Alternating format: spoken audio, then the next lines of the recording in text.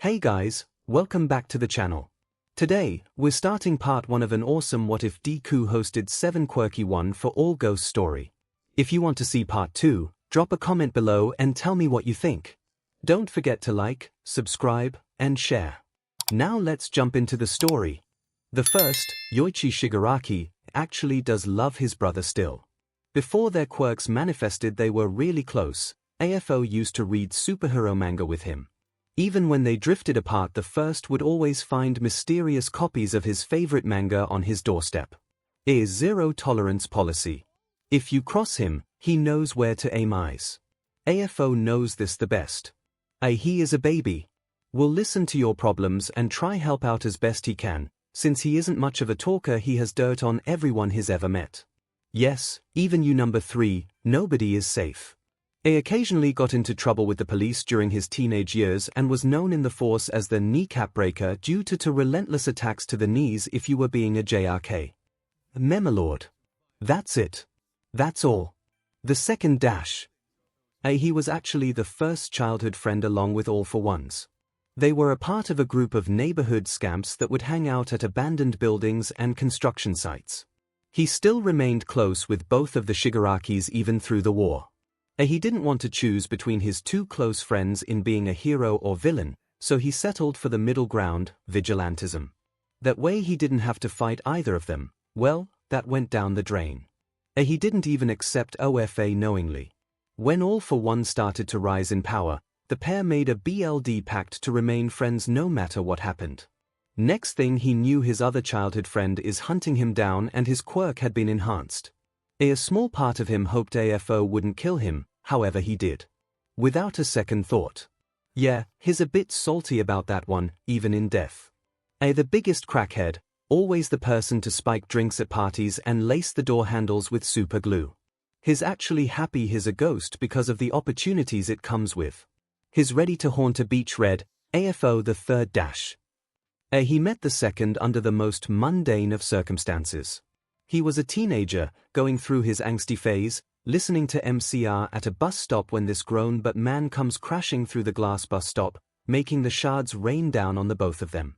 They both were sent to the emergency room, went their separate ways and reconnected again 4 years later when the second was being held at gunpoint with his sickly friend. He still isn't sure if he regrets saving them or not. The angsty phase translated to just adult exhaustion over the years. If AFO didn't kill him, he would have died early from sky-high BLD pressure anyways, so he isn't particularly miffed about dying in blazing glory. He likes peace and quiet but can shout really loud if he's sessed off. Anger problems? Maybe. Only time will tell. Just get this man some aspirin. The fourth, Hyuga Shinomori, he was raised by the Hero Commission like hawks after his anti-quirk mother abandoned him on the streets when he's 6. He never forgave her for the years of abuse she subjected him to, all for something he couldn't control. The commission raised him to be wary at all times, which resulted in his extreme paranoia about the most trivial of things. Even though nothing in death can harm him, it doesn't stop him from worrying about others, especially Midoriya. Can empathize with Midoriya and his anxiety and often knows when Izuku is particularly scared or nervous about something. A scary but man when he's sessed off. He doesn't shout or scream. No. Instead he murders you with the coldest DMN glare. Conveys the message, I'm not mad, I'm just disappointed. He always scouts ahead of Midoriya to check for danger, even if it doesn't help. It was something built into him. Yeah, it doesn't help. The fifth, Daigoro Banjo, it took him a while to get a good grasp on the quirk. Black WHP often went AWOL, consequently flinging objects, and on one occasion his MSTR into the next city over. It was sorted out eventually. Showed up late to his battle with AFO, he slept in and paid the price with his whole life. Now preaches always being on time to anyone who would listen, everyone just laughs at him though. He likes to believe his death was more epic than it actually was. Religiously bullied his successor, the sixth, for being short on a daily basis. This led to many scares of him joining forces with AFO, even though, in reality he was just at a bar getting PSS drunk as a rebellious teen. It was definitely not funny. He was mostly an underground hero, helping out vigilantes when he could, though he occasionally appeared as a limelight hero. He immediately hit it off with the second, and now they are both partners in crime, much to the other's despair. The sixth, an aggressive shorty.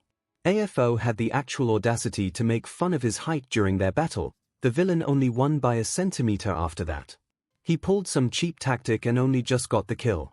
When the sixth died, he didn't go out hearing the same drabble as the others.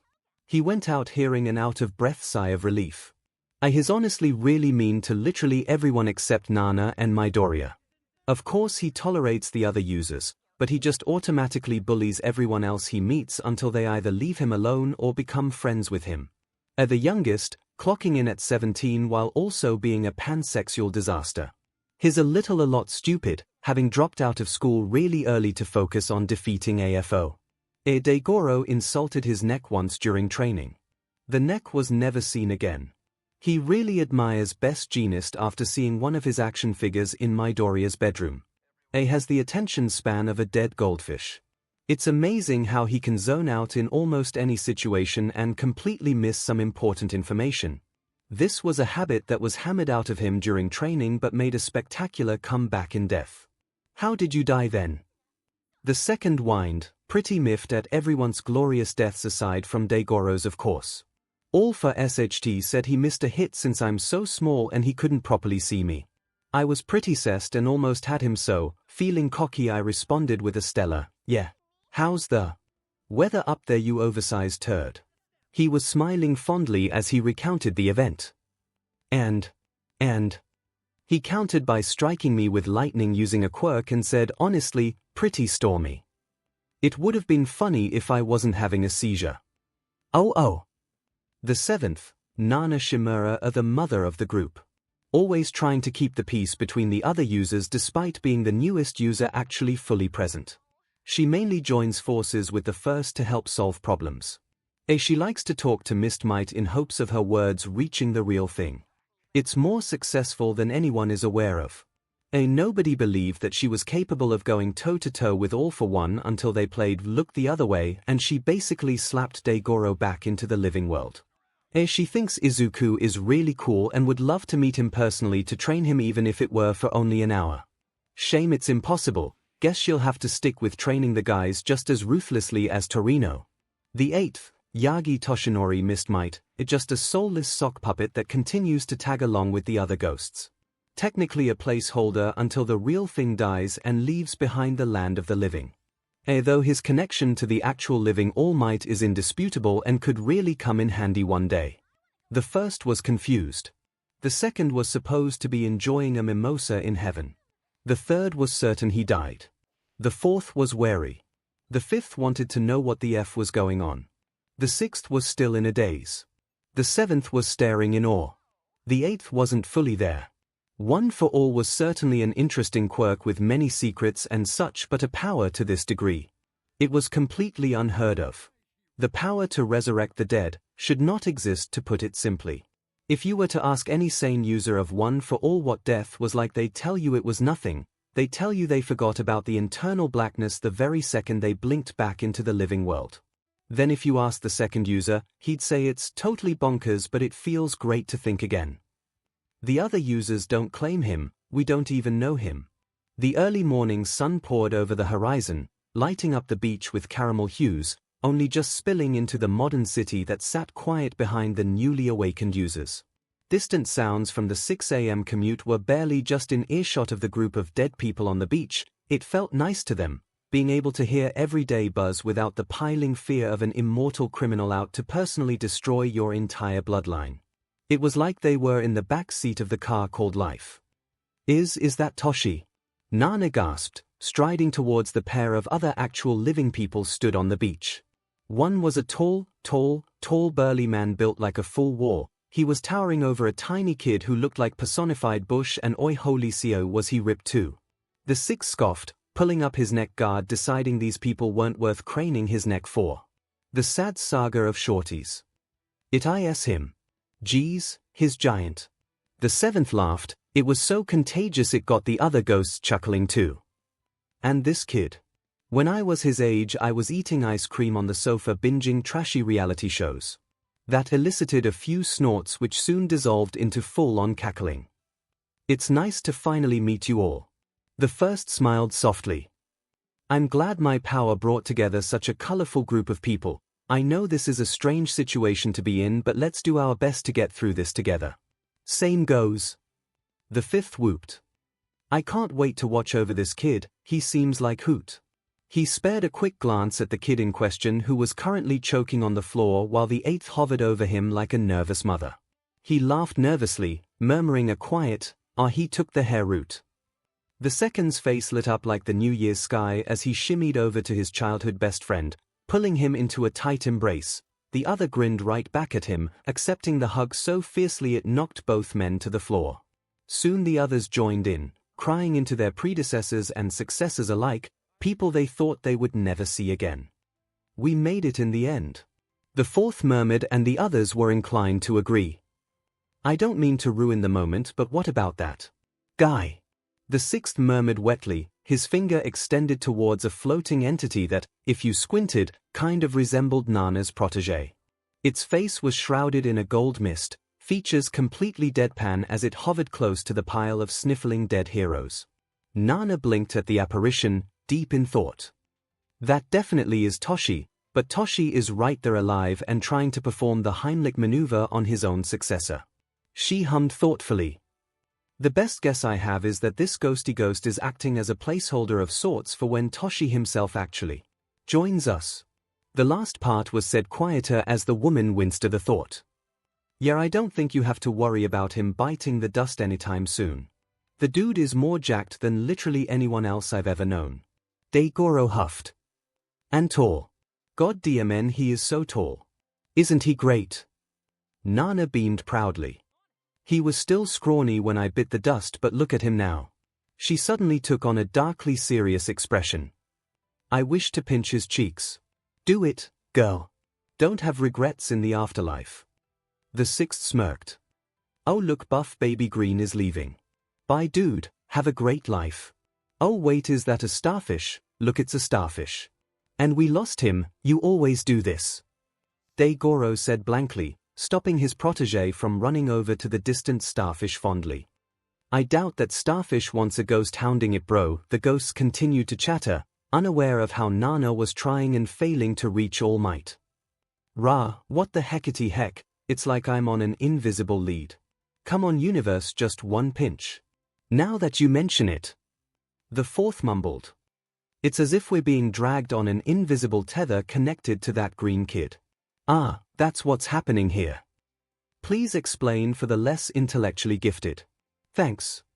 The second said with love topped off with sarcasm and served in a deadpan.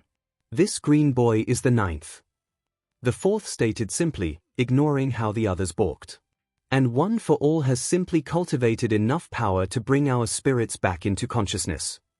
The third rubbed his chin thoughtfully. I see.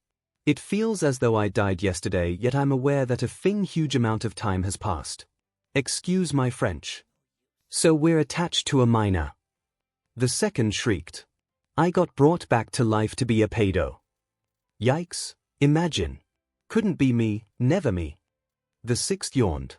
Perks of dying young, I guess. He finished with a shrug, snorting at the disappointed looks shot his way. He's kinda cute though. At least I could legally drink alcohol when I died. The second retorted. The sixth laughed mockingly. You think I didn't drink? I was 16 and being hunted down by an old but supervillain. That's a lot of stress for me. When I died I had to pass down the quirk to best friend who was a year younger than me at the time. Nana waved. Hi, I am the best friend. Wait, that's so cute. The first gasped. Best friend dynamics are always the best, I would know. He finished with a fist bump with the second. Friends are for losers. The fourth and third said in unison, nodding at each other briefly. I don't know, you two sound like besties to me. Nana snickered, earning a glare from both men. Go on, just admit it. The only thing I am comfortable admitting to is the 3 murders I committed. The fourth deadpanned, making the woman choke. Or maybe it was 17, I don't remember. How could you go from 3 to 17? Honestly. The third sighed. You're all too much. I suggest we spread out and recharge our social battery before we end up committing a ghost crime or something stupid like that. I definitely feel like you're speaking for yourself there, King. Can I call you 𝐻𝐸𝐵? I'm gonna call you 𝐻𝐸𝐵. Thanks. The sixth snorted. Spread out. Now. You know. The fifth, 𝐷𝐴𝐺𝐻, started as he continued to skip behind the green-haired boy. If I knew I would be a ghost when I died, I would have been a lot more reckless when I was alive. Maybe go skydiving. The second perked up at that. Skydiving without a parachute. He grinned. This seemed to make the other male gasp in happiness before they had a lengthy conversation about daring activities they should have done. 𝐼𝐻𝐸𝐵, or the seventh, was trailing at the back, chattering up a storm about her protege being the #1 hero, gasping every time they went past a TV with All Might on. She was gaining an unhealthy habit of pressing her face against the glass before being dragged away by the invisible tether Izuku Midoriya had on the users. The first Shigaraki was happy to listen to the excited lady, often chiming in with laughter at the fact this grown woman was the equivalent of a puppy. Though he couldn't deny the feeling of dread ebbing away at his mind. All for one. His freckles are suspiciously symmetrical. The fourth observed. He was currently examining the world around him as well as the teen identified as the ninth. Although nothing nearby presented an immediate threat, you can never be too careful. So what? Are him and his symmetrical freckles going to end the world? The sixth asked with a snort, looking wistfully at the clouds above. You never know. The third simply rolled his eyes at the other's antics. He preferred Mist Might, dubbed by Nana. Sure, he was a mindless sock puppet with legs, but that's fine, great even. At least Mist Might isn't loud and annoying. The group of ghosts were forced into the boy's tiny apartment while he went to go shower. Luckily the tether didn't make them join him in the bathroom, however. Now they were all awkwardly sat in the main room waiting for something mildly interesting to happen. At least turn the TV on. And how do you propose I do that, 5? I don't know. I was certain we would have gained our ghostly powers by now. The bald man whined. I can't even sit on the couch without passing through it. 7 seems to be managing just fine. That's because she's amazing. The 6 shot back, sticking out his tongue menacingly. The 4th was too busy snooping around the kitchen to join the conversation. There's knives here, he could stab someone with these. Of course there's knives in a kitchen. Are you okay? Wisp Might stood idly behind the couch with the 3rd, who looked close to sobbing ghostly tears. At least you're chill, Wisp Might. At least you're chill. The sound of rushing water abruptly stopped, and after some shuffling, Izuku Midoriya emerged from the bathroom fully dressed smartly in his uniform. He seemed to carrying a bright blue tracksuit. His eyes lingered on the sitting area where the ghosts were hosting their meeting, if you could even call it that.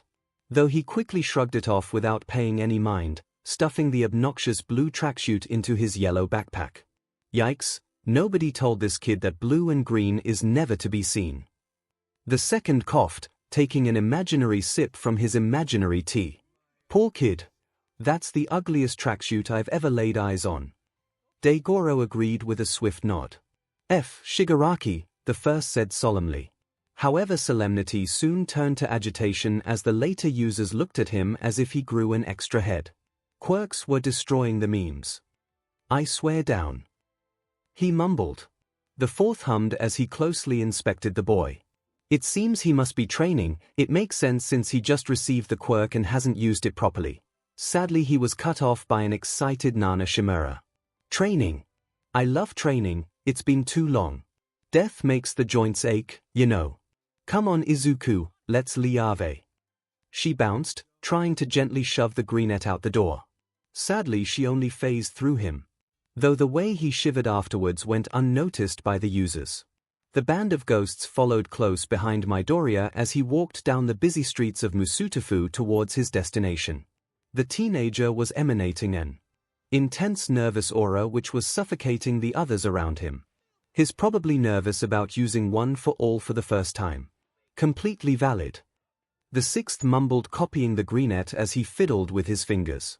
I can't even imagine how powerful it's become. Heck, when I first used it, Black WHP went bananas. 𝐷𝐴𝐺𝐻 hummed, His eyes turned glassy as he recalled the memory. I ended up tossing a trash can into the next city over. The fifth user snorted. The second perked up tremendously at the story. Seriously? The most I could do was give someone a bloody nose. He cried, though an undignified snort escaped his lips. I couldn't throw a punch even if I wanted to. Shigaraki laughed. I punched my brother once at school and got a detention. I say he shouldn't have stolen my juice box.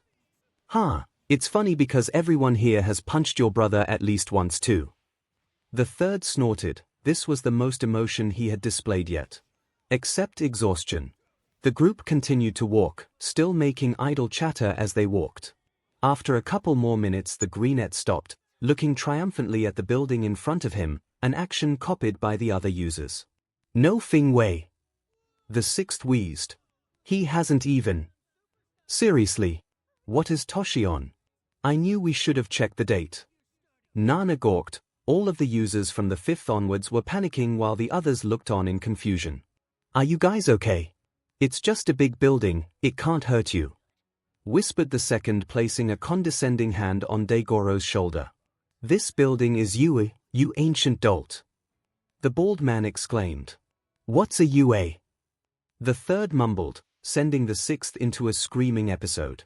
Nana had gone over to Mist Might and started shaking him back and forth violently, shouting about how irresponsible he was being.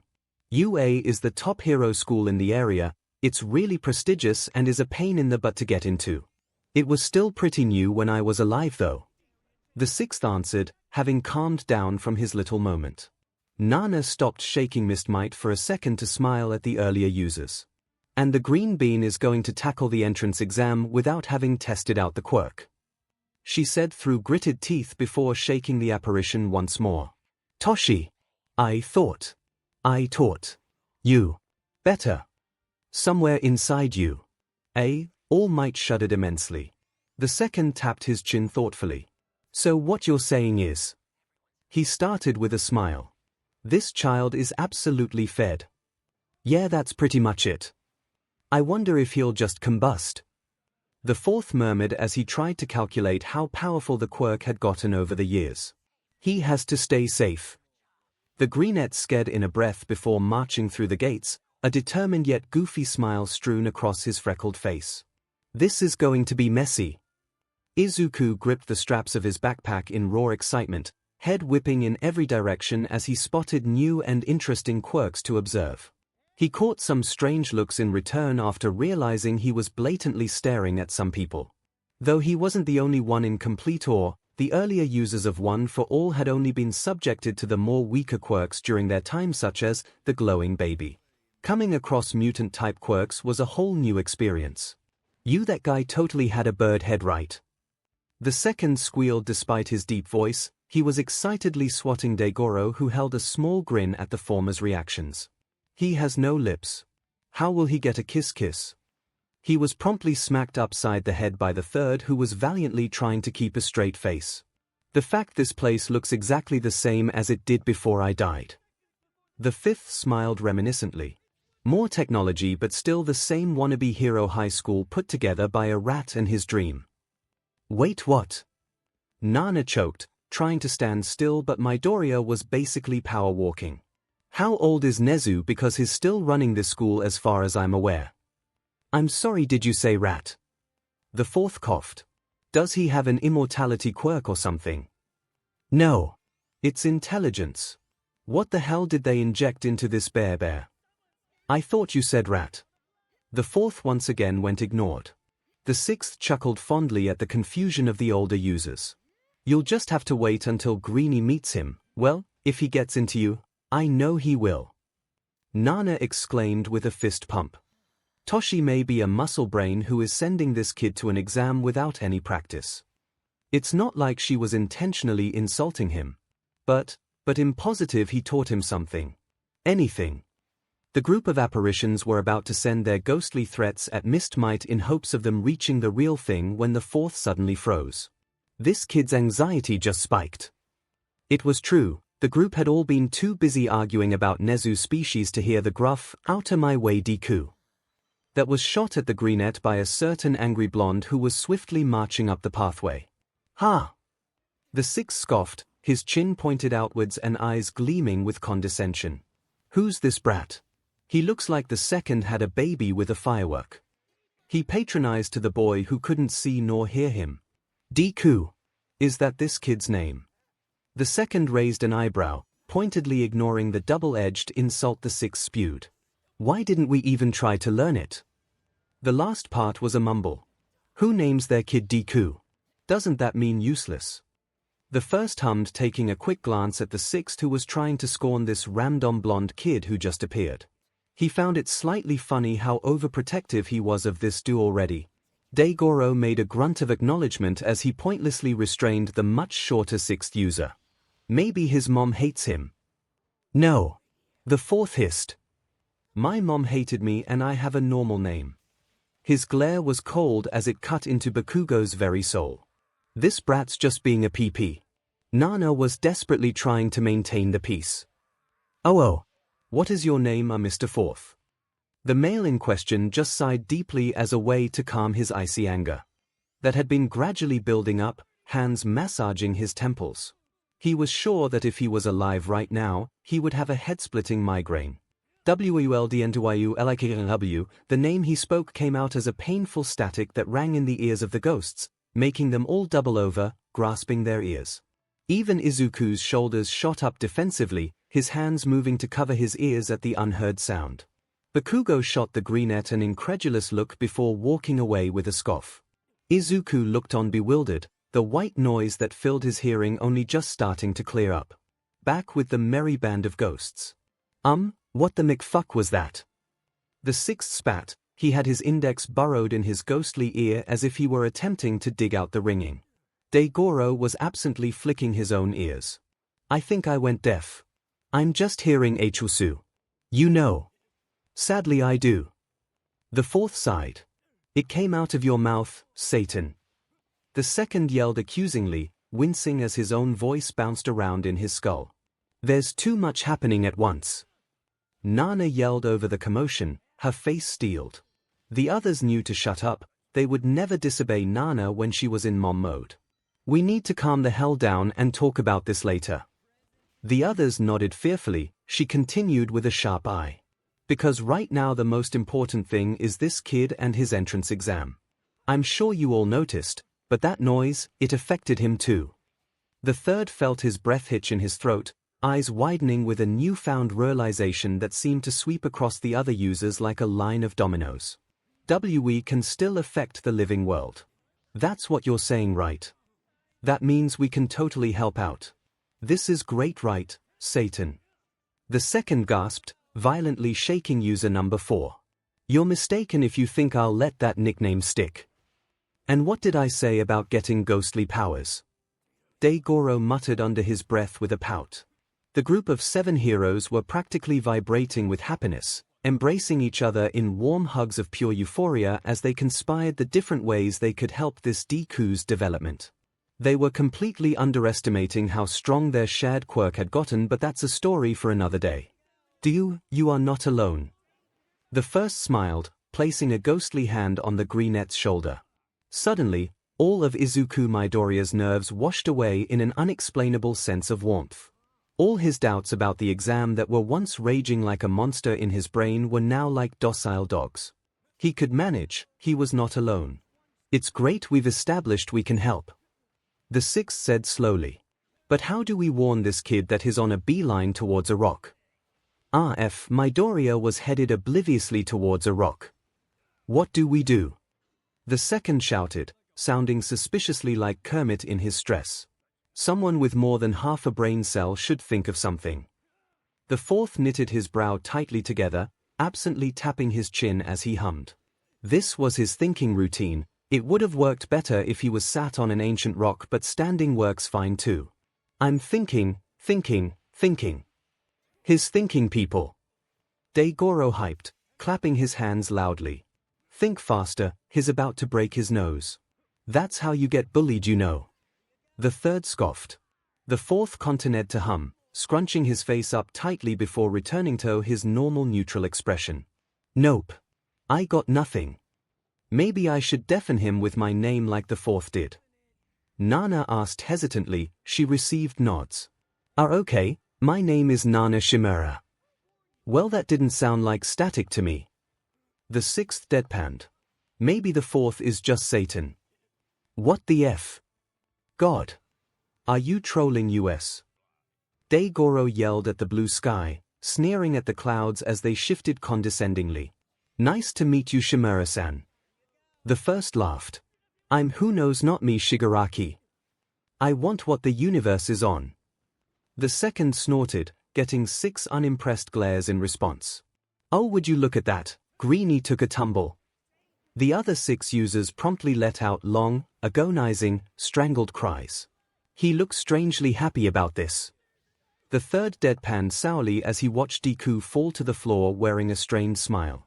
He's going to be the second death of me, I swear. Dun dun duh. A wild child appears to save the day, woot woot. The second cheered, bouncing around the greenette's floating form. And he's totally floating without being in space, that's whack. You can go to space. I thought that was like the bottom of the ocean, you just know it's there. Oh, you poor superpowered baby. The first mumbled softly, placing a hand on the sixth short person's shoulder. You know nothing. He whispered in an uncharacteristically patronizing tone. No way you haven't been to the bottom of the ocean with your quirks. Come on. The third scoffed. It's scary down there, man. Have you seen the mutated shark creatures that are built like a Jenga set? 𝐷𝐴 retaliated with his tongue poking out his mouth tauntingly. You are getting distracted, boys. This child has an exam in approximately 5 minutes and yet you're here discussing the ocean. Nana glared, entering full mom mode. I'm disappointed. Here I thought my mom died hundreds of years ago, McDamn brew. The second muttered, earning a silencing glare from the mother.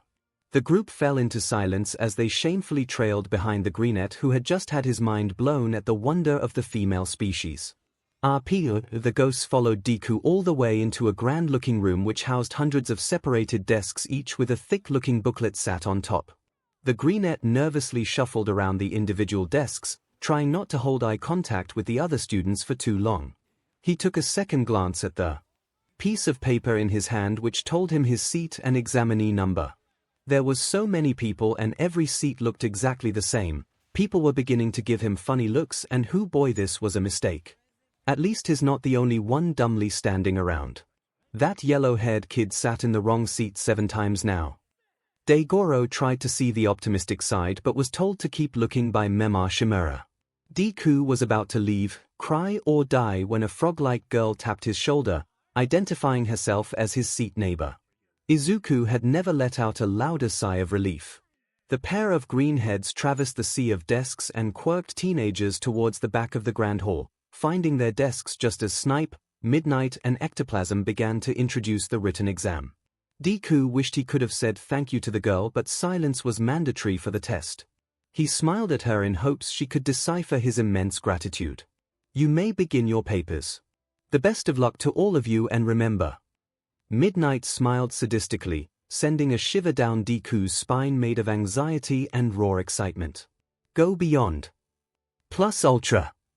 Ectoplasm and Snipe harmonized, throwing their fists into the air. Deku really thinks he needed that as he opened his exam. Halfway through the exam, the answer is B, the sixth whispered to nobody in particular. No.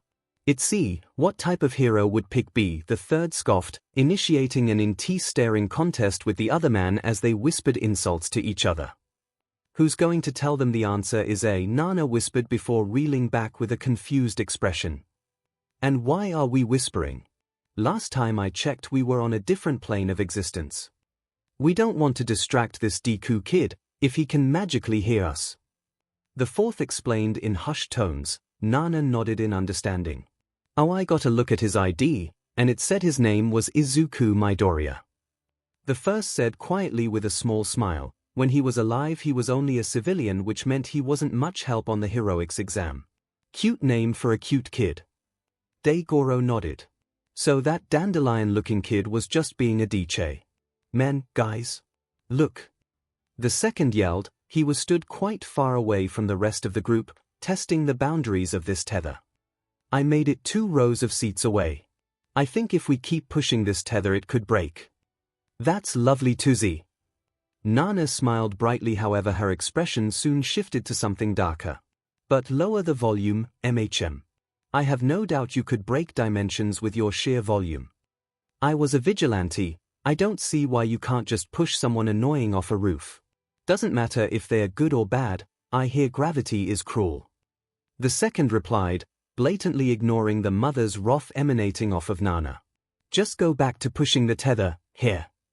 𝐷𝐿 snorted. I'll help.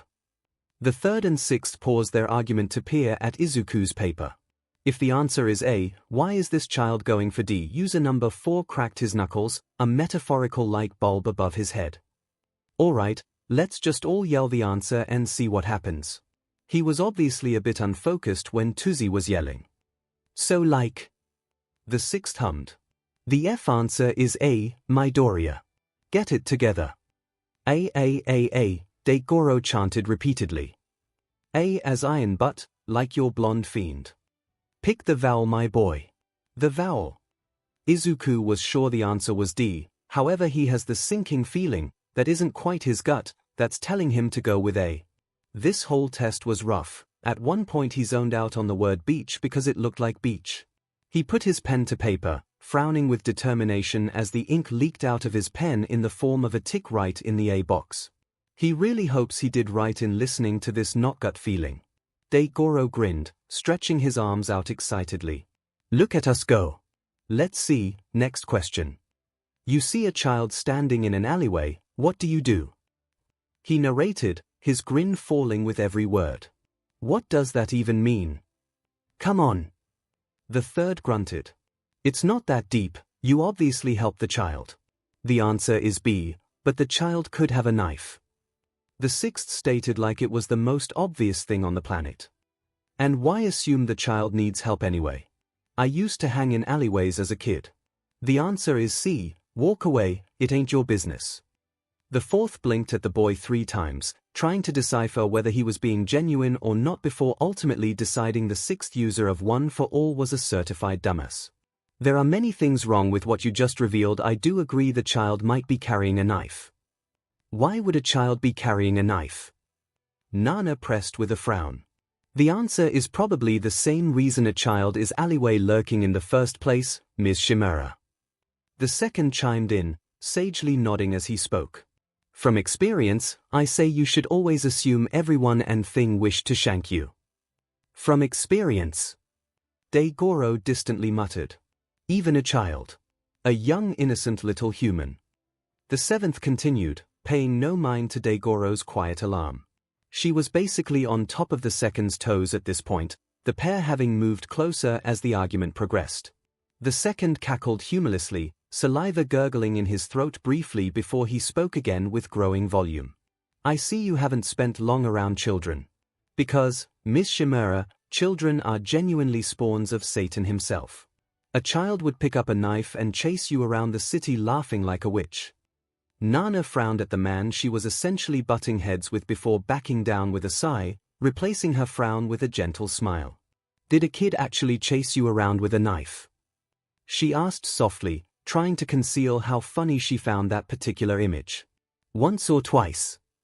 The second grinned back lightly. Oh, that's cute. The third remarked dryly, interrupting the sweet moment of blossoming friendship with an unheard record scratch. But we didn't agree on an answer.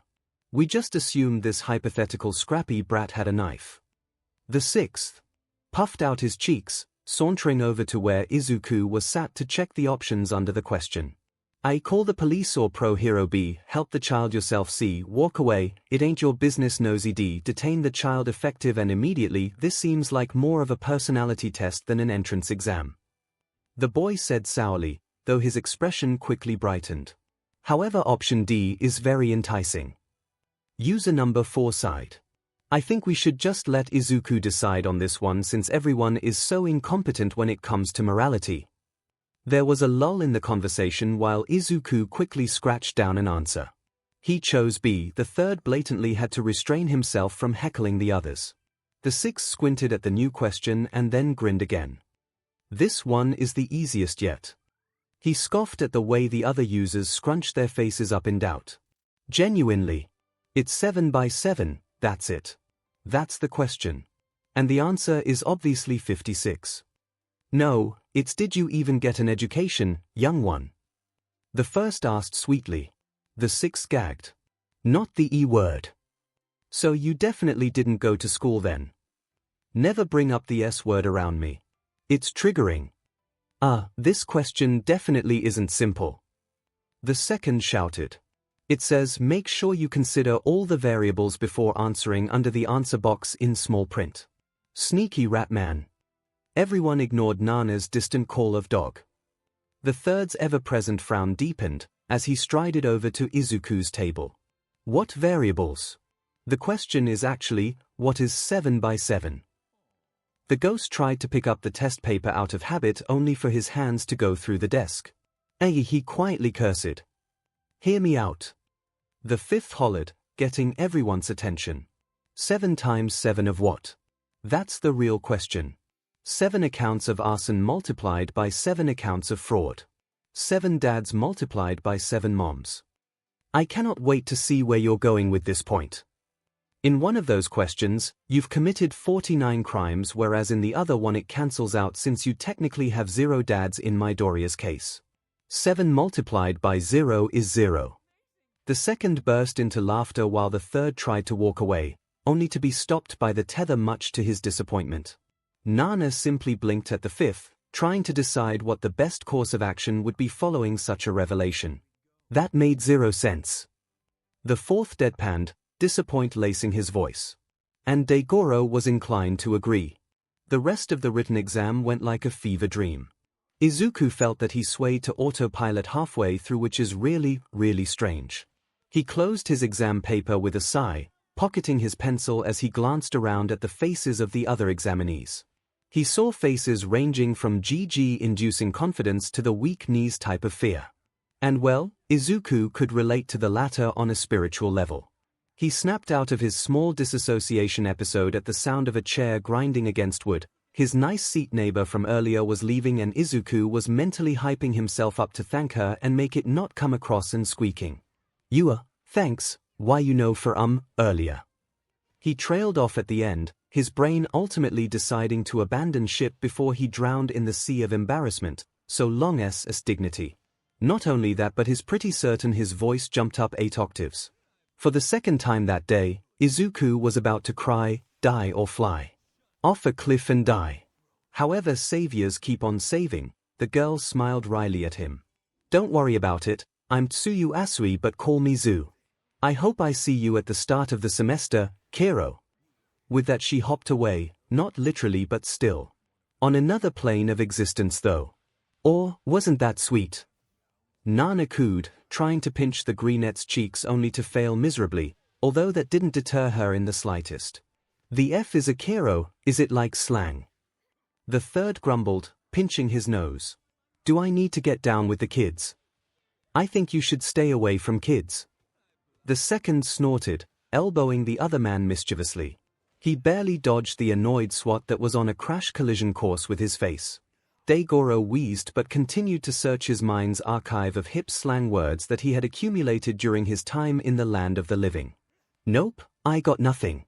I'm always open to adding new cool kid words to my mind bank though. You are all insufferable.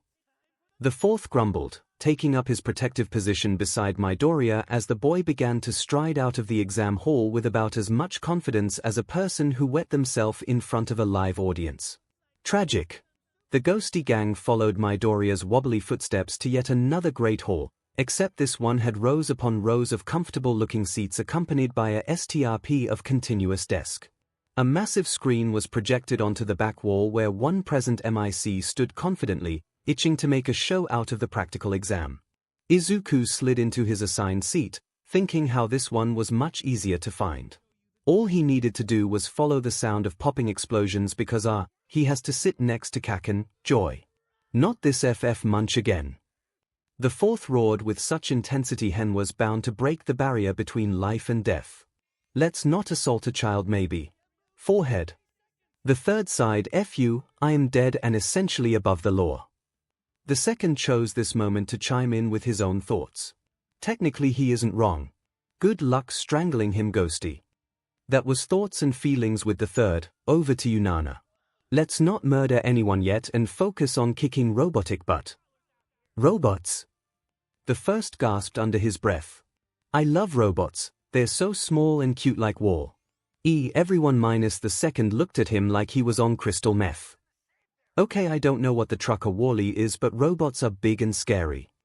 The sixth murmured with a frown. There is simply no way you could make robot big and scary. I made a robot called K3V1N at school and he was my bestie. The second scoffed. I'll believe it when I see it. Enter Tenya Ida, spitting something about hero ideals and singling Izuku out. And well, that just would not stand with the ghosty gang Gucci gang. How many children must I fight for the happiness of my child? The fourth hollered yet again. He was being wound up further than a jack-in-the-box. You've already adopted this broccoli. I mean, same but already. 𝐤𝐤𝐽 returned with an equally as loud shout. This kid is literally a blue square. The second stated blankly, he just simply said it and moved on. Let's go haunt his bloodline, school trip. What did I say about not murdering anyone yet? We have an exam to take, jog on. Nana laughed, already walking away with the kid. The others didn't realize until they were yanked along by the tether. I'm sure it'll go swimmingly. The sixth smirked. It was not going swimmingly, in fact, we're drowning, and this kid can't swim. The sixth reaffirmed frantically, looking around at all the other kids absolutely decimating the exam. The robots are big and scary, is nothing sacred in this diseased world anymore. The second yelled in pure anguish while the first just stared around at the cluster F around him in awe. The fourth had long since stormed off as far as he could to kick a nearby robot in its metal shins but was failing at an admirable level. Not only that, but Nana had taken to abusing Mist Might once again. 𝐤𝐤𝐽 had decided to teach this kid who couldn't even see him how to fight. Seriously, how stupid. This is all the reasons the third chose to disassociate at this current moment. Izuku was about to be done in by a robot when an angel came in the form of a French belly button laser. More, I love you, 𝐤𝐤𝐽. The sixth cried happily, blowing kisses at the boy as he left. The fully conscious members of the ghost gang began to ferociously tease each other, and soon teasing turned to fist fighting. Fist fighting that was interrupted by a low rumbling of the ground. An earthquake? The fist questioned, breaking out of his stupor. Not that it would last long. No, that would be the 𝐤𝐤𝐽 tried to explain but was cut off by the spectacular appearance of our special guest. The 0-pointer that's ridiculously big and dangerous and murderous to boot. What kind of fuckery is this? The second was Raji at this point, probably on the brink of murder, and his eye was definitely twitching. Yeah, we're fed. Tactical retreat. The third deadpanned, pointing towards the entrance. Tactical retreat. The others agreed simultaneously. They mildly disliked the feeling of other people running straight through them. Each of them started running, however they eventually hit an invisible wall because Izuku wasn't running with them. No, he was running the opposite direction, towards the robot bringer of destruction, and now all the other users were being dragged backwards with him, across the floor. If I was alive, I'm sure this would be immensely painful. The third said blankly. Why is he doing this to himself? The fourth wailed despairingly. I can't protect you like this, kid. You couldn't protect him anyway, dead guy. Shut up, he's trying to save the girl from this morning. Nana smiled. Like a true hero, I knew Toshi picked well. The sixth huffed, rolling his eyes. Yeah. With what power? One for all. The first breathed as the boy crackled with green lighting before shooting upwards into the clouds to face the 0-pointer. Oh, I forgot about that silly quirk. The sixth hummed. The ghosted heroes watched in shock and awe at the power and speed this weedy, meek kid just produced. Why, you don't think we'd be dragged up there with him? Right. The second stuttered out. They were indeed dragged up into the sky. Wind whipped past their ears, tether keeping them at arm's length. Not that they were complaining, since they got a front row seat to the show. Okay, maybe they complained a smidge. My fucking neck, my ghost neck just broke. 𝐤𝐤𝐽 shrieked, patting his neck with his hands frantically. Is my head even still attached, genuinely? No, put me down, I'm scared of heights. The second actually cried hysterically, squeezing his eyes shut. You're just scared of falling. The third replied, crossing his arms as he ascended upwards. He was probably the least affected in the group. I'm scared of it all, babes. I missed flying. Nana gasped, spreading her limbs into a starfish position. Her face was painted with the brightest smile that made the sun seem dim. Izuku pulled his arm back, green static still dancing around it, and with a singular swing the giant robot was blown backwards, faltering with various explosions throughout its metal body. The girl was safe too. Yes, go baby green. 𝐤𝐤𝐽 whooped, a true hero. Nana restated warmly. We're falling, 𝐂𝐻𝐻, the second sobbed, borderline screamed. We are literally already dead. The fourth looked at the two unbelievably. Yes, we are dead, but Midoku isn't, and I don't fancy him joining US just yet. I don't know, he looks like he has good crack. The sixth retorted. His limbs are soup. SOUP, I'm sure he'll be fine. How did you even become heroes? Izuku continued to fall, racking his brain for a plan, all the while seven ghosts argued for the umpteenth time that day. His brain came up dry. When he said he wanted to fly, he didn't mean fall slowly, thank you very much, Buzz. Yet again his savior of the hour was a girl who puked rainbows after giving him a nice beach slap. The ghosts responded to the slap with more yells and cheers, but you don't need to know that. The greenette knew he was passing out. The telltale signs of black spots on his vision confirmed it. However, as he fell into unconsciousness, he could have sworn he saw 8 concerned adult figures kneeling over him. Izuku thinks he's finally losing the plot. Izuku Midoriya is convinced he's being haunted. Maybe he could brush off flickering lights and strange noises as the apartment settling. However, the apartment block has been around for many, many years. He thinks it's already settled enough. No, what he can't brush off is the figures he's seen loitering around him. It started after he liquefied his bones and almost croaked it after the entrance exam. Now out of the corner of his eye, he sees things. His poor mom must think he's insane after he went to her crying about 3 strange men playing rock paper scissors in the corner of his bedroom. He wasn't exactly thinking rationally, and now he's got at least a month of therapy. Peachy.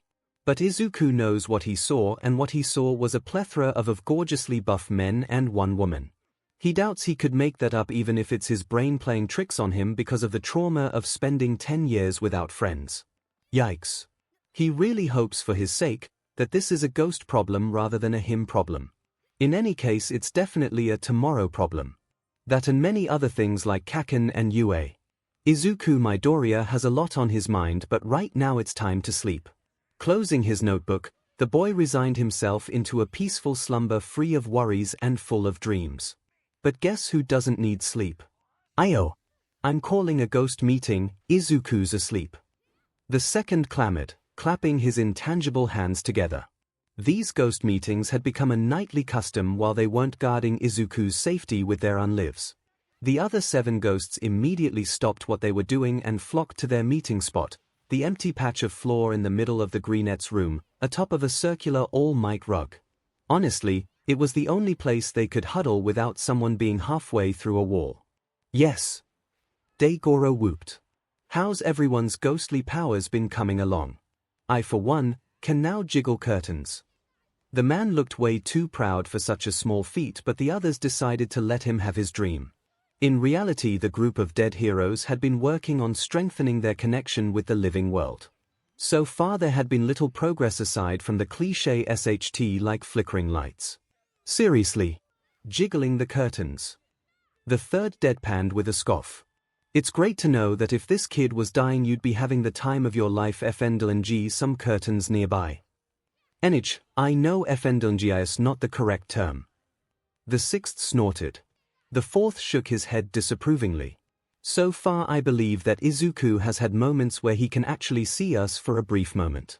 I know for a fact he saw Fiverr, Sixpack and Tuzi having their stupid rock paper scissors tournament. Reminding everyone 'twas I who won that. The second interjected, getting ignored. I agree.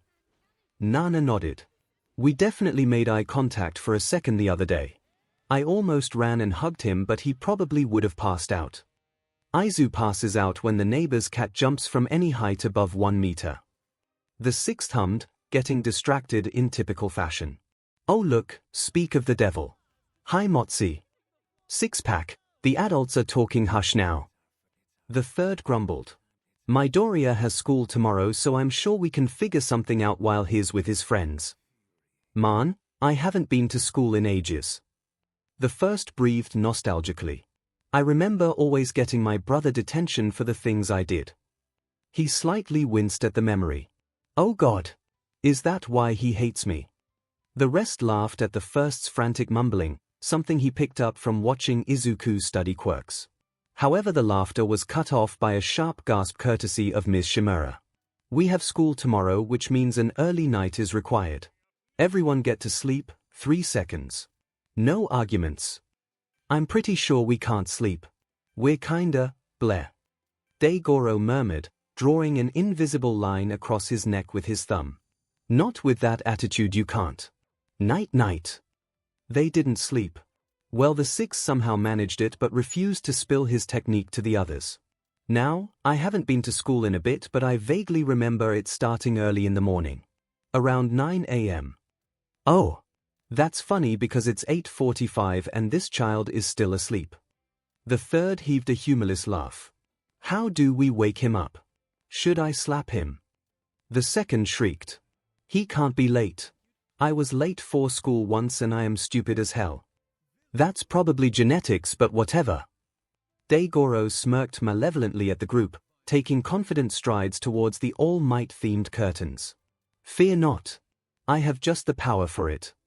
Wes fondle those curtains be. The sixth hollered, louder for the people at the back. 𝐷𝐴 frowed at the wording once again. Jiggling. JIGGLING, he corrected with a shout as he faintly ruffled the curtains, allowing traitorous rays of sunlight to snake through the tiny cracks the fifth was creating. Immediately, Izuku jolted out of his bed in a singular, knowing motion. One spared glance at the clock was all he needed to shift his tardy but into sixth gear. He quickly gathered his belongings into a yellow backpack and slipped on his uniform before bolting out the door, unknowingly dragging 8 apparitions with him. The ghosts didn't have to run alongside him, the tether would have done well enough keeping them close to the boy. However, there was something exhilarating about weaving in between traffic and pedestrians towards a distant goal on a short time limit. All 9 of them made it to the rundown-looking school just minutes late if the empty halls were anything to go by. The boy is violently muttering again. The first said softly. Probably 'cause he's late, I'd be shitting myself too. 𝐷𝐴 snorted, distantly recalling his tardy arrival to his final showdown with All for One. The second was still reeling from the run to the building, heaving non-existent breaths out of habit more than anything else. He shouldn't worry. Breathe. They abolished corporal punishment long before my own time. The hero decided to lay down. What's the worst that could happen? Yeah, he'd regret jinxing that one. Izuku effectively threw open the door to his classroom, looking slightly winded and sweaty. Countless pairs of eyes immediately flitted towards him, all their attention focused on Izuku primarily. The fourth's eye twitched before he instinctively stepped in front of the boy. This is the worst feeling. It's giving flashbacks, man. The second chittered nervously, though he got no response. His fellow users had gone deathly still, trusting the fourth's feeling of impending wrongness. Stifled laughter broke out amongst every student aside from the angry blonde butt goblin from the other day. He rolled his eyes before directing his focus out the window once again. Small mercies. It's not that funny. The third mumbled darkly. Everyone does it, yet they're acting like he slipped on a rotten apple in the assembly hall in front of some important CEOs. Now is no time to speak from traumatic experience, dude. Let me guess. You were too busy crying over your epic failure that you forgot to come in. One kid grinned heavily, Izuku scared in a breath, opting to ignore the jab and head to his seat. He really is useless after all. Now that would not fly with the dead Izuku protection squad, no chance. Oi, just because it's true doesn't mean you can point it out. Plus your hair looks like a soggy mop and don't even get me started. Oh. The six continued to rave beyond that cutoff point, but I simply don't have the word limit. I see, there's an obvious hierarchy in this hellish classroom. The first tutted. I'd say it's time to revoke kneecap privileges, don't you? Fing demonic brats, I'll tear them in half. The fourth growled. He was still in front of Izuku, scouting around for danger as per usual. Which is how he caught the outstretched foot ready to trip the boy over. Without really thinking, he channeled all his rage, and boy was there a lot of it, into making himself corporeal for just a second. Just to get Izuku to bump into him and stop to look down, because the fourth will not tolerate his kid getting embarrassed. It worked, thank God. Izuku felt as if he is an invisible wall or maybe a desk, so he peeked downwards in light self-consciousness only to see someone's foot. Lucky, maybe fate decided to give him a fing break for a day. Yes, the light class teasing is a break. Class officially began shortly after, leaving the deceased heroes to their own devices. The teacher was obviously picking on Izuku more than the other students, whether intentionally or not, promptly the fifth to linger around him and totally not try poke his eyes. Not him. Never him. Nana had assumed the role of trying to aid the boy, whispering answers in his ear in hopes of it reaching, all the while Tuzi messed on with Bakugo Katsuki. The second user without a doubt had the best grasp of their ghostly powers, yet here he was using it for evil, managing to pull at the blonde's hair constantly. The fourth was doing his best to swipe loose sheets of paper off other students' desks. It only worked every so often, but it was definitely worth the confused grunts.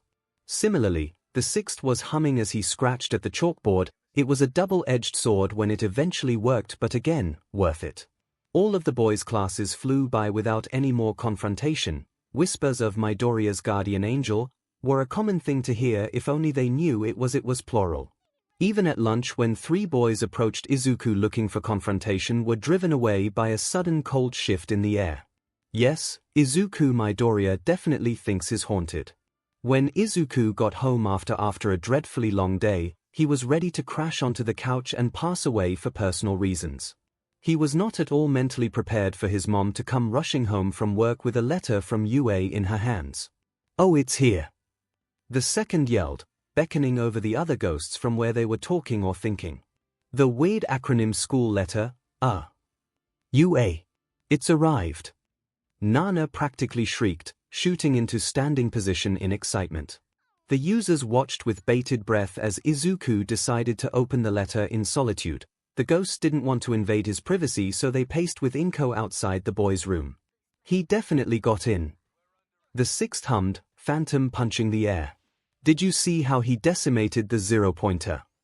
Yeah, but it's a 0-pointer for a reason, six-petal daisy. The third grunted, flicking the other in the forehead. A discussion broke out among the 7 conscious ghosts, a discussion only broken up by the opening of a door. Izuku's door. For the second time that day, all eyes were on the greenette, and what did he do? He smiled, and it was a telling smile that oozed pure happiness. He passed. That's for sure. Without a second's delay, all 8 ghosts rushed Izuku, tackling him into a tight embrace while his mom cried in the background. And maybe the boy couldn't feel the hug yet, but one thing is certain. He stumbled slightly under the added dead weight of 7.5 ecstatic heroes of a time long gone. Izuku, in that moment, felt decidedly warm. The first thing Izuku did when he got his acceptance letter was run to the beach to meet his teacher. When he arrived, the hero was in his true form to not attract any attention. That's fine, Izuku knew about this form. But the ghosts did not know about this form, and well, they reacted about as well as expected. Did he just call that skeleton All Might? All Might as in Seven's boy? The 6 scrutinized, peering at the emaciated man in front. He did. The third confirmed simply, in shock himself. The second used a ghostly finger to poke the man's ribs. Wasn't he like, really buff a week ago, or am I on drags? I think we all took the same drags and, oh my god, he went buff again, that's weird, that's new, WY. Daigoro panicked. God, he really is buff though, I'm very jealous. Not the time. Oh, we're running now. I wish I was this famous. The second sighed wistfully. I only ran from the police, not fans. Vigilante work in it, Nana fainted. She just fell down. I didn't know ghosts could faint, but she did. The sixth snorted. Must be because her successor is built like the stickman, ha. At least he's a tall stickman though. A whole 7-foot stickman, DMN. I'm envious now. 𝐤𝐤𝐽 sniffled. Keep talking short stuff, he could step on you. I hate you. It didn't end very well, as you could probably tell. Izuku woke up. On his first day of UA bright and early, the wind was doing that thing where it pushed his curtains around a bunch until a beam of sunlight was shining directly on his face, which was usually annoying, but today it was welcomed. After all, he simply couldn't be late on his first day. The whole apartment was a mad rush. His mom was hastily trying to WHP up a filling breakfast, and she must have opened a window because his notebooks were conveniently being flung in the general direction of his bag, and oh, it's probably the ghost problem. The rational side of Izuku's brain sneers at the very idea, but honestly, there was quite literally no explanation. Maybe he could chalk it up to insanity if it was just him who noticed this stuff, but it wasn't just him. People at school went from calling him a useless Deku to a possessed Deku, and that's definitely an improvement in his opinion. Upgrades, people. Upgrades. He stepped out of his bedroom clad in a new, stylish, sleek grey uniform topped by the chunky red tie that was definitely tied like that intentionally. It's a recent fashion statement, everyone's doing it nowadays. It's not Izuku's fault the rest of the world is living in. 𝐒𝐭 served him a special breakfast with a bright grin that conveyed her unyielding pride, and Izuku thinks he's never been happier. Even as he waved his mom goodbye, he couldn't stop smiling. Because today was going to be a great day and absolutely nothing would change that. Aha! He totally forgot his lunch. 𝐤𝐤𝐽 wailed as the group walked outside. We need him to go back. He won't die if he doesn't eat for one day, you dumb oaf. The sixth tutted, giving the oaf a whack to the arm because he sadly couldn't reach his head. Would be nice if you bent down next time. The first leveled them both with a disappointed dad look. Just because he won't die doesn't mean he should skip lunch. That's how you end up short. He said the last part, staring into the sixth's eyes. Low blow, man. 𝐿𝐭 hold my earrings right now. The second was about to contribute to the escalating conflict when his hand was suddenly full of ghostly earrings. Although a better term would be silver studs, the point still stands. Oh SHT, would you look at that? You were wearing earrings when you died, cool. Man, I wish I pierced my ears too. 𝐤𝐤𝐽 whined. I would have totally pulled it off. Sure, Baldy. Before the bickering could escalate even further into a brawl or God forbid another rock, paper, scissors tournament, the train grinded to a gradual halt and Izuku along with many others slowly filtered out the doors. UA was in sight now. It was hard to miss as it stood prestigiously atop a lush green hill accentuated by the bright rays of sun that bounced off its glass exterior. The third had questioned whether it was a fire hazard, specifically with the surrounding forest, but Nana waved him off, saying anything was possible now. Oh really now? Anything is possible. The second mocked. Then tell me, Ms. 7, why haven't I seen one poster advertising a hotel on Jupiter? The F is Jupiter. The sixth unwelcomely chimed, and suddenly all eyes were on him, especially the earlier users. Don't look at me like that. Why, you're joking, right? The first asked, voice laced in a genuine concern for the other's sanity. Awareness. Brain. Even the second nodded aggressively next to his friend. Come on broski, it's the best planet under Uranus, heh, Uranus. The sixth snorted. 𝐤𝐤𝐽 was inclined to agree. I know, it's funny every time. 𝐿𝐭 continued after a breathless wheeze. But seriously, didn't you learn this at school? The sixth user leveled the older with a deadpan stare. Do I look like I went to school? Ever? His tone was dead serious, pun, speaking his words with a cold type of conviction that induced disappointment rather than fear. The first put a solemn hand over his mouth. Not even kindergarten. He whispered, fearing the answer. Kindergarten is for losers. You're all losers. Imagine being a loser. User number 6 spat confidently, puffing up his chest and raising his chin in a condescending manner. Oh no. 𝐤𝐤𝐽 wheezed. He covers up his lack of brain cells with a bad attitude. Typical teenager. Not Izuku though, never my son. I am perfectly an adult, thank you very much. Nana, don't look at me like that, you were younger than me when I died. The teenager hissed at his own successor. The woman just laughed heartily at his antics. And you're just the same as I remembered, Mstr. She then went on to ruffle his hair, which did not go over well seeing as he tried to bite her hand. Remember, you were all short once too. Yeah, but unlike you, we grew taller and made it to adulthood. The third scoffed, joining Nana in the head pats. It's okay, young one, don't deny the affection. I am an adult. The sixth roared, tiny but mighty, swatting away all the hands that had started patting his head. Don't make me double kill you, I'm sure hell is hot. The others laughed as Izuku walked into the giant building that was Yue, gripping the straps of his backpack nervously. After a minute of aimless wandering, the greenette began to mutter uncontrollably. 1A, well, it's just a theory, but I feel like he's looking for class 1A. Again, it's just a wild stab in the dark. Whoa, the second started, cut off by a jab to the ribs courtesy of user number 3. This place is built like a maze and the Teen Titan Tower, whoa. The first gawked. It's the excessive windows bring me back, I used to watch it with my brother. The third scoffed at that. Bet his favorite character was Trigun. I'm pretty sure it was actually Starfire. I like Trigun though, he was a pretty rad character in my opinion. Yeah, okay, I didn't see that one coming. Izuku found his own way to the classroom with absolutely no help from his so-called guardian angels, since half of them were fanboying over Teen Titans while the other half made fun of the other kids, much to Nana's disappointment. Only the fourth remained beside Izuku, vigilant as always and ready to detect danger. Standing outside the door to the new class made him visibly stiffen and move closer to the greenette protectively.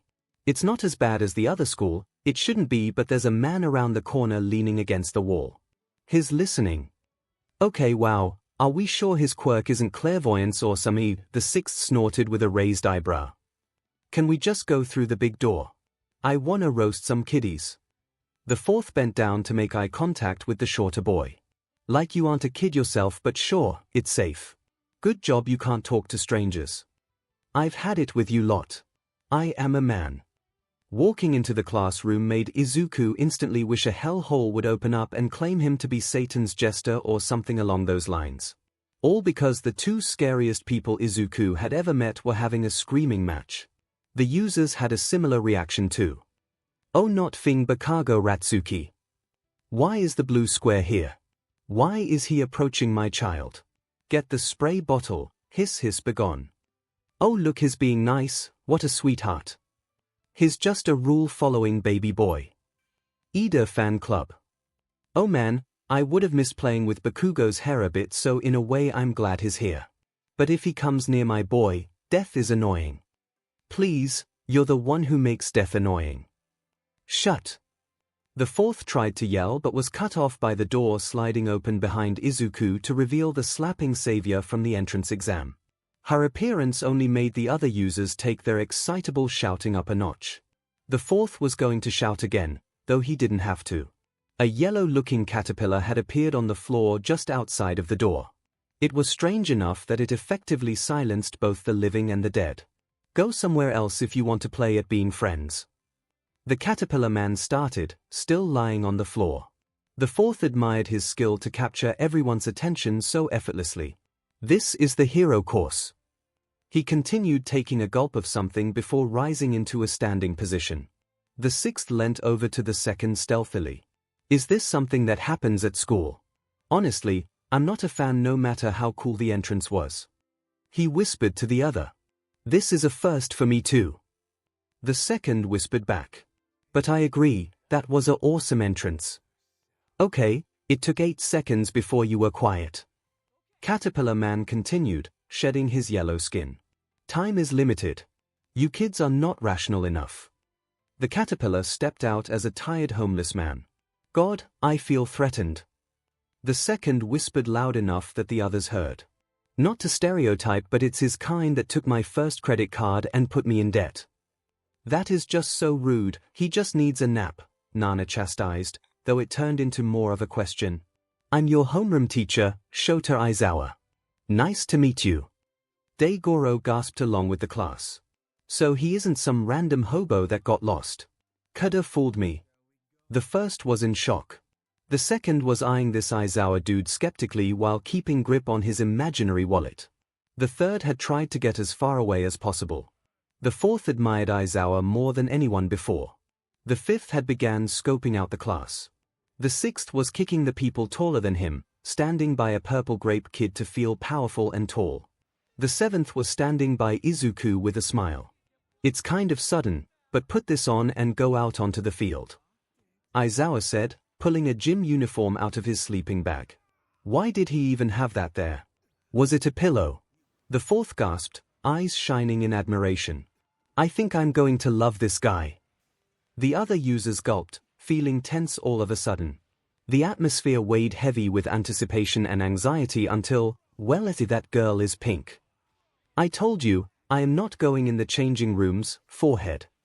The sixth hissed defiantly, trying his best not to phase through the wall or door of the boys' changing rooms. The fourth rolled his eyes in frustration. And I told you, you don't have a choice. A changing room is one of the places you're most vulnerable at. It's perfect for a villain to jump you. Why do I feel like you're speaking from experience? The first asked nervously. Because I am. The fourth stressed, flashing Shigaraki a glare making the man put both hands up in surrender. Why are you so pressed about going into changing rooms anyway? It's not like you're much older than them. Isn't he like semi-ancient? He died a good 80 years ago or something, right? The second piped up. And I'm super old, that's whack. User 4 shook his head adamantly, turning to address the group as a whole.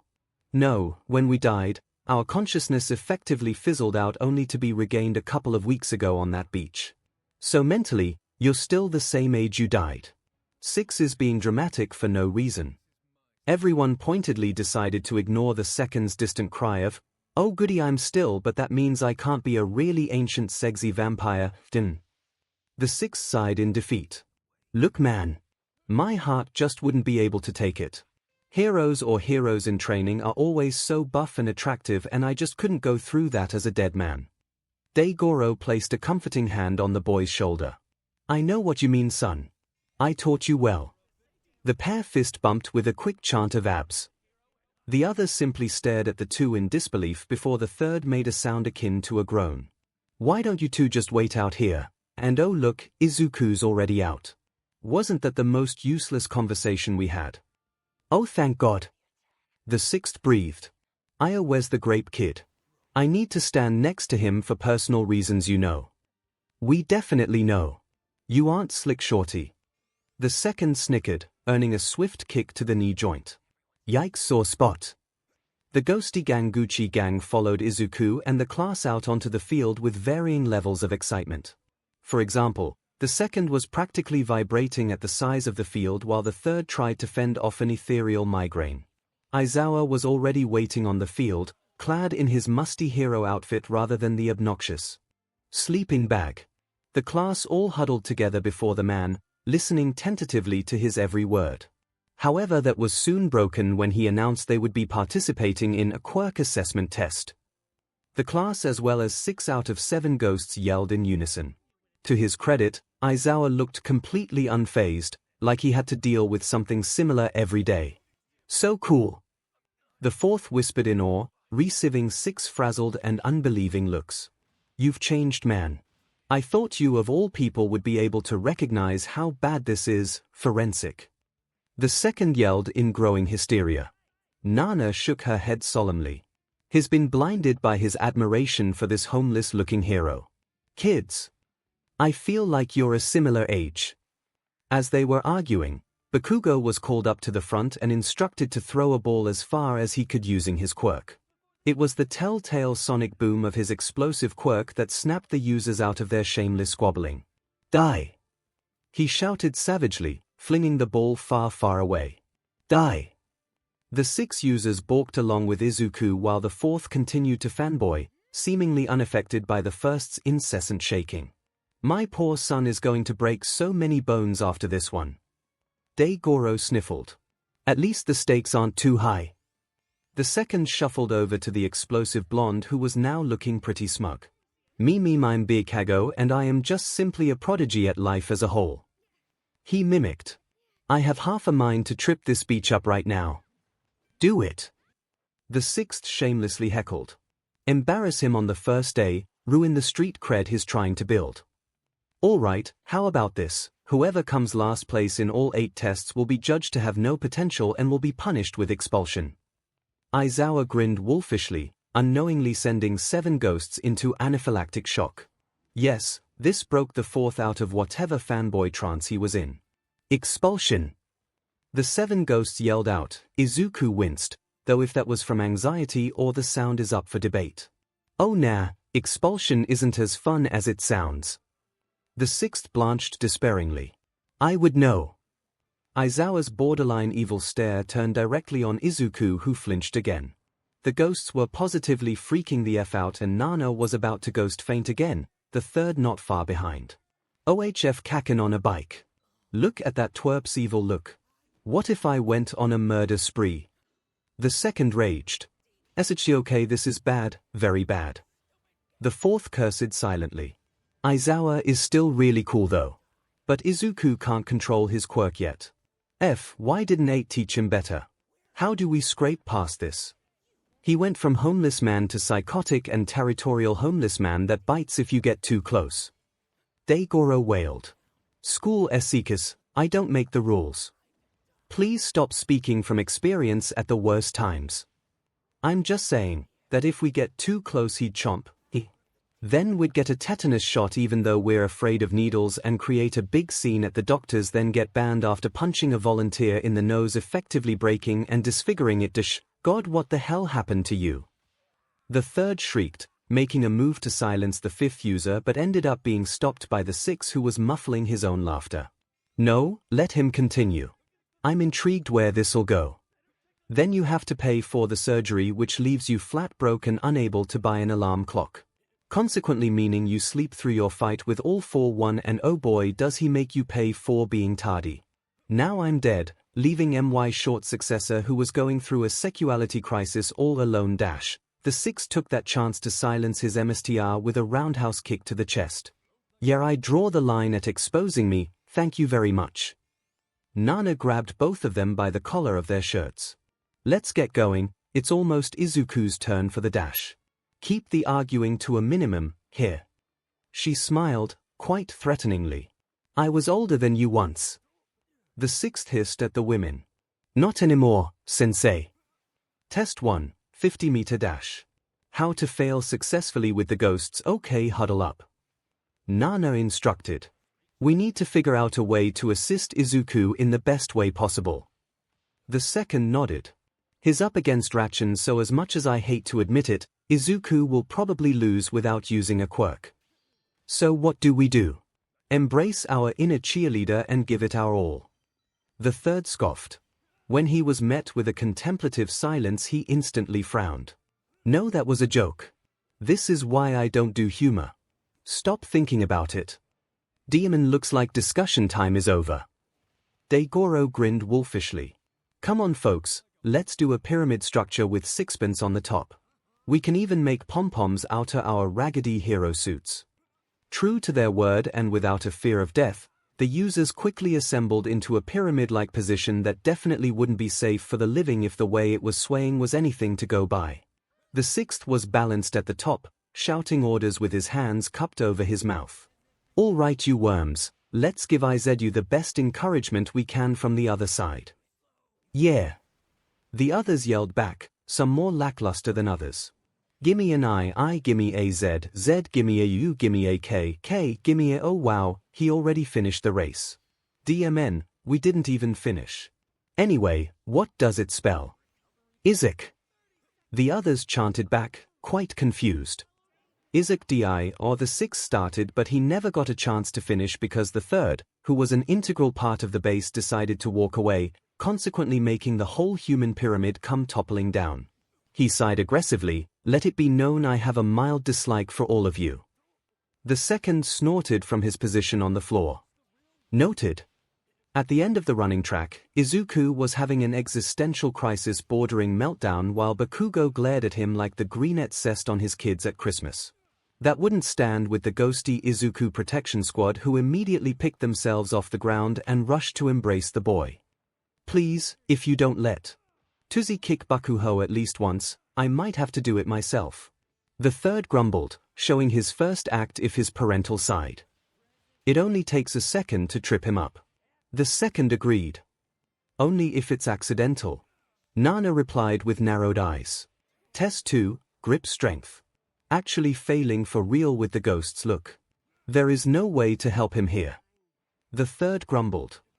And no, before you suggest it, I will not cheerlead again. Phooey. Suddenly, 𝐷𝐴 lit up, gasping with such velocity that if he were alive he would have passed out. I have the best plan, dear. We have ghostly powers, and what does that mean we can mess with? Kaken. The second shouted with a raised hand. Well, yes, but actually no. We can mess with technology. And what is Izuku holding? The second raised his hand again, speaking with the confidence of 1,000 people. A grip strength test thingy. I don't know, these are pretty futuristic. Again, you have spirit, but yes, no. His holding technology. Oh wow. The fourth shouted sarcastically. You do have a brain cell or two swimming around in the empty space that should be your brain. Ignoring that dash, so you're saying if we all collectively channel our thoughts onto the grip test, we can rig his results from the land of the dead. Nana hummed thoughtfully. I like your thinking, high five. The group went completely silent as they intently focused on the grip test that Izuku was desperately squeezing. However, their thoughts were eventually interrupted by Izuku crying out in shock, preceded by his muttering about how he thought his score would have been higher. The sixth laughed nervously at that, turning to the older users. Haha, why you don't think we accidentally, lowered his score? What? No, we couldn't have. Our plan just didn't work, right? Right. 𝐷𝐴 insisted. Nana sank to her knees with a wail. If he gets expelled, we are partly to blame. She suddenly perked up, glaring at Mist Might again. However, the blame mostly falls with him. In the teacher's lounge, All Might shivered violently. Yes, let's keep ignoring how we essentially sabotaged our shared son. The fourth smiled threateningly. Test 3, standing long jump. Failing, but not completely with the ghosts, Izuku readied himself at the end of the sand pit, arms behind his torso ready to leap. Summoning all the force he could muster without creaming his bones, he leaped, swinging his arms forward for extra propulsion. It appeared if he was going to get yet another average result, however, just before the greenette could start his descent into the sand, something slammed into his back, sending him that little bit further. Landing on his butt, his mind briefly wandered to his guardian angel, and even though the idea of it was still stupid, Izuku couldn't help but mutter his thanks to whatever the heck just body slammed him across the sand pit. Though, his back really hurt now. Did I do it? Did he go flying? The sixth asked frantically, peeling his face out of the sand where he landed after jumping into Izuku. I definitely heard something snap though. The other users, who were observing from the sidelines, just slightly grimaced in response.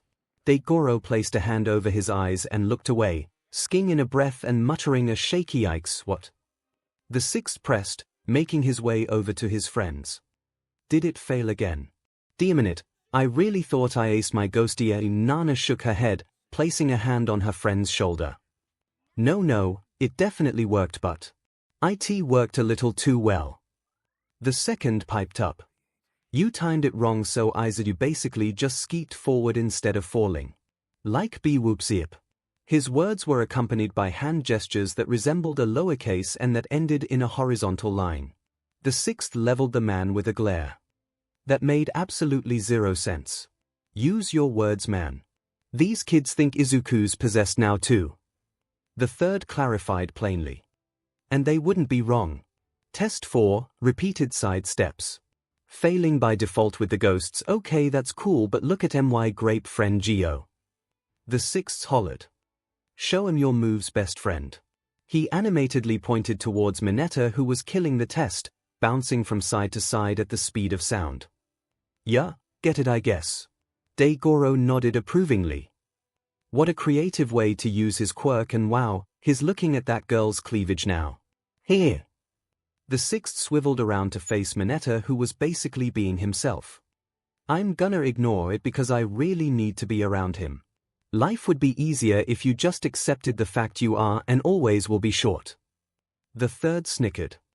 Can't grow when you're dead. You won't be laughing when I kick you. The first wore a strained smile as he attempted to pat a panicked Izuku's back, who honestly, at this point, looked like his soul had fully left his body. You are so lucky you don't see this. 9. Test 5, ball throw.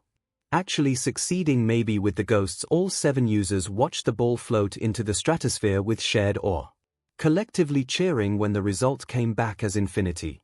They had already decided that Uraraka was nice since the entrance exam. Izuku had returned to borderline meltdown mode, this time seemingly unresponsive to the dead hero's comforting. Aizawa handed him the ball with an unreadable expression, and Izuku and the ghosts made their way into the circle. Izuku, don't use your quirk, baby, please. Shame, the Izuku in question couldn't hear the pleas of the deceased because the greenette wound his arm back, charging up his quirk. The users were desperately trying to figure out how to limit the impending damage. The fourth felt the familiar buzz in the back of his brain and his eyes widened. He quickly made a move to spin around and survey the area, only to lock onto Aizawa, whose capture gear was levitating up and sprawling out. Suddenly it made sense. Izuku wait dash then everything went black for the ghosts. From an outsider's perspective, Aizawa activated his erasure quirk and 8 apparitions seemingly puffed out of existence, though nobody knew that. With Izuku's quirk erased, there is no anchor for the heroes of the past to hang on to. So they simply disappeared. And the ball fell short at a measly 46 meters, much to Izuku's abject horror. To make it worse, the greenette suddenly felt subconsciously more alone than ever before, even surrounded by his new class.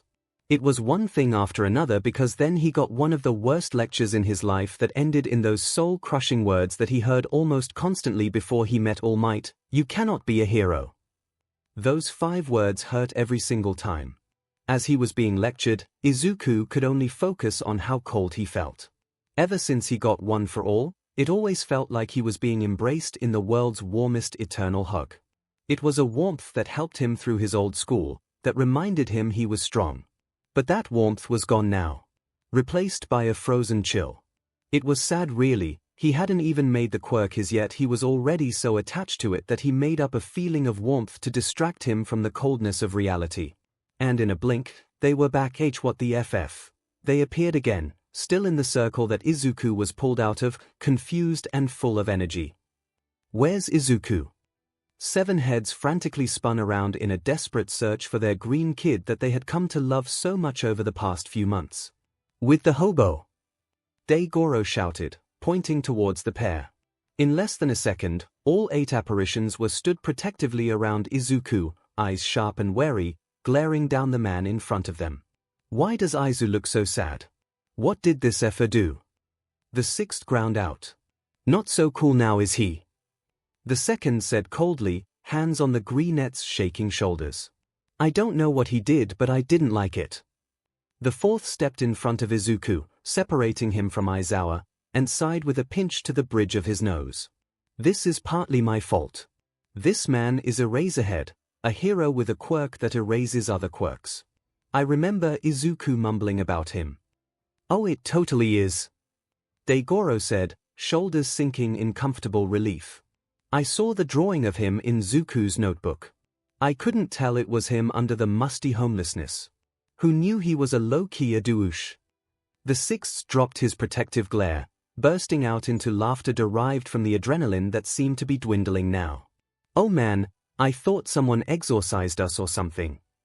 He took a breath. So he just temporarily erased us and said something mean as hell to Aizu. Prick. At least it wasn't on purpose. The first tried to reason, though it fell flat against the tension in the atmosphere. Okay, I know you're all angry, but it's starting to affect the temperature, so maybe meditate. Nana's eyebrows furrowed at that. The temperature. Her eyes were drawn to a small cluster of students who were shivering slightly, aggressively rubbing their arms. She thought nothing of it until a small white flake fell blurred past her adjusting eyes. Snow. She mumbled, in awe. Wait, that's actually so f***ing cool if we did that. The second gasped. This isn't just a coincidence, right? 3. The third held his hand out to try and touch one of the dainty snowflakes, huffing slightly when it failed. Considering the fact it's April, I'd say it's highly probable we did this. Nice. Though it's no blizzard, just sleet if anything, it really is an interesting development in this whole not resurrection thing. The third continued. I suggest we practice this more after school. I agree. Also, we should definitely hold our Ghost High Council meeting when we get back to discuss the whole erasure incident. And how to protect Aizu from If Deku. The sixth spewed, looking directly at Aizawa as he handed Izuku another ball. I think I discovered something different. 𝐷𝐿 shouted. The others turned to look where he was previously standing only to find he wasn't there. No, he was stood much further away. Further than the tether usually allowed. Did you break the tether? The third asked excitedly, allowing more emotion than usual to spill into his voice. Can I distance myself from you clowns now? 𝐷𝐿 chose not to be offended and went straight to explaining. It's definitely not broken. I think it just relaxed a bit, like those retractable leads for dogs. I think it went from a maximum 2 meters away from Izuku to 4 meters. And that, the third said, tears welling up in his ghostly eyes, is good enough for me. Adios. With that, the man grabbed Mist Might and went to the other side of the bubble. Okay, rude, but Izuku has his second attempt at the throw. The first one obviously flopped and it doesn't take a genius to figure out how. The sixth hummed, tapping his chin thoughtfully. Nana, when he throws the ball, bat it as hard as you can with your hand. Use your quirk to float up there so it doesn't look as awkward as the long jump. The fourth whistled, putting a hand on the other's head. You're pretty smart for a kid that didn't go to school. I'm impressed, young one. The sixth smirked triumphantly, meeting the older man's gaze. Please, you're talking to the user who gave all for one a run for his money and only lost because I sassed the boomer too much. The fourth heaved a light laugh, removing his hand after ruffling the boy's black hair. All right, positions people. I know you didn't just call my brother a boomer. Oh, I did. And I'll do it again. The sixth cackled heavily, taking his position next to Izuku, who was once again winding his arm back. His eyes met Nana's and she nodded in determination. This time, there were no telltale red veins of one for all creeping across the greenette's arm. However, they were spreading across one singular finger. In a move none of the ghosts saw coming, Izuku charged up one for all in his finger, letting the ball roll off it and blasting it into the distance. The ball shot right over Nana, who was suspended in midair. She watched Izuku with stars in her eyes. Guess he didn't need our help on this one. The fourth grinned. God, he's so cool. The ghosts rejoined Izuku, making a circle around him as they celebrated with a terribly choreographed dance, continuously gushing about his awesomeness. And they were right, because he isn't useless or worthless or defenseless or quirkless anymore. He isn't less, and Izuku Midoriya refuses to be anything but more ever again. Plus ultra, as they say. So, the second started, unsure of himself but serious nonetheless. We definitely need to discuss some important. All six ghosts nodded vigorously, trailing behind Izuku as he found a table to sit at with Ida and Uraraka. Nana was happy the boy had found some good friends. The fourth intercepted the lead of the conversation as per usual. Yes, there's definitely something strange afoot. You mean how I told you over and over again that we'd get ghost powers and you were like, that's not how real life works, but guess what?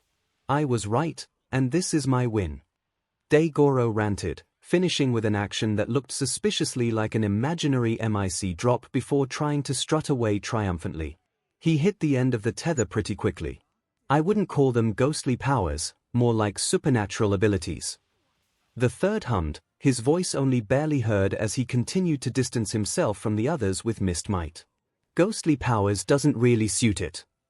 𝐷𝐿 blinked at the third, then blinked again at the rest of the group, who were once again nodding vigorously. After one more blink for good measure, he exploded. It's the same thing. He probably would have continued raging if not for the second putting a cold hand over his mouth, effectively smothering all the distasteful words coming out of his mouth. No, I get that the whole ghostly powers is important, but that's not what I was talking about. In response he got a gallery of raised eyebrows egging him to continue. 𝐤𝐻𝐽 seemed happy enough with the second's hand over his mouth. The most important thing about today was all the kick butt quirks.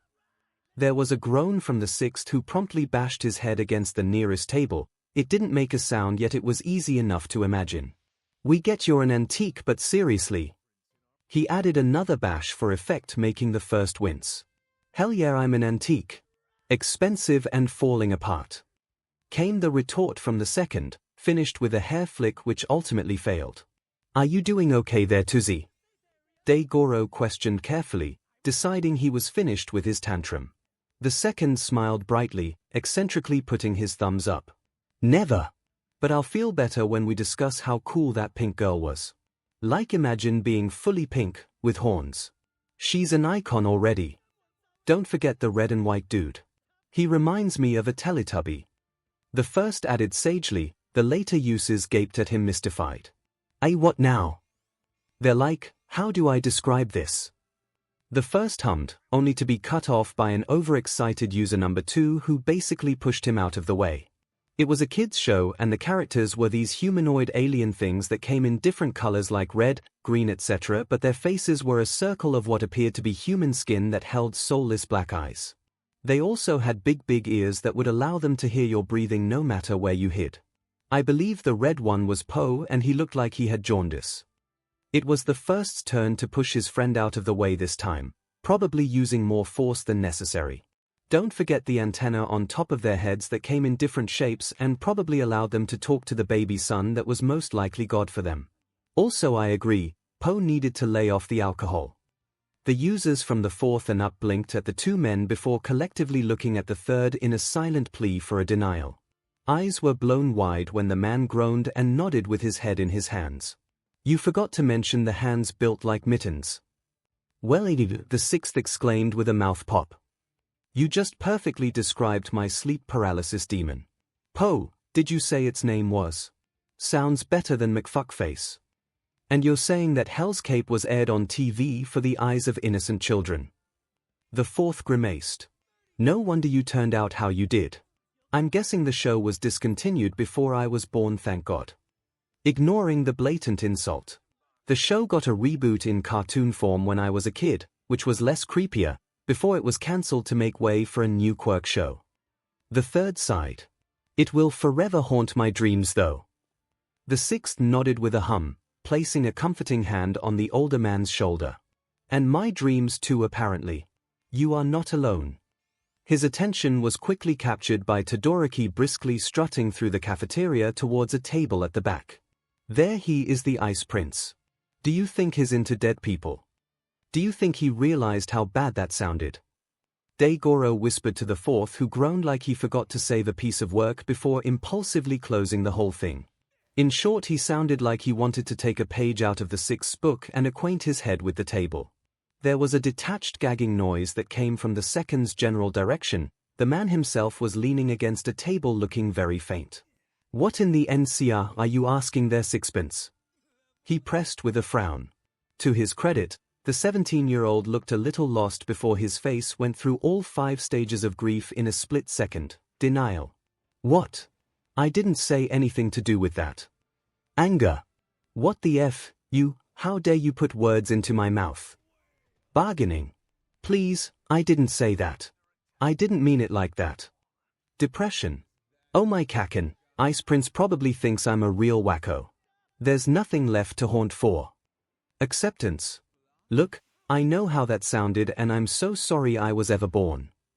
Man, that went over like a blockbuster movie starring you, directed by you and featuring you. 𝐤𝐻𝐽 blinked, still not quite sure how to respond to whatever the F that was. Don't forget the guest appearance of Ice Prince on the receiving end of unrequited love. Sighed the first forlornly. It's okay, son, we've all been there. Can you even call it a guest appearance? Nana hummed absently. I'd say it's more of a sad mention of his name without consent so he gets sued. Sixth looked at her like he expected better, his mouth hanging open. Lunch was nice. Everyone was overjoyed to see Izuku laughing in a cafeteria rather than fending for his life basically. While Izuku talked about the morning's quirk assessment test non-stop between bites of food, the users continued their tirade of bullying children for something they could not control. Yes, when put like that it sounds atrocious, but we all know it's true. Don't look now, but here comes God herself. Yeah, I saw you create a bicycle, miss. Walk on, I guess.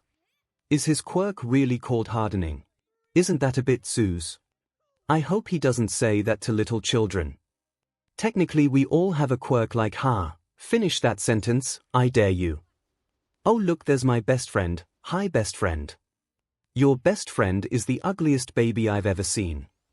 See, I wasn't lying. Even worse, the 7 of them didn't even feel a lick of remorse, 𝐔𝐬𝐽 going as far as to say what they don't know can't hurt them.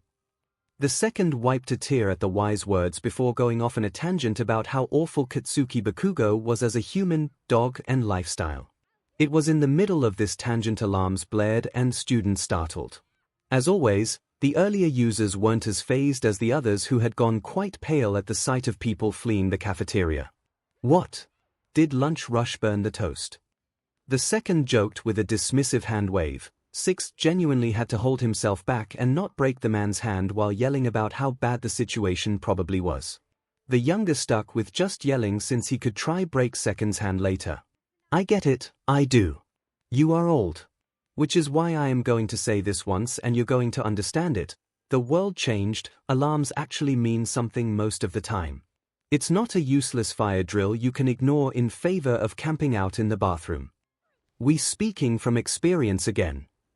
The first, second, and third all blinked at the teen before completely blue screening as they re-evaluated everything they've ever known. Second was sputtering nonsense, the third made a detached noise of recognition, and the first simply went unresponsive. We lost them. 𝐔𝐬𝐽 face-palmed. You really altered their whole perception of reality like that. He snickered, turning towards Sixth, who was donning a SHT-eating grin. Someone had to, was the boy's mischievous reply, causing the two to dissolve into ugly cackling despite the Sixth's rant about how important alarms were. Rightfully feeling like the only sane ones left, Nana and the fourth quickly sprung into action, getting as close as they could to the window with the longer tether. It was still difficult to get a good visual on the commotion at the gate since Izuku was running with the crowd to evacuate, much to the fourth's dismay. From his shaky vantage point, both he and Nana could see what appeared to be the media trying to barge into the school. Nana deflated in relief, saying something about how she thought it would be something worse. The fourth couldn't hear though, not really, because he was conditioned to know when things weren't how they appeared. This whole media break-in felt so sickeningly wrong that it made his brain buzz relentlessly. Io. Fourth, east, south, west. Is anyone home in there? The fourth blinked back into focus, his brain still warning him tirelessly about near danger. It seemed in the end, Nana was the only one focused completely. She looked worried, as did the other users who seemed to have snapped out of their own trances. Shaking his head in attempts to calm that buzz, the fourth straightened. Sorry, what's the situation? Perhaps the man should have been a bit more concerned when a whole child ran straight through the second, who violently shivered. As you can probably tell, these teenagers SCK at evacuating. The second said shakily, still reeling from being ran through. Back in my day, this would not stand, and we'd have to stand on a field in the winter getting lectured about the proper way to evacuate. Back in my day. The sixth quoted animatedly, barely suppressing an eye roll. Okay boomer. Stop saying that. 𝐔𝐬𝐽 cried. The fourth frowned, eyebrows knitting together as his brain whirred. Should he tell the others about the true nature of the break-in? Surely underneath all of their chaotic tendencies and obvious issues, they were heroes. Heroes worthy of one for all. Yes, he could tell them, he trusted them, he truly did. He opened his mouth to speak out, however he caught sight of the sixth using his pinky finger to dig for gold, the appendage basically disappearing into the chasm that was the boy's nose. All while the fifth tried to dodge children and second tried to heckle Bakugo from the land of the dead yet again. The fourth decided he'd keep this information to himself. Kaken. You're lucky the media broke in, or else I would have driven my foot into your ankle while you carried your lunch so you trip in front of the whole school. Nobody wants to follow a loser who trips over air. Second hollered. Experience. It's why I have issues. The whole school called him Spilled Milk Guy for 3 years. Even when we graduated, the school printed a personalized certificate that said most likely to cry over split milk. It was glorious. The first recalled wistfully, the users, except the fourth, were so engrossed in the story that the stampede of children was momentarily forgotten. It was difficult not to compare them to typical old dears talking about the good old days. A loud thwack broke the 6 ghosts out of their reminiscing session. Acutely aware of their surroundings in a split second, it was difficult not to notice Ida pressed against the wall above the doorway, looking suspiciously similar to an emergency exit sign. The blue net definitely caught the students' attention, shouting about it just being a media break-in. Ridiculous yet effective, as the stampede quickly calmed down to a controlled evacuation. The media can't tear through reinforced gates though. That nagging voice chirped annoyingly. The fourth paid it no mind, as he had all those times before he died, instead opting to join the others as a distraction. How do we get Ida down though? The sixth snickered. A lot of the students had already left, leaving Ida on the wall. It was a good plan which worked, but his gaze wandered to the blue-haired boy and he promptly broke down laughing. Uraraka and Izuku came bounding over to the doorway, now able to move easily since the hallway was relatively empty again. Ida! Your plan totally worked, so smart. The brunette cheered, Izuku nervously hovering beside her with a dopey smile. I never would have thought of that, I'm so glad. She finished by clapping her hands together, and it was the telltale pink glow that let all know she fed up. For a moment nothing happened. Uraraka released her quirk accidentally and everything went scarily still. After that moment of stillness, Ida essentially peeled off of the wall, landing on the floor not so gracefully in a nasty-sounding faceplant. Both Izuku and Uraraka stared at the unmoving body of their friend in silent horror, eyes blown wide and mouths hanging open. Ida! Izuku prompted quietly. He was lucky he wasn't hearing the howling laughter of the dead. Immediately, answering the concerned call of his classmate, Ida picked himself up off of the floor, relatively unharmed aside from a bloody nose. He assured his friends he was fine, but that didn't quell Uraraka's mortified Spitfire apologies. Netflix doesn't even compare to this. Man, I wish I had popcorn. Daigoro wheezed, and the others were inclined to agree, even the fourth, who was grinning like a madman. The 3 friends were ultimately the last of the students to reach the evacuation point on the field, but if any of the teachers noticed, they didn't mention it. All of the classes were lined up in rows while teachers counted up the kids to make sure nobody was skimping out in the bathroom or something. The normally happy-go-lucky teachers like MIC were still smiling, but the fourth could tell they were strained, and that put him on edge even more. Not even minutes later, the principal popped out of Eraserhead's scarf and apologized for the inconvenience, congratulating everyone for the smooth evacuation before addressing some other meaningless things while he had the school's attention. The F does he mean, smooth evacuation? The second mocked sourly, that's the principal. The third asked, unsure. His voice was low, as if he didn't want to be caught speaking while a teacher was talking, which he didn't even though he was a bit dead. Isn't he a bit small? Oh. Who knew the third user of One for All was scissorist?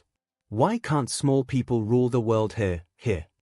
The sixth yelled, getting up in the man's personal space by standing on his tiptoes. The older user shoved the boy away with his hand easily. You're short, yes, but that thing is minuscule, microscopic. Shouldn't he be foraging for nuts in the forest anyway? Now you're being speciesist. Boomer. Genuinely stop. Daigoro wailed again. Though this is my first time seeing this esteemed principal, and honestly, I was expecting more than Nibbles the hamster. I feel like I could step on him. The first said in a detached tone. The others looked at him for more context, but the man was lost in thought. With a collective shrug, they turned back to the rat principal. The rat principal, who was looking the users dead in the eye as he spoke. The sixth bit his lip, cringing backwards. You don't think he heard all that, do you? I don't fancy double dying at the hands of a sewer rat. He whispered to the others, not breaking Nezu's intense eye contact. If you don't want to double die, then maybe stop insulting him. Just a suggestion though. The third ferociously whispered back, also not wanting to move out of the rat's line of sight. Don't worry guys. The second breathed triumphantly. I was the staring contest champion back in the day. I guarantee I won't blink for another 5 seconds at least. He blinked. Darn, I'm rusty. Ah. Of course he can see us. He's an animal, a very smart animal. 𝐔𝐬𝐽 murmured, still quiet but loud compared to the silence wrapping the field like a blanket. Everyone wave to 𝐒𝐻𝑍 if you appreciate the afterlife. Hesitantly, the users agreed out of fear for their unlife and waved to the principal, who grinned a predatory grin before finally looking away to finish his speech. Even the third waved, and he wasn't vibing with the afterlife, he just felt naked under the rat's gaze. Not to worry students. A level 3 break-in is no cause to dent your education, so school will continue as normal. Please follow your homeroom teacher to your classroom and await the next lesson. With that, 𝐒𝐻𝑍 disappeared back into the folds of 𝐈𝐻𝑍𝑜's scarf. The teacher approached his class sluggishly, and the fourth could almost see the headache the man undoubtedly had. He could also see how 𝐈𝐻𝑍𝑜 was more alert as he walked back into the school. Fourth could now confidently say that the break-in wasn't the media but something much worse. The teachers knew that too. We have heroics next. Nana chirped, the excitement was rolling off her in waves. I'm pretty sure Toshi is teaching too. I can't wait to see how he's grown properly. The fourth plastered on a small grin, allowing himself to melt back into the jovial conversation about the next class. His brain continued to blare that something wasn't right. I am coming through the door like a normal person. All Might boomed cheerfully, coming through the classroom's door nothing like a normal person. Immediately, the tension from the earlier break-in melted away, leaving nothing but excitement and joy. Nana slapped her knee comedically, choking out half a laugh. Ha! Comedy gold, you've got me rolling in my grave, Toshi. Keep it up. That last part was spoken more like a threat than a cheerful exclamation. Still, that didn't deter the six from looking at her. Weirdly, what part of that was funny? I'm not even alive and I'm feeling the second-hand embarrassment from this man. He shivered. I prefer Small Might. Small Might looks like a faint gust of wind could blow him over though. The second added unhelpfully, earning a glare from Nana. What? You can't assault me for being right. The third groaned loudly, hitting his head off of the invisible barrier the tether created. He looked like a French mime. I don't want to play hero again. I did it for a good 20 years. 𝐔𝐬𝐽 raised an incredulous eyebrow at him before shrugging. Just sit out then. How do I do that then, mole man? If anyone could break the laws of the universe itself just to rest, it would be you or 𝐈𝐻𝑍𝑜. The bald man shrugged at the third, holding the latter's eye contact for as long as they could in an accidental staring contest neither of them wanted to lose. Staring contests happened often between the ghosts. Most of the time they were pretty tame, but there was always a sore loser. It was the third who caved first, squeezing his eyes tightly shut as if that would make the world around him disappear. I suppose you have a point. He sighed. 𝐷𝐔𝐬𝐽 made a disconnected sound of triumph. Combat training. All Might yelled loudly, startling the ghosts who were only really used to 𝐈𝐻𝑍𝑜 and his one-tone voice. They each looked up to get a lovely view of All Might flexing his muscles. The sixth gagged, covering his face with both hands. Why? Why is he doing that? Where is his restraint? I'm so embarrassed. If you've got it, flaunt it, I guess. Nana chirped, copying her students' movements. That's what I taught him, attaboy. Stop before I cry. The second flicked Bakugo on the forehead from his position atop the boy's desk. He went feral. Demon, look at that face. Curiosity got the better of the others and soon they all found themselves gathered around the blonde's desk. Truly a face only a mother could love. The third said sagely. I wouldn't even bank on his mother loving him honestly. Nana frowned at the group of snickering men, most of whom were actual adults. Sure, she could understand Six-Pack making an off-handed insult directed at the viscous blonde since kids were kids, but the others. Do you find enjoyment in bullying a child? The older men blinked at her, once, twice, 3 times before collectively blurting out a blunt yes and continuing to hound the explosive teen, poking his cheeks and pulling his hair. To his credit, Bakugo probably didn't even acknowledge it further than an offhanded swat. Deciding they weren't worth her time, the seventh user turned her attention to All Might, who was still happily talking, waving around a small remote that he ended up pressing after his lecture. Part of the wall opened up to reveal 20 cases, digitally numbered. Izuku clutched his backpack tighter and the ghosts grinned. "I'm having some wicked devu," the third sighed as he watched the sixth hold back the fourth. "Didn't this happen this morning too?" "It did." The first hummed. The sixth shot them a venomous glare, both arms wrapped tightly around the fourth's leg. "If foreign stopped trying to get a good look at the kiddies getting changed, then we wouldn't be doing this again. Earlier it was NCRPL and now it's PDFLIA." The first said simply. "I want out of this group, I'm too innocent to be here." When we first manifested you said you were glad to meet us, don't switch up on us now." The sixth yelled, still clinging to the fourth's leg relentlessly. The first blinked, tucking a strand of white hair behind his ear. Then he smiled. It wasn't a nice smile though. It was the type of pitiful smile you'd give someone after steamrolling their dog. "I take it back," he said all too innocently. Honestly, it felt like an arrow through their non-beating hearts. Sniffling, the sixth released the fourth's leg with a huff and flopped onto his back to stare at the ceiling. "Has anyone told you that you're super cruel, honestly?" In response he got that Fing smile. "You'd be surprised." With a creak, the changing room doors were pried open by Class 1A, who were now fully donning their hero outfits. One girl, the pink one, complained about the doors needing oil, and from down the hallway a red-headed boy shouted his agreement. Izuku was nowhere in sight, meaning the other users got a good look at the class's hero costumes and they judged.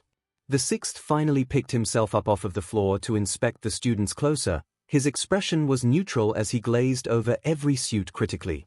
Spinning on his heel, the Ravenet concluded, "Never before have I seen so much spandex." "Oh my Kaken!" The second gasped, shaking the first excitedly. "They have proper super suits. Not like Forehead and his Tarzan fit or six-pack's oversized coat he was probably planning on growing into." "Watch your tongue, dinosaur!" The sixth snapped. "This," he said simply, gesturing to the oversized coat in question, "is fashion, or it was. Apparently spandex is all the rave in these trying times. Tragic. His wearing armor. SHT, so is he." The second continued to rave. And there really is too much skin tightity, holy hell, but Kaken has big but grenades on his arms and that." He was interrupted by the sixth scrambling to get a better look at a familiar half-and-half boy. "Ice Prince got more icy. I wonder if he's cold. He could totally borrow my coat, it's big anyway." The boy ignored the distant call of hypocrite and continued to gush about how cool he looked. Nana pulled a face. "I think he looks stupid. Like, why did he have to freeze half his body? It'll melt soon anyway, right? Plus it looks super constricting. Can he bend without the ice breaking? Why has he turned into a cyborg?" Everyone blinked at her. "In short, I bet Izuku looks the best." Silence lingered for a little while longer. It was Daigoro who found his voice first, though he looked unnecessarily self-conscious in his own hero costume. "Sure, I agree. I trust our kid's ability in fashion." There was another creak as the door was once again opened. Granted it was. After what sounded like a tiresome battle, a vicious back and forth between the stubborn door and Izuku Midoriya. Eventually, it relented, and out stepped the one and only green-haired boy. And he was wearing the absolute ugliest piece of fabric known to man. It was like an assault on the eyes. Green clashed with green in a horrific display of colors that should genuinely be kept away from each other, since it went over like a full-on war crime. And if that wasn't bad enough, the bunny hood existed. Yes, its whole existence was bad enough. For once, every single one of the ghosts was stunned into silence. Izuku happily skipped down the tunnel to join the lesson and meet up with his friends, but it didn't change the fact he was a walking, talking act of fashion terrorism. Not even All Might's presence could rectify this catastrophe, as sad as that is. Suddenly, the second burst out into fits of giggles that quickly escalated to breathless squawking as he slowly descended to the floor in hopes of pounding his fist against the cobble. Tears leaked from his eyes, and that's when the other users were shocked back into awareness. Tell me, if the Lord truly existed, why would he allow that to be made? The fourth said curtly, his gaze glazing over the second's shaking crumpled form. He wasn't disappointed in Izuku, he could never. But this demon kid was walking along a thin line with this absolute fuckery. Joining in with the aggressive squawking, the sixth threw his head back and howled, waltzing over to Izuku with the goal of poking the green bunny ears. Were they filled with stuffing or something entirely new? He just needed to know. From the corner of his eye, the sixth could see the first and third with a palm firmly over their mouths trying to disguise laughter as poor meditation. Hell, even Mist Might shook as Nana caught the real thing barely concealing a snort. Izuku seemed to like it though, and well, that's all that really matters though, isn't it? It still needs to be burned, eaten, and shat out off a cliffside. The sixth smirked crudely. It wasn't impossible to protest to that particular sentiment. SSSSO. 𝐤𝐤𝐽 piped up, louder than necessary, though to give him credit he was winding down from cackling like a witch on meth. Battle training, here. Who do you want to scrap with? That seemed to quickly sober up the second, whose eyes immediately snapped in 𝐤𝐤𝐽's general direction, almost glowing with bloodlust. Kaken. Okay, because that wasn't unsettling. Why would you want Izuku to fight Bakago? The first questioned, the snide remark didn't go unnoticed by the sixth, who simply snorted in response. The blonde bomb likes hurting Izuku, remember? Yeah, and I like hurting Kaken. The sixth raised an eyebrow at that. Oh, so it's child abuse now. Feeling unsafe, scared and disappointed. Post status. Gracefully spinning on his heel, the boy turned away from the older male. It's not child abuse, it's training duh. This is a good learning experience for Kaken, maybe he'll understand how to not be a utter prick. A sickly sweet smile spread across his face as he spoke, the words almost betraying his expression. Plus you're all acting like I'll break his arm or some dumbass. You, my friend, are walking on some thin ice. Fall and perish once again. The third spoke under the lure of good advice. But when has the third ever said something helpful anyway? Plastic rubbed against plastic as All Might aggressively shook the box containing the lettered ping-pong ball that would decide fate. Turns out fate liked to kiss the seconds, but, seeing as All Might immediately pulled out Izuku's and Bakugo's designated ball. It was a fated battle between men, as Uraraka would put it. Of course, Bakugo was also overly pleased to be able to beat up Izuku and get an actual grade for it. With that being said, the blonde eagerly marched over to the building where the mock bomb was waiting, Ida berating him as he hurried after his partner. From afar, Izuku sighed fearfully as Uraraka bounded her way over. All right, huddle up. Nana instructed. The others quickly gathered into a tight circle around Izuku and Uraraka, who were having a strategy meeting of their own. How do we help Baby Green win? She said when everyone stopped shuffling. Isn't helping him cheating? The third asked, after a beat of contemplative silence. The others turned to him, pinged their heads curiously. Did they seriously not understand?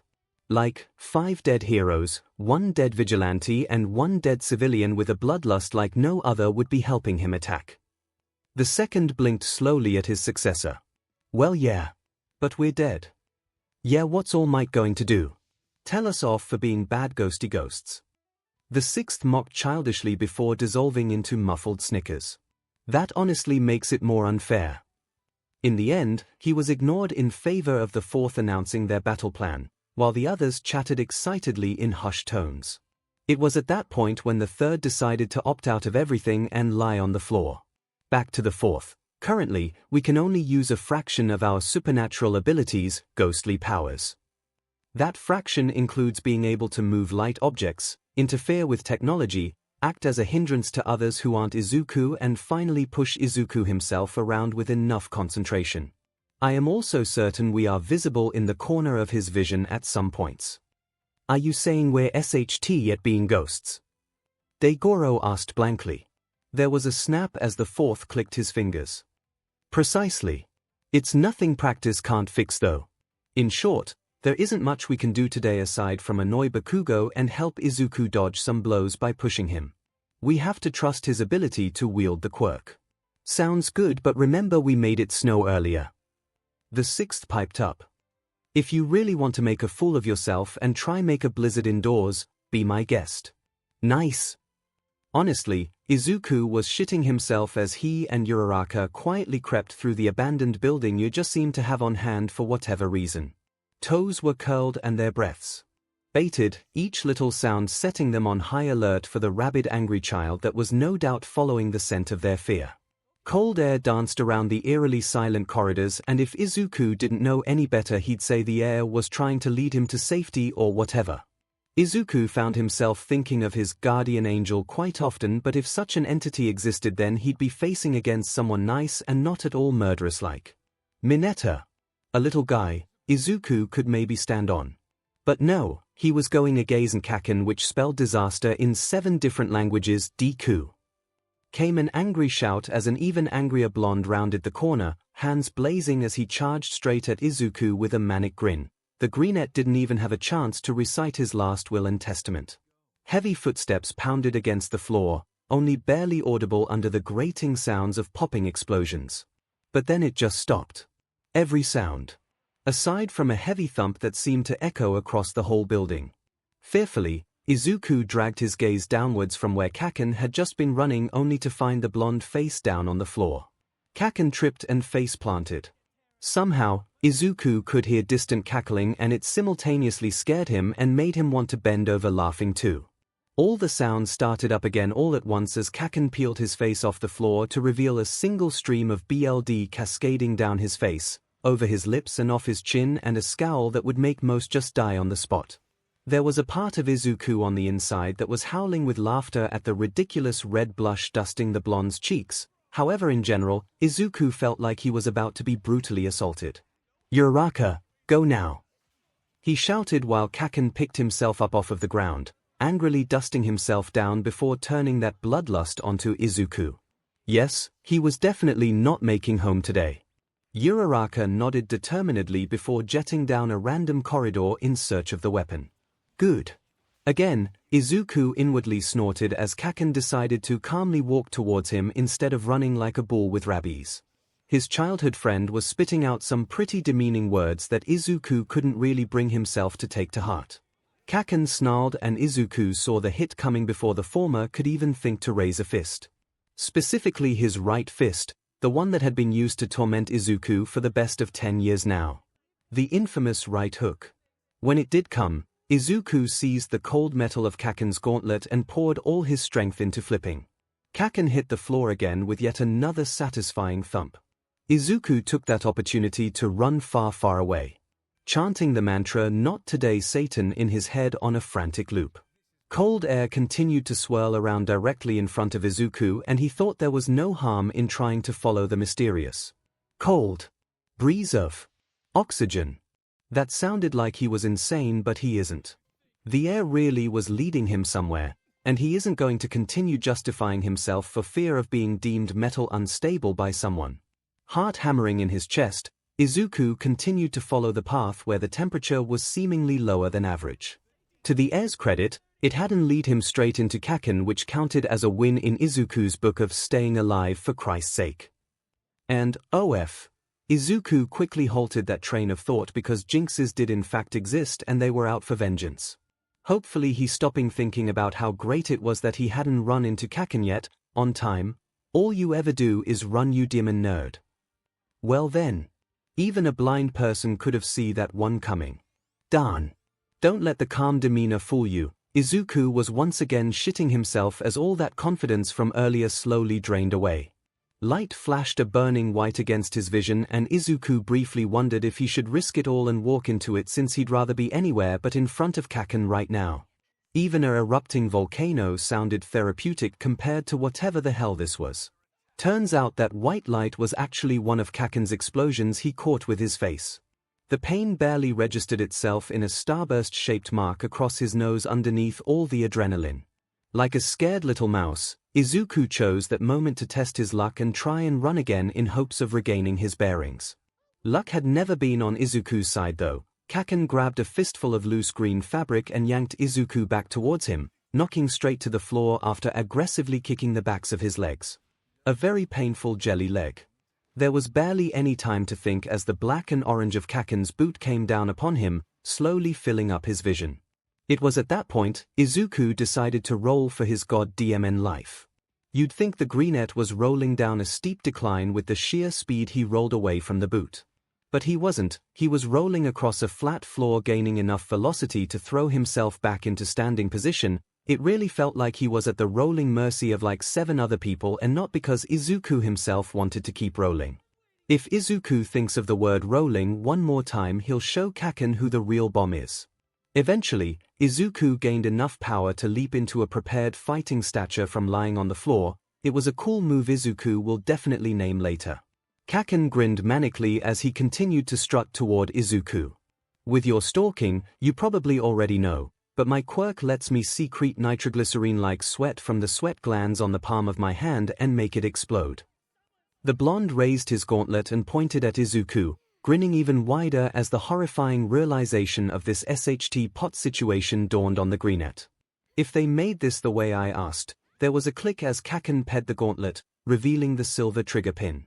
Then these gauntlets will store the nitroglycerine inside them and, bending his knees slightly, the blonde planted his feet into the ground and pulled the pin theatrically. Explode! He finished, dropping his gruff voice to a deadly whisper. The consequential burst of angry yellows and oranges charging towards Izuku didn't particularly register in the boy's brain until its deadly heat was liking his face. Sure, he recognized this was not an ideal place to be, but his legs had just decided to blue screen apparently. There was nothing he could do but burn since the fire wasn't just going to apologize and turn away. Izuku was resigned to his fate. Goodbye All Might, Uraraka, Ida, even goodbye Mineta at this point. Something painful collided with Izuku's side, sending him flying out of harm's way and into a convenient corridor, similar to the one Uraraka scarped down earlier. Whatever it was that rammed into Izuku was heavy, it came in fast and it came in hard. He wouldn't be surprised if he had a broken limb because of it. It felt like he was hit by a whole freight train. Delusionally, Izuku could try and say that it was the force of the explosion that knocked him back, but if that was the case he'd be whisked away out the window like a dainty fairy that was also an alcoholic and plummet to the ground below in a nice splat. However, there was no time to ponder the supernatural, not when Kaken was still out for his butt. Uraraka! Izuku gasped through the shared comms, heart pounding, high on adrenaline thanks to that near-death experience Kaken gifted him. Each breath was more of a strangled wheeze which told Izuku he definitely cracked a rib. Technically he didn't crack his rib, it was the mystery air, but there's no way he'd ever tell anyone that. Where's the bomb at? He eventually gasped out. Uraraka's side crackled and every other word was muffled to the point of it being intelligible, but it was enough for Izuku to make out the words 5th floor, window, Ida, and something that sounded like a cheesy villain monologue. From those few words alone, Izuku was pretty confident on the location of the bomb. If he was wrong though, well then the thought of throwing himself into traffic would become far more appealing than usual. Ignoring the distant sounds of Kaken yelling that would become less distant with every second that passed, Izuku ran like a man whose life was in serious danger. He supposes that's exactly what he was to the place he strongly suspected the bomb to be above. There was a single problem with the location though, it was a dead end. And Kaken was now blocking the only exit. The window was always an option, but yikes, that was a big drop. In conclusion, Izuku was forced to use it. He was going to use one for all. Kaken occasionally stumbled as he closed the gap between them, hands still popping. He was spouting something about how Izuku was looking down on him, something so utterly untrue that it made the greenette want to break someone's nose. And well, Kaken was right there so.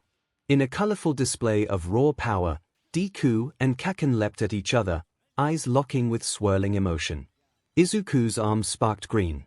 Kaken's palms glowed orange. Kaken is amazing.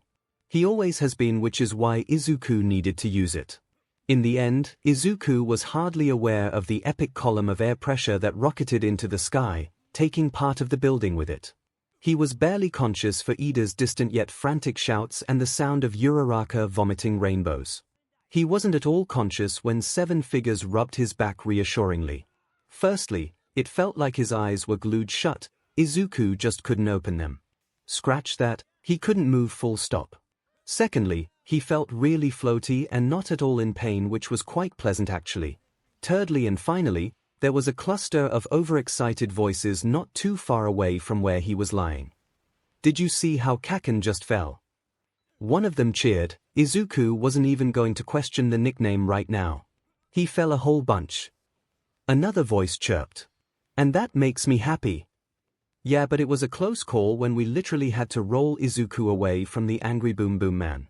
I'm never going to let him live down yelling, 'Roll for your pathetic thing lives' after waking up from hibernation." Another, younger voice cackled. It sounded like he got hit soon after. "The real close call was when all 7 of us made the decision to body slam him. We broke the poor boy's ribs." A female voice berated lightly. "I didn't know you 6 also came up with the exact same idea as me. Usually my genius is unparalleled." The first voice said triumphantly, "He definitely got hit afterwards." Really, Izuku couldn't understand much of their conversation and he felt like he was being split in half all of a sudden, which was a complete contrast to earlier floatiness.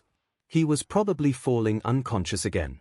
However, from beneath the haze in his brain, Izuku could make out the sound of light footsteps moving closer to him. A kinda different voice spoke. "You're not there yet, little one, but you will be soon," he said, and all the other voices halted their meaningless chatter to yell encouragement at the greenette. It was nice to drift away to more people who believed in him. Izuku Midoriya woke up in the infirmary with a monster headache and a light heart for some reason. It was a warm Saturday at Dagobah Beach, a nice reward after the absolute rollercoaster of madness that was the first week at UA. The afternoon sun harshly beat down on the sand, making Izuku's steps even lighter than usual in hopes of avoiding burns on the bottom of his feet. In a way, the hot sand was an advantage since All Might was ruthlessly sparring with him. Even in his small form, the hero was a force to be reckoned with. While Izuku was essentially getting the SHT beat out of him, 7, maybe 8 if you squinted, ghostly apparitions watched on lazily. They couldn't feel the searing heat of the sand, so each of them were content to sit and observe. Mostly, at least. The third fell into the sand on his back with a drawn-out groan that lasted several seconds longer than it should have, but he needed to get the message across to the others. "I wish I was dead," he said once he was finished whining. His voice was deadpan once again. "That's edgy." The 6th replied simply, more focused on picking at his cuticles than anything else. "Technically you are dead, so congrats, I guess. I mean, I want to be dead, dead again. If there's the other side I can pass on to, I'd like to announce I'm ready to go. God. Mother. Anyone." As he called out to the still air, he outstretched his arms to grasp at the clouds.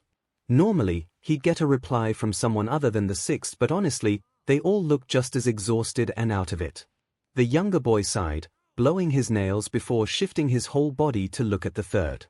From his cross-legged position, the 6th looked like a therapist. "You'd be so much happier if you got some sleep, my guy. Shame the dead can't sleep then, isn't it?" The 3rd said, narrowing his eyes. "If I could, then you'd never see me again. You are one of the reasons I'm happy I died young. Who hurt you, 𝐂𝐿? Oh, you know, a supervillain called 𝐿 for one. I am the one and he was the 𝐿. He chased up and down the country a few times and even scoured Rome just so he could find me." A cheeky grin momentarily flashed across the 6th's face before it quickly disappeared again. "Sounds romantic," he eventually said in a bland tone that could rival the 3rd himself on a bad day. The 3rd in question didn't even dignify that with a response, instead closing his eyes and grumbling. After a few minutes of peacefulness, where the only sound was the melodic washing of the distant waves as well as Izuku and All Might's erratic yet focused breaths, the 6th spoke up again. "I do know a way you can go to sleep though," he said seriously. The 3rd cracked a singular eye open to search the boy's face for any tell of a lie. To his credit, the boy's expression was stone cold and serious, which threw the older hero for a loop. "Still, the little SHT shouldn't be trusted. I don't believe you." With that, he closed his eye again. "Man. I literally go to sleep every night. You all watch me drift off, so I don't know what you're chatting about, honestly." The short goblin protested. "We all know you don't actually sleep. Even I could keep my eyes closed for 10 hours, you aren't special." There was a humorless, disbelieving huff of air as a response, and suddenly the small form of the sixth was towering over him with a deep scowl and childish pout. He crouched down just a little way from the third's shoulder. "If you don't believe me, I'll have to make you," he said simply. "Completely close your eyes and try and block out all of your surroundings." The third didn't see the point in not trying, so he complied. "Good, focus on the darkness and honestly let the magic happen." Okay, the third was expecting something a little more professional, but that was stupid of him. Still, he kept focusing on the encroaching blackness that kept shifting fluidly until it somehow reached his ears. Honestly, he isn't sure how the dark could reach one's ears, but that was the only way to describe it. Everything began to feel super far away, and a familiar weightless feeling settled across his body, rendering him completely out of it. Darkness took the shape of something that definitely wasn't sleep. Was it a dream? No, not a dream, but definitely something similar.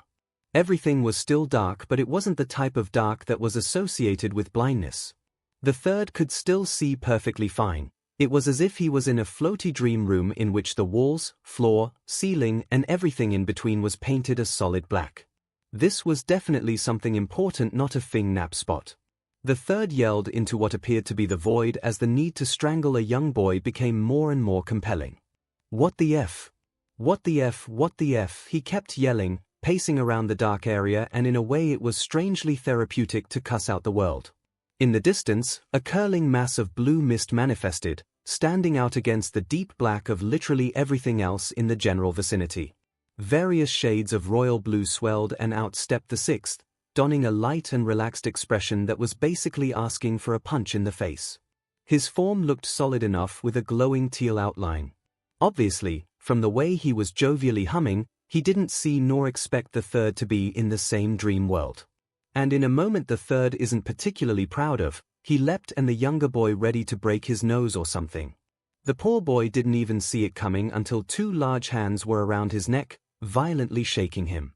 In any other moment it might have been funny, and while it was still comical, the sixth didn't break down laughing like he normally would. Out of pure reflex, the sixth brought his knee to his attacker's PP area and he struck, like a bull with rabies. There was an immediate growl of pain and a subsequent jab to the throat which caused the younger's eyes to screw tightly closed, though his arms kept blindly swinging. "A." That was Nana's angry mother voice. Against his better judgment, the sixth pried his eyes open to meet the simmering brightness of the sun. The pain in his throat was nothing more than a memory.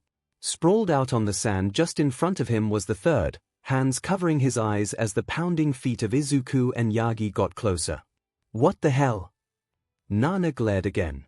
From behind her, the other ghosts emerged looking concerned if not a bit amused.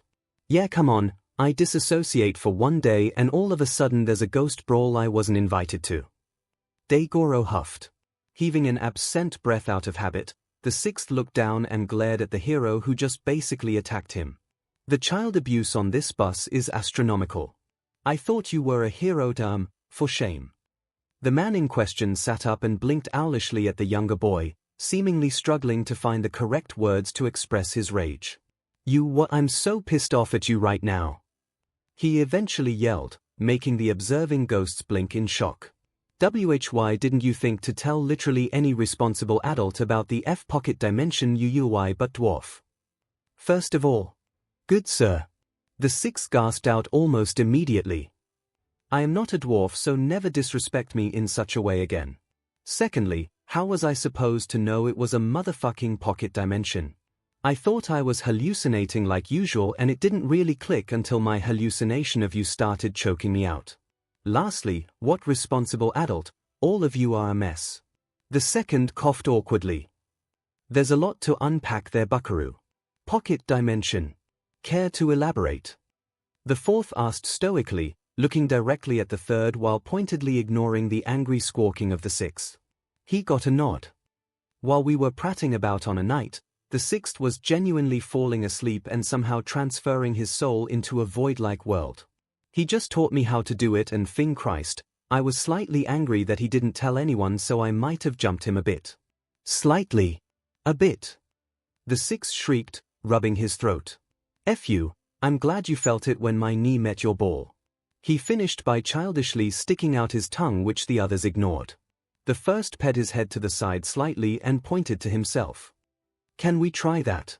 I want to visit a pocket dimension where I can kick someone's shins and hear them cry in actual pain. With that he dropped to the floor, laying on his back and awaiting instructions. Teach us now. And that was how all 8 ghostly apparitions ended up blipping into the vestige world for the very first time. With solid bodies and colorful ghostly auras, the group set about to discover more about the void-like environment. After gushing about the different colors they each represented, the group split off. Time didn't seem to exist when all 8 vestiges were in the pocket dimension, but from an objective standpoint they knew it probably took hours for them to search for a whole lot of nothing before regrouping somewhere amidst the suffocating blackness. Maybe it's a collective hallucination. The 6th suggested offhandedly. Now you know what it's like to live in my world. Ignoring your blatant cry for help, I'd like to ask what you did in this world on your own for all those nights you spent here. The 4th hummed quizzically, running 2 fingers up and down his twin scars as he thought. Obviously a habit he picked up in the afterlife. Oh, I used to use my brain to summon anything that came to thought. He smiled as if remembering something wondrous. And I see this is another important detail I should have told a responsible adult. From the way Nana was holding a growling 3rd back by his collar, the 6th assumed he was right. The 2nd gasped and gripped him by the shoulders with stars in his eyes. Summon something with your brain right now. He ordered simply. The 6th blinked and immediately felt a glowing red blush crawl across his face. I can't think of anything now you've asked me. He protested weakly, dragging a hand down his face. Go on, the first thing that comes to mind. 𝐤𝐤𝐽 prompted eagerly. The younger boy nodded, taking a step back and inhaling deeply before closing his eyes tightly. Nothing happened for a single second, then all hell broke loose. A swirling of mist appeared, it was grey this time. And out walked. All for one. Chaos immediately broke loose at the sight of those tight white curls and square jaw that belonged to the man that killed most of them. The 3rd looked absolutely scandalized as he gasped, "For one," while backing away defensively along with the others. All for one immediately started to attack. Why was he the first thing you thought of? The 4th yelled, dancing around the sharpened bones mixed with electric BLD current that was being shot out of the FR's fingers. Is he on your mind 24/7? Get a hobby. The 3rd, now broken out of his daze, shot the 6th a look and deadpanned a snippy, "How romantic." Despite the many panicked and angry shouts of his predecessors and singular successor, the 6th couldn't help but cackle a bit. He always had the problem at laughing during the worst situations. He'll never forget the time Nana told him her dad died and he snorted. It was mortifying and painful thanks to her killer uppercut she gladly delivered him straight after. "Don't laugh, you knock-off leprechaun," shouted an out-breath 𝐤𝐤𝐽 from amidst what looked like yellow fog, which was probably poisonous or something, who knows. "Can we double die in here or do I inhale?" "Inhale for the crack, bestie." The 2nd replied distantly after being flung quite far away from the main group. He decided against returning to the fight and took to cheering on everyone else from afar instead. "Ya dodge those floating knives, 6-pack, keep laughing and get stabbed." In the middle of the chaos, the 1st stood a little awkwardly next to his brother. Was it really his brother or just something concocted by the 6th's brain? He sure looked like his brother, and by the fact the 1st was pointedly being allowed to stand near him strongly suggested it was the real thing. "Our brother." He tried meekly. He didn't get a verbal reply, just a light bump to the shoulder. "So this is where you pests have been hiding," All for One announced malevolently, not relenting in his attack at all. "I was a fool to have thought I'd be rid of you pains." There was a distant scoff from the 6th, a child who never feared death in the first place. "Okay, sure, old man, don't you have a scarf to knit? A leg of lamb to defrost? Nap time perhaps? Careful, young one, your footwork has gotten sloppy." A telekinetic knife lodged itself in the boy's shoulder, and although it definitely hurt, he didn't cry out in pain. But he definitely did cry out, "I can't wait to put you in a home. Plus all of us are already well dead, so I'm not sure what you're trying to accomplish here, man." 𝐤𝐤𝐽 said simply, grinding to a skidding halt as he emerged from the yellow fog breathlessly. "Seriously? What is poisonous fog gonna do? I don't have lungs. All for One blinked, scowled and then ceased his attacks with an exhausted sigh, slumping into the first side out of habit. It was something he used to do. After he got into a fight at school before quirks were even a thing. I suppose you're right. Silence returned to the vestige world as its new inhabitants locked eyes with one another judgmentally. The second marched back over to the main group, straight up to All for One, his old childhood friend who had the gall to murder him. I have some words for you. He smiled, deceitfully calm. The other took enjoyment in the way the villain shuddered. Like Io, where do you get off killing me? I thought we had a connection, bestie. Not only did you figuratively stab me in the back, you felt the need to do it literally too. Thanks. I hope you choke on an olive, you piece of ape. The other users clapped without saying a word and All for One squinted. Rude, but I can't say I didn't miss you. The second's face softened at that before slapping a frown back on. Although I'm not quite sure what's going on, it was enjoyable to flawlessly decimate you all at once and prove I am the best still. That raised a cacophony of protests from the users all at once. All for One grinned heavily, not hearing a single word being said. The fourth clapped his hands, silencing the group after a good few seconds of resistant sulking. So, are you the real All for One? Of course I am. The supervillain replied simply, rolling his eyes at the other's suspicion glares and raised eyebrows. Well, you obviously didn't bring an entire human into this vestige world. I'm a soul, just like all 8 of you SHT heads. Think about it. Oh, that makes sense. 𝐔𝐬𝐽 chuckled. Anyway, back you go to your body. This is our hangout spot and you're uninvited, so take your villainous butt out the door, baby. Nana nodded. Yes, by being here you've already learned too much. It's bad enough you now know about our existence. Her brow creased in worry and the sixth was immediately patting her shoulder, standing on his tiptoes. It's okay, at least he doesn't know we haunt Izuku in the living world. He cut himself off by biting his lip before trying to saunter away with a sour expression. His escape was busted by 𝐔𝐬𝐽's black WHP and he was forcefully spun around to face 6 darkened faces of his peers. All for One howled with laughter, and if the sixth wasn't feeling so threatened he might have joined in regardless. You were definitely my favorite user, such a joy to fight. Maybe the sixth shouldn't have been so flattered by that, but alas, he glowed bright red. The first leaned into his brother's shoulder. You're acting suspiciously nice right now. It's like when we were at school again, it's nice.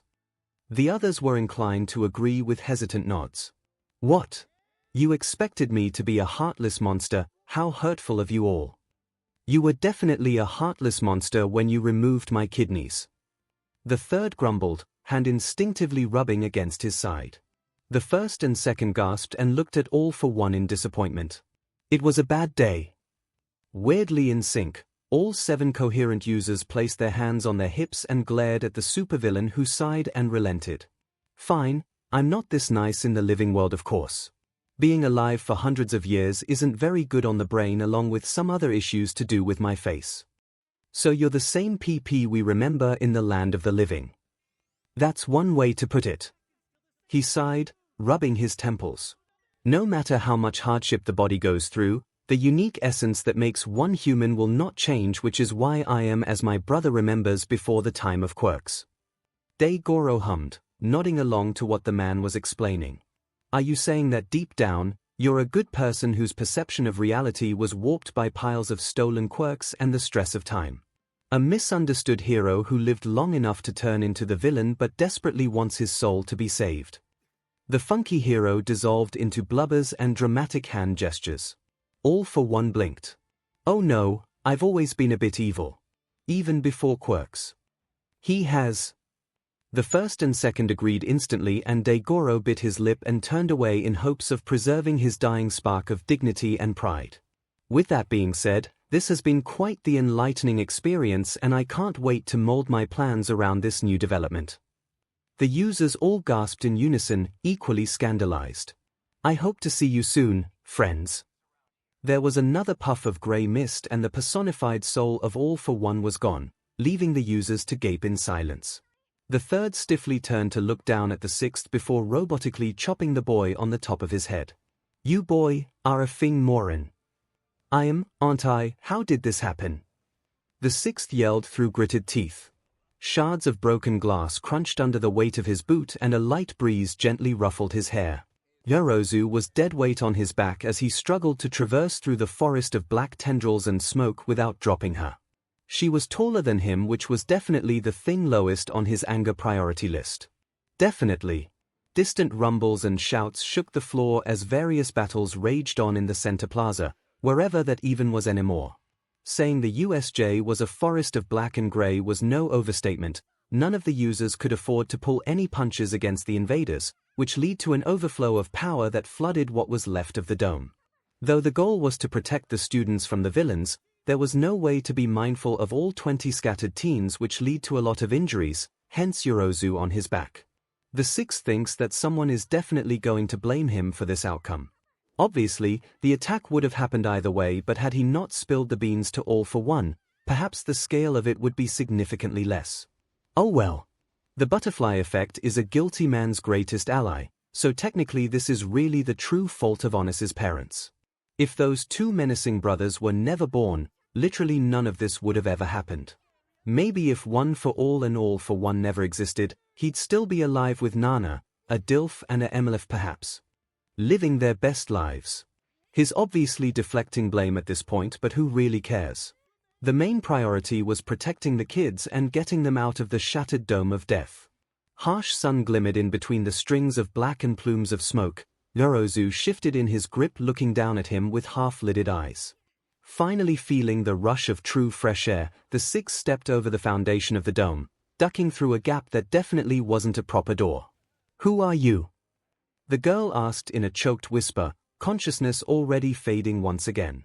Her carrier chuckled humorlessly, lowering her body down onto the lush patch of grass just outside of the relatively confined chaos in the remains of the USJ.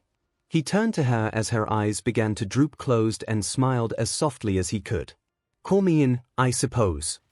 Yorozu passed out, and the sixth user of One for All, made his way back into the spider's web to search for more students, smoke relentlessly pouring off him. He sighed at the true sight of what the field trip had become and felt the need to ask again. How did this happen? The bus of rowdy teenagers did nothing to quell the fourth's thunderous mood. Their meaningless conversations grated on his nerves against the strong feeling of wrongness that plagued him since the break-in. Nothing had set his quirk off, but the events of the past week had continually planted a seed of doubt into his mind. After all, he didn't need his quirk to have a bad gut feeling. Sheesh, this class really didn't hold back against Kaken. The second chortled. A personality like a flaming dumpster. I like it. This Kaminari dude gets it. Really, the fourth didn't understand how long-serving pro-heroes, both living and dead, didn't feel the unbalance centered around their destination. Something major was going to occur at the USJ and there was no way to stop it. No way to warn Eraserhead, no way to contact Nezu because of the stupid tether. This class was screwed and nobody but the fourth had any idea. Pulling to a stop revealed a completely glass dome, cloudy and reflective to hide from any prying eyes. Which made what was coming much worse. The place was surrounded by a dense forest and there wasn't another building for miles. A single entrance and exit too. As the class filtered excitedly off the bus and into the building, the fourth couldn't help absorb every detail he could about the place. The ridiculously long staircase, the stupid fountain, each zone, hey, Earth to forecast. His eyes snapped up at the annoying voice of the sixth and he saw a different hero, one in a spacesuit, giving an animated lecture to the students who had calmed significantly in order to fully pay attention. What's got you frowning, man?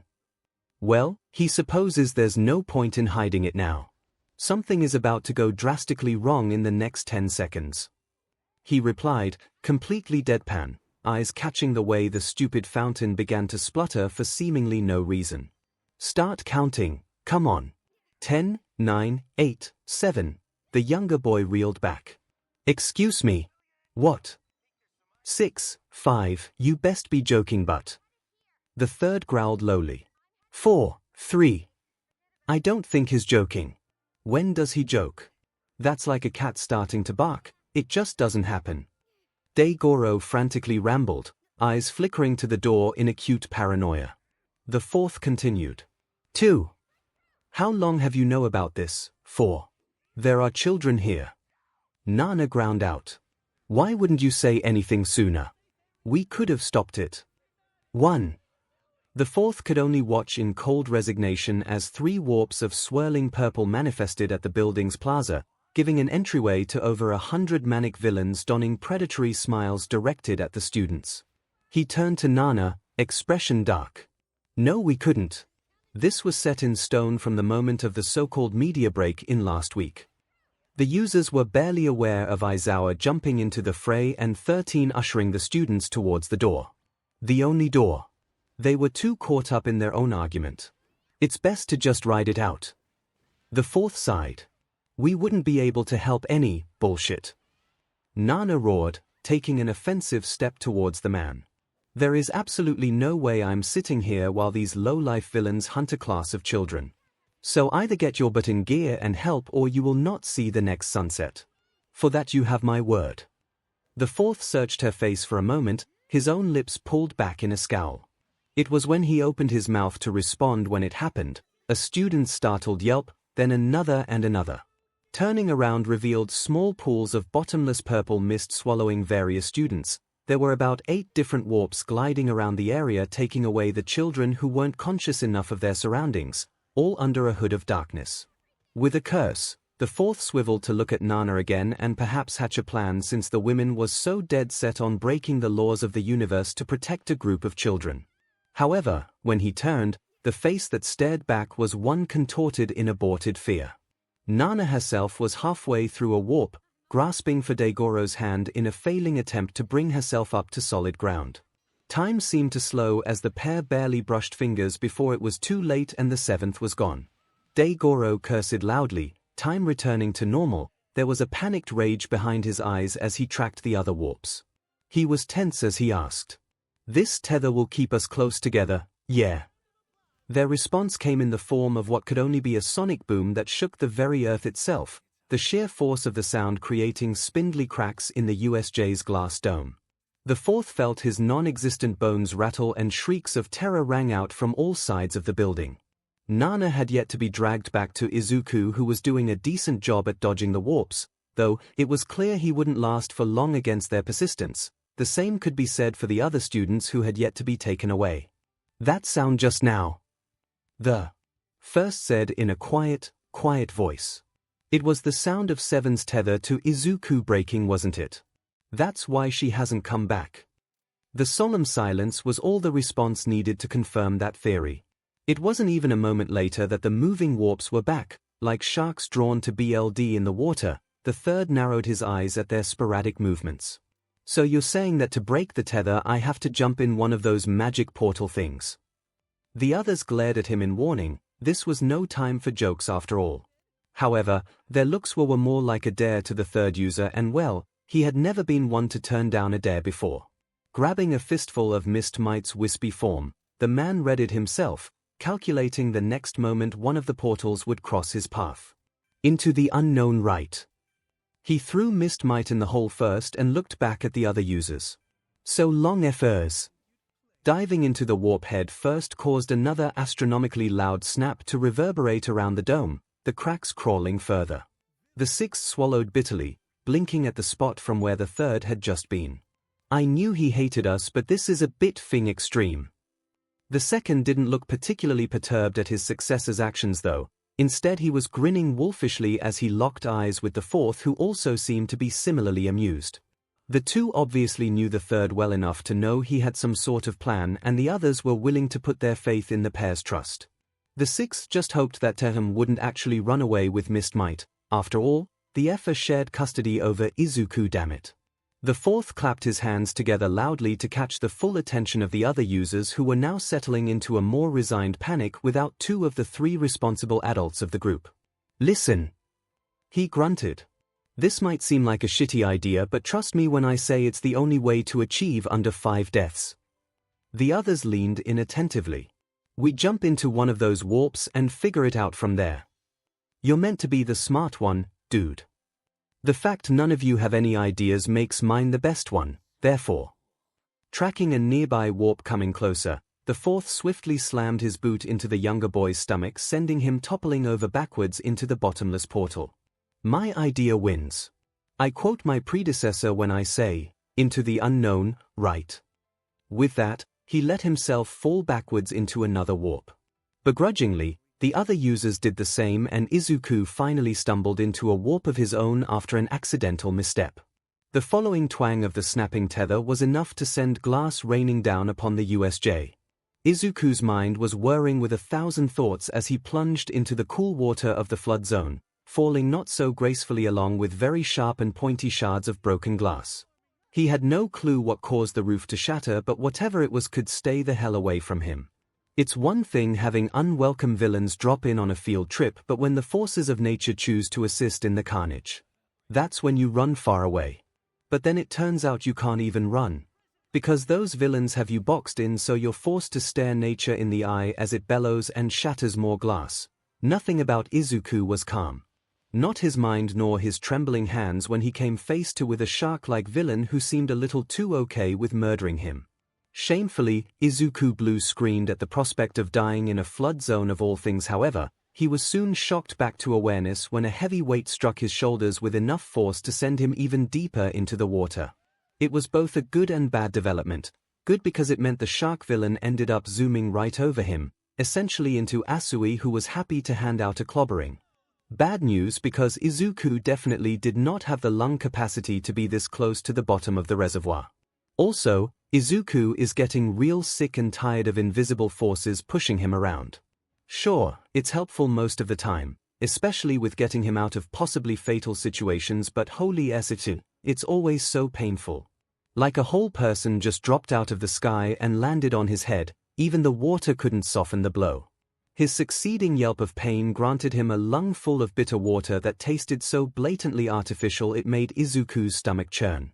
Though that could also be due to the onset drowning, 𝐒𝐽𝐽 didn't know. It was his first time going to a watery grave and he was kind of nervous. Black spots mottled his vision and 𝐒𝐽𝐽 was only barely aware of something tugging him upwards. Was it 𝐒𝐽𝐽 or his so-called guardian angel? Probably a mix of both.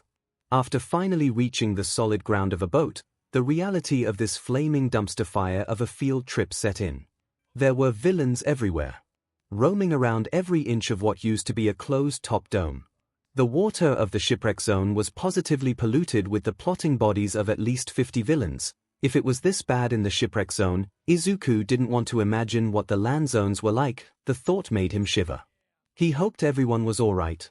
Something that felt a lot like a slap jolted 𝐒𝐽𝐽 away from his poisonous thoughts. He jolted at the sting and found 𝐒𝐽𝐽 and Mineta looking at him expectantly, their hands glued to their sides.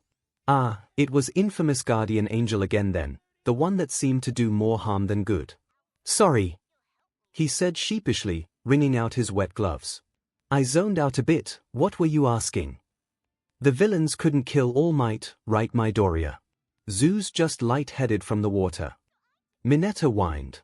I'm literally a frog, Kero, and call me 𝐒𝐽𝐽. 𝐒𝐽𝐽 paused at that thought. Killing All Might. It sounded like a bad joke in passing, but taking a look around at the state of the USJ, 𝐒𝐽𝐽 couldn't help but actually consider it. An army of villains plaguing all the metaphorical corners of the building, plus whatever those monsters in the plaza were, a hulking inky beast with an exposed brain. Flanked by what looked to be clones of the original, there were obvious differences between the three of them, but 𝐒𝐽𝐽 hoped he'd never have to find out what exactly they were. But that raised the issue of Mr. Aizawa taking on all three. Objectively, he didn't stand a chance. Anyone with working eyes could tell that their teacher had leapt into the fray fully expecting death. It was obvious in the way the man held himself, fueled by reckless abandon in attempts to get his students out. It was quite touching. 𝐒𝐽𝐽 didn't know teachers did that, Midoriya. Mineta's shriek as well as 𝐒𝐽𝐽's startled blinking clued 𝐒𝐽𝐽 in on the fact he probably said that aloud. Suddenly the invisible force didn't want to stop his muttering. You don't really think that Mr. Aizawa will? It's an educated guess. Just look at the plaza, listen to the sounds. Both Mineta and 𝐒𝐽𝐽 followed his gaze to the plaza in question. Not much could be seen, but the speedy blurs and shrieking yells were enough to give some sort of picture in one's mind. There's a good chance Mr. Aizawa isn't making it back. Not unless we help. Mineta reeled back and Asui tilted her head curiously. To help him we need to help ourselves first, she said calmly. Izuku admired that. Do you have any ideas, Midoriya, Kiro? Well, we can assume that the mastermind behind this attack doesn't know what our quirks are. If they knew, Asui would probably be in the conflagration zone. Those warps back at the staircase were sporadic, more focused on swallowing everyone rather than accuracy. Plus, the villains in the water haven't made a move to advance on us yet. A large hand made of water sliced straight through the boat before Izuku even finished his sentence.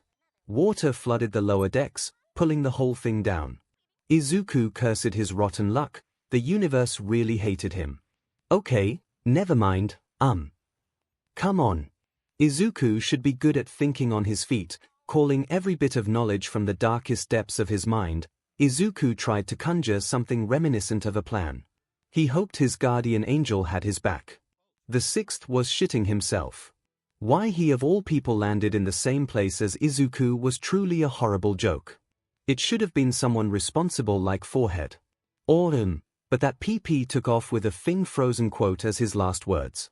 It hadn't even been 10 minutes since everyone was warped away and Izuku had already almost died 3 times, when that shark villain literally charged at him with murder on the mind.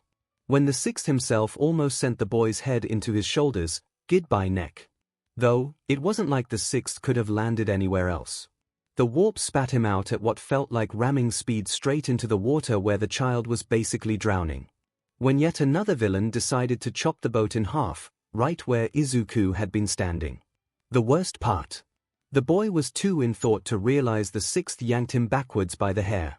Really though, the sixth prayed there wouldn't be a fourth near-death experience, but watching Izuku take a running leap into villain-infested waters, the ghost knew that God didn't exist and his praying was futile. The universe was the biggest villain, not Effer for one. Whatever Izuku was planning sent alarm bells ringing in the sixth's head, even if he didn't have whatever thing's spidey sense Forehead had. With a startled sound of pure panic, the sixth followed Izuku, throwing himself over the edge of the rapidly sinking boat with the goal of protecting Izuku in mind.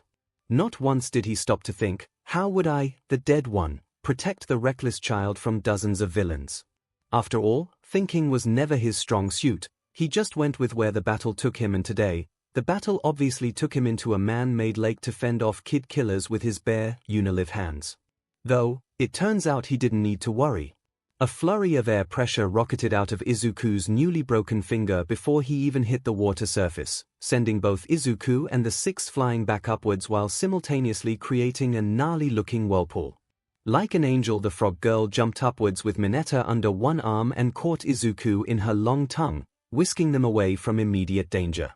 The force of the whirlpool lured unwilling villains into its center where they got trapped due to Mineta's quirk. The sixth refuses to say sticky ball, or even think it for that matter.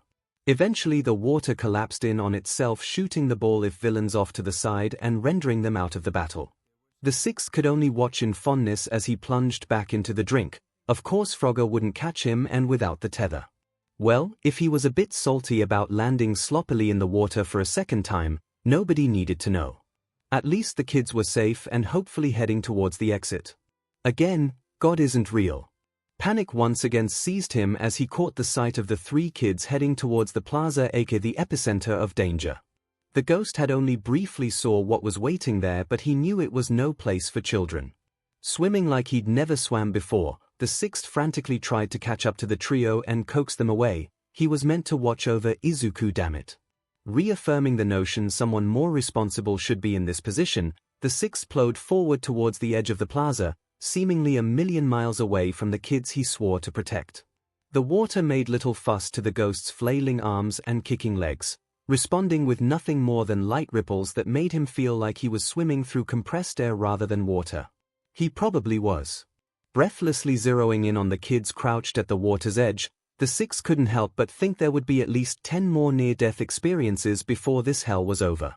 The third ran like his life depended on it, not letting up on the vice grip he had on Mist Might. Call him what you must, but really, he had a genuine reason for separating from the others, a reason both his predecessor and successor probably caught onto quite quickly. There isn't a particular excuse for why he decided to leave without saying anything other than the fact it would have taken too long to explain. Right now, time was of the essence. Also, he couldn't even stand the thought of one of the others constantly whittering on in his ear during such a high-stress situation such as this. Missed Might and his inability to talk was such a blessing. After being hastily thrown out of a warp, the third found himself in what looked to be the squall zone. A constant heavy downpour coming from who knows where was enough to give that away. However, the hero wasn't focused on that, because the true goal was to make it to the outskirts of the dome, to the wall. Hence the running. He couldn't allow himself to stick around any longer than needed because if he saw some students he would feel the need to protect them and that would be a distraction. The ghost had no lungs yet something inside him was burning. He pushed himself to keep sprinting even when glass shattered and rained down with a deafening noise, leaping over prop barricades and phasing through mock buildings.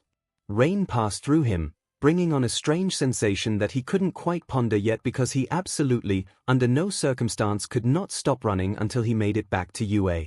Yes, his goal was the school. The principal. Someone who could see and listen to him yell about the danger and do something about it. Sending Ida would be a much better move, but with Kurogiri guarding the exit as an immovable object, the possibility of getting the class rep out on time was slim. Earlier, on the bus ride, the fourth had known something bad would happen, which is why he took note of the route they had taken, just in case. The danger in the plaza was a suffocating feeling of finality that oozed and reeked of death. Part of him admired Aizawa for jumping into that with no hesitation. Passing through the wall of the USJ was not at all difficult, but he somehow felt like he was betraying everyone he left inside. The thought made him hesitate. Warning the living heroes at UA would definitely help sway the battle in their favor, but what about the time it took to get everything sorted? To get all the heroes rallied and at the USJ? It only takes a second for a life to end. The third, perhaps knew this better than most. Suddenly his legs felt frozen no matter how loud his brain was blaring at him to keep running. He turned to Missed Might, face crumbling under the weight of his many thoughts. What do I do? He felt childish for asking. Voice a strangled whisper, standing before the towering figure of the misty entity made him feel so small. The yellow flame-like appendages welled up as an answer, all pointing away from the broken dome and towards the school. It said so little yet so much at the same time. The third steeled himself, right, he had to keep running, there was no time to waste on things as stupid as self-doubt. He was a hero, a DMN good one too, unwilling to make the same mistakes as those who came before him. Hesitancy was a killer. We best keep running then. Tightening the ponytail atop his head, both man and Mist readied themselves to start running once again, towards the distant and faint outline of the school. The outside of the USJ was being rigorously guarded by even more villains too, all positioned away from the actual dome and more focused on the road that led to the entrance. So they were expecting a student to flee, or at the very least more heroes to show up. It was obvious these villains weren't as puny as the ones toying with the kids, they were meant to keep help away from the kids. Yet another thing he needed to warn Nezu off. Still, the third took off without sparing another glance. They ran through people and buildings alike, feet slamming down on concrete yet making no impact or sound. People reacted with a slight shiver but quickly brushed it off. However, the closer they got to UA, the less people there was to get in the way. Apparently the hype surrounding All Might being a teacher had died down pretty fast after 3 days of denied interviews. For that, the third was thankful. Getting through the wall surrounding the school was as easy as making it out of the USJ, though it came without the oppressing feeling of guilt. Around Izuku, the third never really paid much attention to how massive the school actually was, and it was at that moment, standing despairingly in the middle of some random hallway, that he had no clue where to look. Hell, Fing Hero schools never existed in his time. The thought of desperately phasing through walls and ceilings was embarrassing, but if it needed to be done then he would. Time was of the essence. No matter how tedious the search may be, if it was necessary he couldn't afford to mull it over. But then Mist Might began to move, yet another act of sentience it had showed since that morning at the beach when all the users blipped into existence as ghosts, aside from the earlier silent pep talk too, but the third refused to ever acknowledge that again. At first it was a gentle sway towards the left, something the third easily ignored, but then the entity was yanked phasing through various walls at a speed the third struggled to keep up with. It was as if Mist Might was on another tether. That thought was a light bulb moment. Of course Mist Might would be connected to All Might too, and if the third could find All Might he was sure the rat principal would be near. The ghost phased through yet another door, feeling mentally exhausted from all the running and extreme adrenaline, only to be met with a pair of beady black eyes staring at him expectantly. Of course the Fing rat knew. Mist Might hovered beside the skeleton version of himself, floundering at the third's sudden arrival. That thing was getting a bit too sentient for the third's liking though. In a way it was comforting. "Ah, welcome. I can't say I was expecting you to show up so soon." The creature hummed. Idly the third noted All Might's concerned looks towards the principal. "What do I call you?" "3, if you must." His name wasn't important, but the dead hero still felt the need to show respect to the rodent. Daigoro's jittery warnings after their first glimpse at the creature was something he didn't forget. Nor did the third forget how naked he felt under his curious gaze. Nezu took a sip of tea. What brings the third user of One for All here, without Izuku Midoriya or any of the others especially? That definitely shocked All Might, the man violently jolting and sunken eyes widening. "There's an attack. The glass dome has been shattered and there are villains everywhere. If you don't help, people will die. Kids will die." In response, Nezu's eyes sharpened as if silently urging him to continue. The third complied. "I don't know who's leading the attack, but I can only fear it has something to do with All for One. All for One is dead." The third blinked, confused because All for One was very not dead. He doubted a dead man could infiltrate the vestige world and speak about future evil plans. A dead man would have no future at all. If the heroes thought the BSTRD was dead, who knows how long he had to rally an army or steal an arsenal of deadly quirks without anyone knowing. "I'm telling you right now, rat, All for One is alive. However, the issue is the current villain attack. So here's what is going to happen." To Nezu's credit, he recovered rather quickly from the bombshell of All for One's fake death. The mammal tilted his head as another silent urge to continue. All Might looked completely lost. And concerned. Very concerned. Perhaps the look on his face would have been funny if the situation was any different. Though he guessed that if the sixth were in his position, the boy would have laughed anyway despite himself. God, maybe he should have told that brat to do this instead of him. "My misty friend here is going to stay with All Might. I believe it'll give the twig a power-up or something. Then, you are going to gather as many heroes you can. There's a SHT ton of high-level thugs guarding the road and the far perimeter of the dome, so watch out for that. As for me, I'm returning to help my fellow users protect those children." The third mentally prepared himself to start sprinting again, this time alone. Nezu was difficult to read but nodded resolutely nonetheless. "Apologies for any damage caused and any damage that will most definitely caused in the near future." He didn't stick around to see the principal's reaction, already halfway out the building running back towards those he abandoned. The fourth made it to the plaza after assuring the kids he warped with were safe. Though they truly wouldn't be safe until the villains were gone, he trusted their ability to fend off the remaining thugs. The situation in the plaza was dire. It was obvious Eraserhead was running out of steam, especially since he was now donning a half-disintegrated elbow. To the underground hero's credit, he had taken down a vast majority of the thugs that roamed the plaza.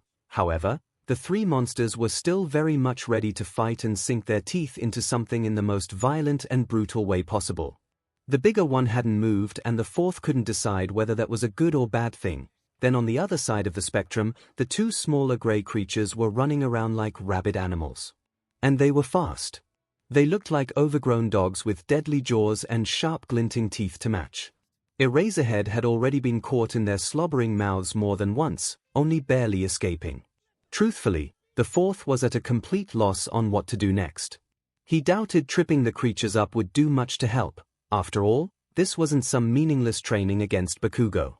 From his spot near the fountain he could see the first at the top of the long staircase, obviously having made it out of the warp frenzy with a few other students. The man was peering over the edge of the top step on all fours, making direct eye contact with the fourth. His gaze looked frantic and frightful, gesturing the hero to turn around. Having no reason to ignore the other, the fourth cast his gaze to the shipwreck zone, where alarmingly, Izuku was squatting with two of his classmates. Too close to the danger. "What the hell is he doing here?" he yelled, his gaze zeroing in on the sixth, who was badly trying to swim towards the plaza, the remains of a sinking ship behind him. The boy looked more relieved than scared in the face of the older's scorn. "Forehead, please tell me how I could have stopped him from beyond the grave. I'm dying to know," came the boy's distant yet sarcastic yell. Typical child. The fourth had better things to worry about than babysitting a delinquent ghost as well as Izuku. SHT. 4, you need to. The fourth didn't even have time to process the sixth's hysterical shout nor the younger's complete SWCH in demeanor because his quirk ticked seconds in advance. His brain buzzed and the fourth was suddenly hyper-aware that what used to be a barely manageable disaster was going to turn into a borderline catastrophe, and there was nothing anyone could do. "No Mew," ordered the villain covered in hands. His tone was laced in a terrifying amount of finality that made all who heard it flinch. The large beast snapped to attention, eyes rolling into focus and brain pulsing grossly. "Finish Eraserhead." It obeyed, suddenly standing over the frozen form of the underground hero while the two dogs howled mockingly behind it, ready to tuck in. The fourth only barely registered Izuku vaulting over the lake's bank, ready to run into what could only be classed as a suicide mission with gleaming green eyes set with solid determination. Quick reflexes and parent senses alike was what spurred the fourth to catch the boy by his arm and stop him from getting himself killed. Both he and the sixth were surprised when it actually worked, and Izuku jerked to an abrupt stop, his wide green eyes turning onto him. In that moment, when the pair locked eyes, everything came to a grinding halt. Water sloshed around as the ripples in the shipwreck zone calmed, the whispers of the wind spoke of help coming soon and whistled in excitement as if excited to see how the day would progress. Every so often another chunk of glass would fall and shatter into a million pieces, warranting more shrieks of terror from wherever it landed. Those shrieks started a domino effect of sorts. Fear breeds more fear. This field trip was proof of that. Izuku looked startled and made a move to jerk his hand away, but the fourth tightened his grip, leaning in. "Do you want to save them, Izuku?" He emphasized every word, and the greenette's eyes widened even further than the fourth thought possible. "Yes," Izuku replied, voice steely with raw determination. The fourth leaned in.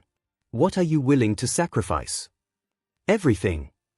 With a grin, the fourth stood up to his true height and released the boy's arm, casting his gaze to the hole in the roof. "Well then, let us see what we can do."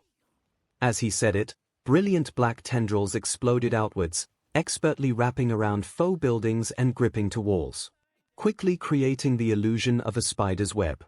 Slowly descending from the open top of the USJ was Daigoro in Nana's arms, his quirk wild yet controlled as it sought out students and villains alike.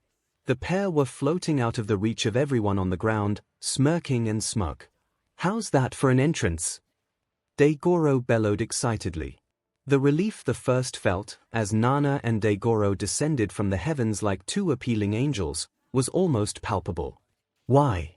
Because he was powerless when he was alive, which meant being dead kinda left him worse off than before, and since this purple thing miasma decided to make it his life's goal to apparently kill a bunch of kids, the first was forced to help them not die using raw willpower and spite against his fuckass of a brother. Oh, his brother. How the first could rant and rave about that thing rat of a man, or the man who he's regretfully related to is genuinely more of a rat than the principal of UA. Now, you may be taken aback by the first's colorful vocabulary regarding his brother. Don't be misconstrued, he doesn't hate his older sibling, he never could bring himself to, even after the F-fest that was the vault. The supervillain just hasn't left him alone since he found out about the vestige world. "Yoichi, I made you lunch. The food isn't real and he happens to be deceased. Yoichi, make sure you get your sleep." Again, dead. "Yoichi, give your older brother a hug.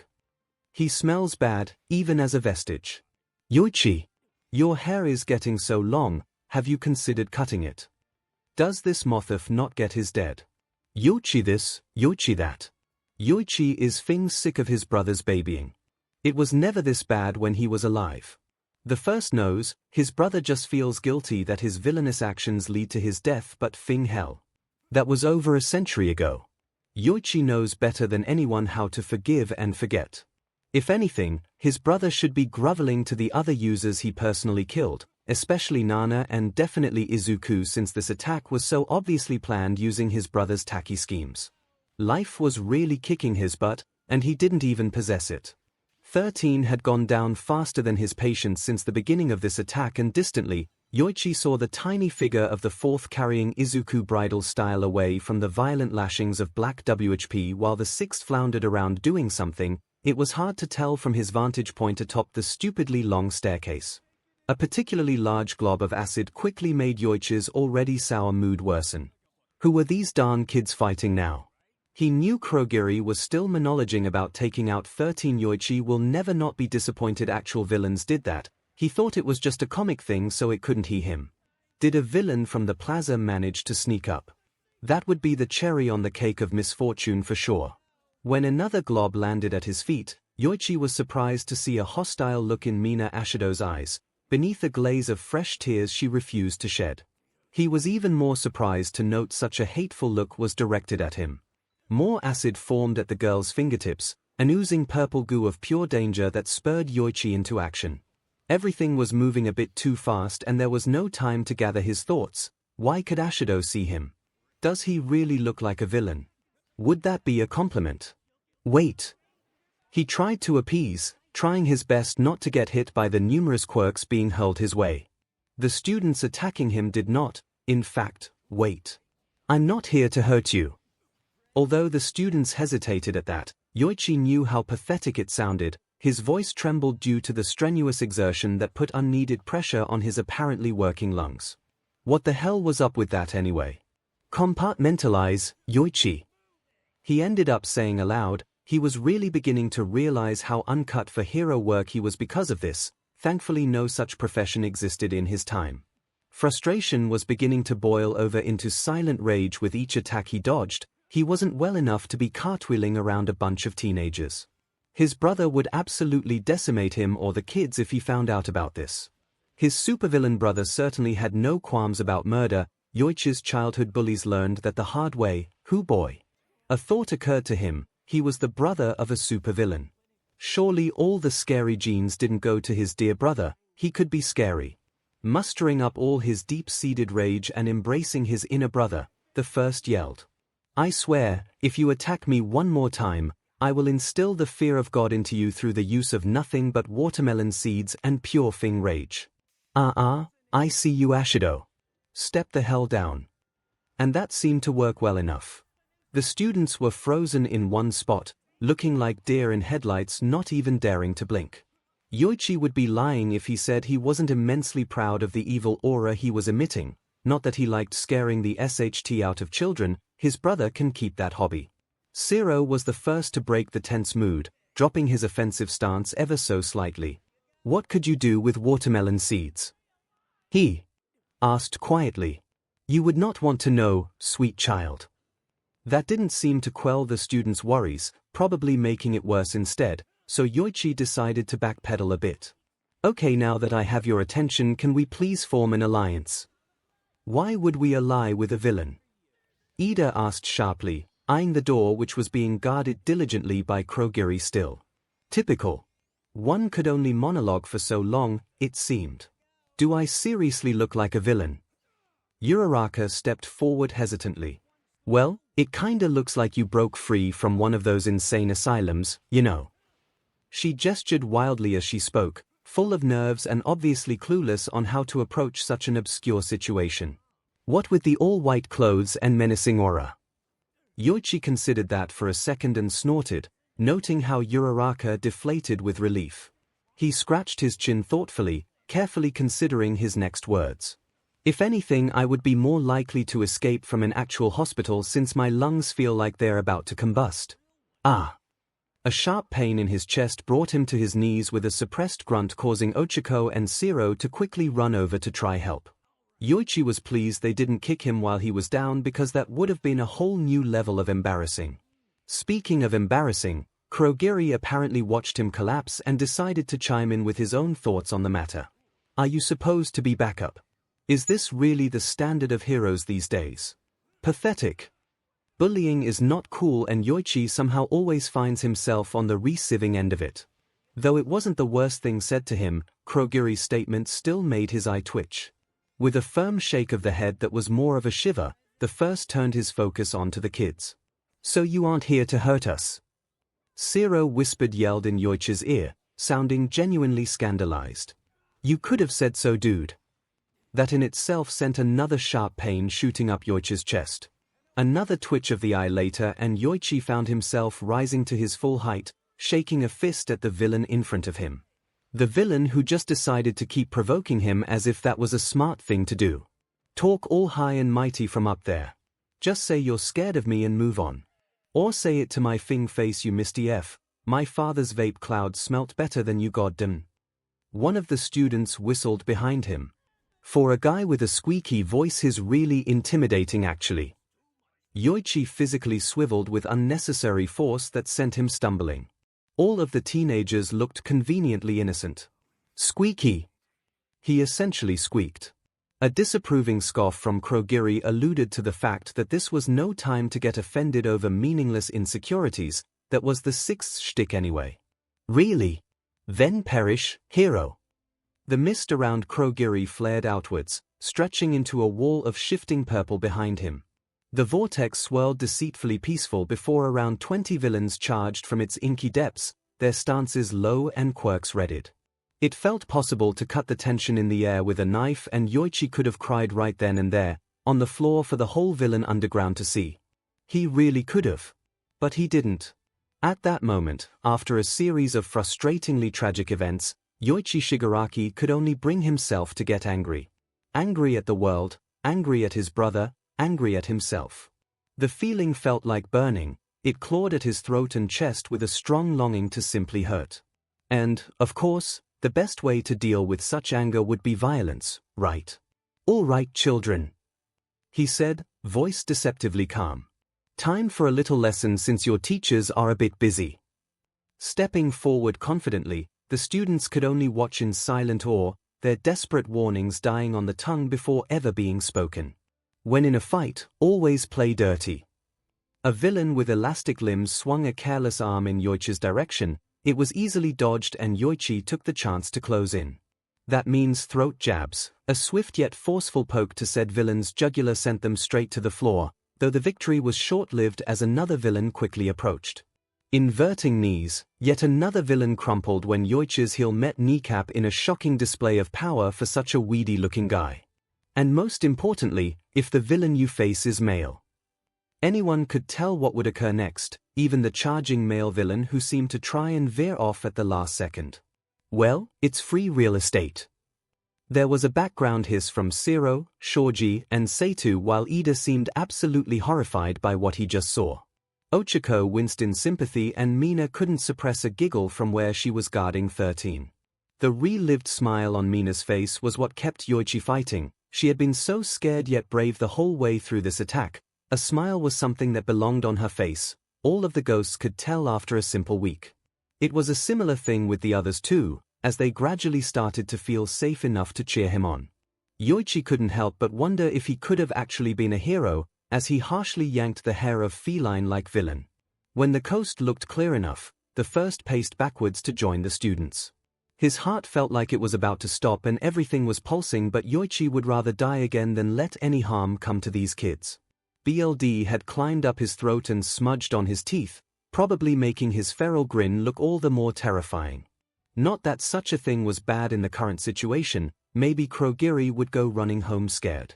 Small mercies, since 𝐂𝐻 was pretty sure moving another step would send him back to the ghost realm. Yellow eyes narrowed as they appeared to sense that sentiment. 𝐒𝐿 knew 𝐂𝐻 was in no fit state to continue fighting and the villain was going to exploit that. There were many thoughts flitting through 𝐂𝐻's head as the misty-eyed villain lurched forward, mainly feelings of self-loathing, though the anger still burned undeniably. Hot. Feet unhelpfully glued to the floor, 𝐂𝐻 could only watch as his second death approached. He couldn't do anything, and that was a feeling worse than any illness. Helplessness. A loud bang resounded around the USJ as the doors flew open, hitting the remains of the glass walls. Before 𝐂𝐻 could even blink, a pair of muscular arms wrapped around 𝐒𝐿's metal neck brace, keeping him firmly planted. The students gasped at the new arrival and reeled backwards as a heavy-duty boot teared through the lower half of the missed villain. Low-spoken words were exchanged and the grip around the metal tightened with a dangerous creak, threatening to break. There was an audible tsk as Kurogiri furled into himself and fled to the plaza. The third stood, proudly grinning, looking disgruntled and awfully sweaty but victorious nonetheless. Even though the students tensed at the scary-looking man, if not looking a little awestruck, Yoichi felt his knees turn to jelly due to pure unfiltered relief, sending him falling to the floor once again. 3. He breathed, his voice raw and scratchy. Uraraka looked between the two of them before relaxing too. 1. The man regarded with a quick nod, switching his full attention onto the group of students instead. I want to thank you kids for keeping him safe, he's quite an important character you see. A stern look from the third stopped all protests. It didn't matter if Uraraka thought it was actually Yoichi who kept them safe or if Yoichi claimed he was the opposite of an important character. Though I'm afraid to tell you that this is all a dream. There was not a single trace of humor on the man's face, just a bone-deep tiredness as he spoke in a concerning tone of seriousness. Wake up! He deadpanned. Propelling off his heel, the third zipped around the back of each student with a raised arm. Through the use of 𝐻 his speed was explosive enough to the point Yoichi could barely track the others' movements, only hearing each kid fall to the floor. Seriously? Was all Yoichi could say to the sight of 6 unconscious kids. What was the reason? We can't have people knowing we exist, that raises suspicion. 1. Fair enough, right? But this is all a dream. Is actually the lamest thing you could have come up with. I bonded with these kids. Dare I say I adopted them. So they're going to wake up like what the F? The third hummed tiredly as he considered the idea before physically waving it off lazily. I think it'll work out fine. Anyway, are you okay? You look feral but like, the bad kind, does that make sense? Not a single bit. Yoichi thinks it definitely won't be fine, but what can you do? The damage had already been done. I'm fine, this is nothing I haven't lived through before. He paused, looking the other up and down for a minute, inspecting his bedraggled appearance. Are you okay though? Me? I'm fine, dare I say dandy. Just wondering how we suddenly, came back to life. I don't have a clue, but I'm choosing to blame the 6th for it. Good choice. I was in the middle of running back from UA when I suddenly felt like my lungs were caving in. I'm so out of shape. Oh boy, do I know that feeling. The third hummed again, scooping up Zero and Mina's unconscious bodies gently. Don't worry, they'll be fine, no damage done. He made a move to pick up Uraraka too, hoisting the other 2 over his shoulders. There's a ton of villains patrolling outside, but I managed to clear a small section near the forest where it should be safe to put the students. Like a little safety camp? Yoichi asked, trying and failing to pick up Shoji. At least the third was courteous enough to assist Yoichi by shouldering the remaining kids instead. If Yoichi felt a pang of envy at the sight of the third carrying 6 unconscious kids, well, that was nobody's business but his own. Heading towards the now very open door to the USJ, the third nodded. Yeah, it's exactly that. I was going to ask if you needed help defending it in case some stray thugs wandered over, but... The man paused, turning to look at the fallen villains littering the floor in various states of pain, writhing and groaning with eyes screwed shut. I think you'll manage. The second hated his luck. Who the F are you? Bakugo Katsuki yelled, angry sparks shooting off of his palms and stance low, ready to attack. His ever-present frown was deeper than usual, and the second was distantly laughing at the wrinkles this child will have in the future because not everyone could die pretty like the second. And why the hell do you look like me? Whoa. The second stumbled, letting out a cry of pain at the metaphorical blow. Me? Look like you? He retorted petulantly. Don't ever insult me in such a way again, you gremlin. Bakugo sneered, and Kirishima decided to nervously pipe up from where he was stood off to the side, quietly observing the quarrel. Well, you both do look quite similar actually. But... that's pretty manly since you're both shut up shitty hair. Hush, red child. Suffice to say Kirishima did stop talking. Putting his hands up in surrender, The red-haired boy backed away from the conflict and focused on the endless flood of villains pouring into the unstable building in the ruins zone. The only plus about this whole situation was that the two fighting lookalikes were taking out villains effectively while also bickering. What's that even supposed to mean, huh? Bakugo asked lowly. You think you're better than me? The second scoffed. Of course I'm better than you, defective firecracker. To your left. Bakugo didn't even blink as he sent an explosion to his left, knocking out a villain who thought she was being sneaky. Kirishima wondered how these two already seemed to trust each other so much. The reed-haired boy certainly wouldn't leave his life in the hands of a stranger who fell out the warp gate face first. Maybe they were related. I don't need your help, you Fing knockoff. Why am I the knockoff? Because. Got that. The blonde yelled. And why aren't you using your Fing quirk, dipshit? What makes you think I have a quirk? The second remarked slyly, and Bakugo immediately stalled, his brain apparently buffering. The younger boy's glare sharpened as the haze in his mind cleared. He looked at the second as if the man had declared water was indeed wet. Maybe the Fing blaster in your arm has something to do with it. Just a thought though. The second laughed, loose and carefree. The man really did enjoy messing with Bakugo Katsuki. Call him sadistic, but the look of pure disbelief and growing hatred on the boy's face really tickled the second's funny bone. It left the one for all user to wonder though, how far could he really take this? This thing? He decided to ask, shaking the contraption on his arm. What if this is to make up for my lack of quirk? I would have heard of a quirkless hero, it would have been all over the news. The blonde was starting to look frantic now. The second grinned a little wider as the kid tilted his head forward rather than looking down his nose at the older man. A telltale sign this brat wasn't feeling as superior. Not necessarily. It would have. I would have heard about it because quirkless nerds can't be heroes. They'd die before even getting a license. If it was possible, if a quirkless hero existed, then, this was fun. Time for the finisher. The second innocently tilted his head to one side, crouching down in front of the upset blonde. What? You don't think quirkless people can be heroes? His eyes gleamed. Kaken. The split second of raw horror that passed across Bakugo's face made the second cackle loudly, freely, heavily. The thugs paused in the doorway as if unsure whether the laughing man was on their side or not. Their hesitation to attack would ultimately cost them their lives, the second knew. What? Bakugo whispered, his gaze firmly fixated on the floor. Finally, the second decided to leave the boy be, placing a heavy hand on his shoulder and smiling kindly.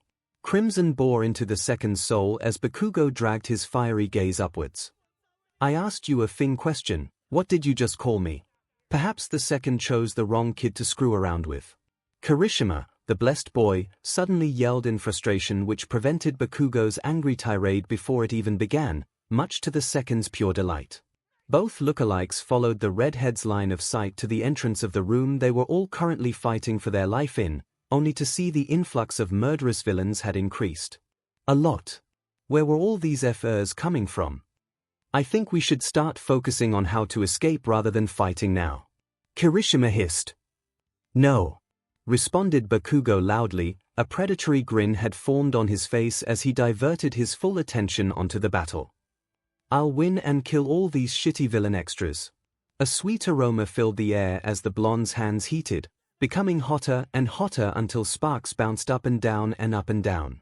The second whistled, really looking at the younger boy's quirk. It truly was appealing. The oranges and yellows were a mesmerizing spectacle of popping starbursts that hissed in warning like a wild animal. Such a bewitching power. Such a deadly one too. The second sighed dramatically as he stepped into place next to Bakugo, though he had long since dropped his defensive stance in favor of a more relaxed one. Seeing the villains menacingly pool in the doorway made a few things clear. Nobody was getting out of this situation unscathed. The second was an absolutely horrible human being. Bakugo's gauntlets were stupidly easy to set off. All three statements were true, especially the last one. Completely concentrated on the villains before him, Bakugo Katsuki failed to notice the way the man beside him eyed the silver pin that sat in his gauntlet idly and unused. Failed to notice the moment that very same man seized his arm, swiftly guiding it upwards and pointing it directly at the villains. Failed to stop the pin from being pulled. Failed to stop the rush of pure force that charged out in an army of raging fire, all accompanied by a thunderous boom that sent the unstable ground of the ruins zone surging forth, bringing each crumbling building to the floor in a plume of dust. There was a moment of still after all the rattling and chaos. For a brief PRD of time, though nobody was there to witness it, the ruins zone experienced such overwhelming and wistful calmness amidst what could only be described as a war zone. After all, beauty can be found in the ugliest of places. From beneath the rubble there was the subtle sound of meek stirring that disrupted the peace, plunging the zone right back into disarray. The noise progressively got louder and more disruptive until a giant slab of concrete tipped forward, revealing a sort of tunnel and 3 weary figures. Sighing dreamily, the second craned his head to get a better look at the damage he caused. In his expert opinion, property damage was the best sort of damage. The 2 kids slung over his shoulders wriggled fruitlessly in his grip, their movements hindered from the after effects of having a building unexpectedly dropped on them. Kirishima gave in pretty quickly, probably passing out, but Bakugo did not. The second could feel the boy's fierce glare boring into him, and it was getting increasingly more difficult to ignore. Stepping carefully over more rubble, the second finally decided to give in with another sigh. If this kept on, he'd start sounding like the third, which was a terrifying thought. He was meant to be the fun one, damn it. Kid, that blast didn't kill those thugs, stop worrying about it. That was a lie. A few of them definitely bit the dust, literally and metaphorically. Though, Bakugo needn't know that fact, ever. He'd start feeling guilty about taking a life, as all heroes do, even though it was the second's actions. A violent yet weak hit told the second that Bakugo definitely was not worrying about that. Definitely. Okay, kid. He grinned. Distantly, the second could make out the faint outline of the third at the top of the staircase beckoning him over with wild motions. It was nice to see him back after ditching so graciously. Your gauntlets sure are powerful though.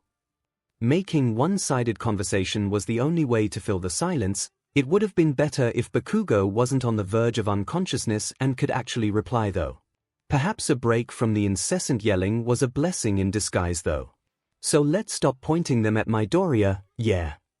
That seemed to get a proper reaction out of the boy. He went completely rigid in the second's grip for a good minute before flopping back down like a ragdoll, making the older snort. Absently, the second unbuckled Bakugo's second gauntlet, letting it fall to the floor with a sound of sloshing liquid the second knew was sweat but refused to acknowledge. Was it probably dangerous to leave such a powerful weapon on the floor? Absolutely.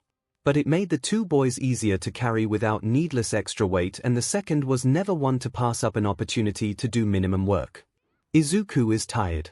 Which is concerning since there should be so much adrenaline circulating through his body right now. Enough adrenaline to kill an adult cow maybe. But ever since that tall man with the scar caught his arm, that adrenaline evaporated. Like his dad, and Izuku knows his rambling even though he's technically not speaking right now, but he can't help it. Every part of his body has been effectively shutting down, and he feels like his brain is going to go soon too, so he's squeezing out every single thought he can muster before the inevitable boot down. His legs had long since ceased to work, leaving him powerless to watch as the Nomu brought Mr. Aizawa's face to the concrete one, 2 times before some magical black appendages came and saved the day. Either Izuku died last year or the simulation was glitching, because that certainly felt unreal. Though that could be partly due to the fog clouding up his brain. Oh, he was expecting this, right? His eyes went next, becoming too heavy to even keep open.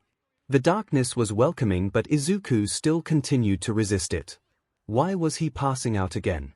Amidst all the brain fog he didn't ask, but with his cheek pressed to the plaza floor and lack of vision he feels inclined to ponder it. Maybe he was cursed by a witch. No, that's the wrong genre of story. A strong gut feeling told Izuku that this whole thing was probably the mystery man's fault. His gut can't talk though, so Izuku doesn't know where he got that thought from. That's fairly obvious though. Who boy, a disconnected part of Izuku, the disconnected rational part, metaphorically face-palmed. What an interesting out-of-body experience this is. No, not fun, he might actually die. Daigoro. Did you knock Izuku out with black WHP? A voice Izuku remembered as the mystery man yelled. Why did he know Izuku's name? Kinda creepy. If he had any feeling in his legs and a working mental capacity, perhaps Izuku would have ran and called stranger danger until he found a trusted adult, just like his mom taught him. Oh God, his mom would drown him with tears if he died. Another more gruff voice responded frantically. Izuku might not be thinking rigged, but it sounded like this new arrival was above him. What no? Are you still hung up over the time I flung you to Hosu? Let it go, dude. Concerning is the only word that came to mind. You flung forehead to Hosu. A younger voice cackled from next to him. Maybe. Izuku also feels like his perception of time and space is a bit wonky too. So who knows at this point? Certainly not Izuku. Didn't he already establish this? He can't. Really? Remember? And was Mystery Man called forehead? Embarrassing. Izuku's going to pretend he didn't hear that. Now is not the time to be reliving the good old days, boys.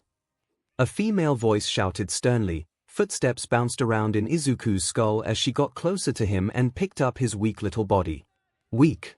Izuku remembers training for 10 months straight, thank you very much, but then again, he is a stupid Deku, right? So maybe he is weak. He can't quite remember much. Cold fingers lightly pressed into his neck and Izuku inwardly shivered at the touch. Normally the hands that touch him tend to burn. Or were those hands always cold too? Everything was fuzzy. His pulse is getting weak. What did you do? Who's he? He should go to the doctor. If his pulse is getting, the younger voice piped up again. Theory time, what's happening to Izuku and why is he dying? Considering the topic, this guy's tone seemed to be way too light and airy. It made Izuku feel bad for whoever Izuku was. Did this guy not care he was dying? Maybe Izuku was a loser though. Maybe nobody should care if Izuku's dying. Maybe he should just die. Maybe. May be underlying health conditions. The gruff voice offered. Personally, I blame it on the phones. Kids these days. The younger voice droned. Perhaps it has something to do with the fact we're partially alive now. Mystery Man said certainly. The other voices quieted as if to intently listen. Izuku collapsed shortly after speaking to me, and that's when Nana and Daigoro managed to infiltrate and use their quirks on the physical world. That's weird. Ghosts exist. Or don't they? 𝐒𝐻𝐫. And us being alive is draining away Izuku's own life force of sorts. It's plausible. The female voice finished. Her tone was soothing despite everything, and it made Izuku feel safe. Izuku. There was more footsteps, heavier and rapid with purpose approaching. If that's the case, then we should wrap this up as quickly as possible, right? A new voice chirped. Hushed and relieved sighs of two were swept away in the wind's swirling dance. Wind doesn't dance, stupid Deku. Or maybe it does. Who is Deku anyway? Wasn't it Izuku a second ago? Kaken's confusing, calling him two different things.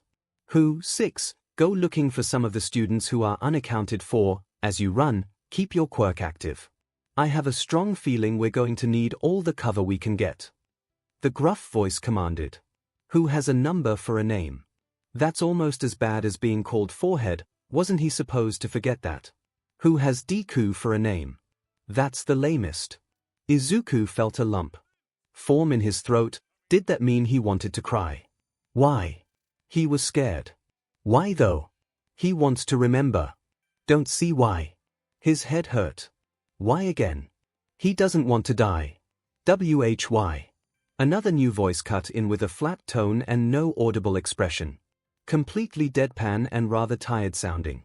Izuku knew a man who was always tired. He thinks that man's dead though. What happened? Don't know. Though this man sounded tired in a completely different way, more bone deep than 𝐴's. There's a safety camp in the forest. As soon as you exit, look for the tallest tree and walk in that direction. You should see the first there. Got it. Yorozu is in the mountain zone. She's pretty injured, please help her Ien. The lady yelled worriedly. I'll save her, Nana. Bitter air nipped at Izuku's skin as even more footsteps approached, but there was something about these footsteps, something sinister that made Izuku internally shy away. By the sounds of it, the other voices moved away too, moving closer to Izuku protectively. Maybe they did like Izuku then. That's sweet and unusual. Nobody likes Deku. Izuku. Nobody likes who? Sensei warned me about you. The new arrival snarled in sick enjoyment, voice raspy and itchy. Unbeknownst to Izuku, Shigaraki Tomura had stepped forth with palms open and ready to fight. Eraserhead momentarily forgotten under the sinking weight of the black Nomu. You've been having a bit too much fun, invading my game and disrupting the quest like the hackers you are. The villain lunged at the group. Die! Izuku finally succumbed to the darkness. Re-entering the USJ after depositing Yorozu somewhere safe, filled Ien with a strong sense of dread sprinkled in with determination. Glass crunched under his boot with every step and thick furls of smoke obscured his vision as he paced back and forth. He stood on one of the walkways leading to the plaza, the roaring sounds of battle clouded his mind, leaving him unsure on what to do next. Should he leap into the fray alongside his fellow users or seek out more injured students? Fight or save? Seriously, Ien was not built for such difficult decisions. The pros and cons of each weighed heavily upon him until the surrounding area blurred, making only his rampaging thoughts clear. So deep in his own thoughts, the sixth failed to notice the hungry sounds of animalistic snarling until it was too late to effie. Blocking the main entrance to the plaza was one of the canine-looking Nomuin distinctly remembered taking a vow to avoid. His luck was certainly shining today. Tar-like slobber clumped grossly at the edges of its pointed muzzle, oozing until it dropped to the ground in an unsatisfying squelch that left Ien reeling in disgust. Its form was too similar to a dog for Ien to be comfortable, though its rear legs protruded outwards, bending at a height taller than the sixth himself. Up until today, Ien liked dogs. Standing in the face of death once again, Ien couldn't help but crack a wry grin. The Nomu prowled forward. He knew that compared to the others he was fundamentally weaker. With a quirk like Smokescreen, he wasn't particularly battle-oriented. Its paw pads slapped against the concrete threateningly. Not only that, he was immature. It was him who ratted out this field trip to All for One, accident or not. Was this karma? DMN. Pausing, the thing eyed its prey with eyes full of predatory glee. Against all of that though, Ien knows that even when Plan A fails, which seems to be every single time, there's always a Plan B. In this case, Plan A went down the drain the second he dared to think, so it was prime time to initiate his backup plan. Bullshit until a better opportunity arises.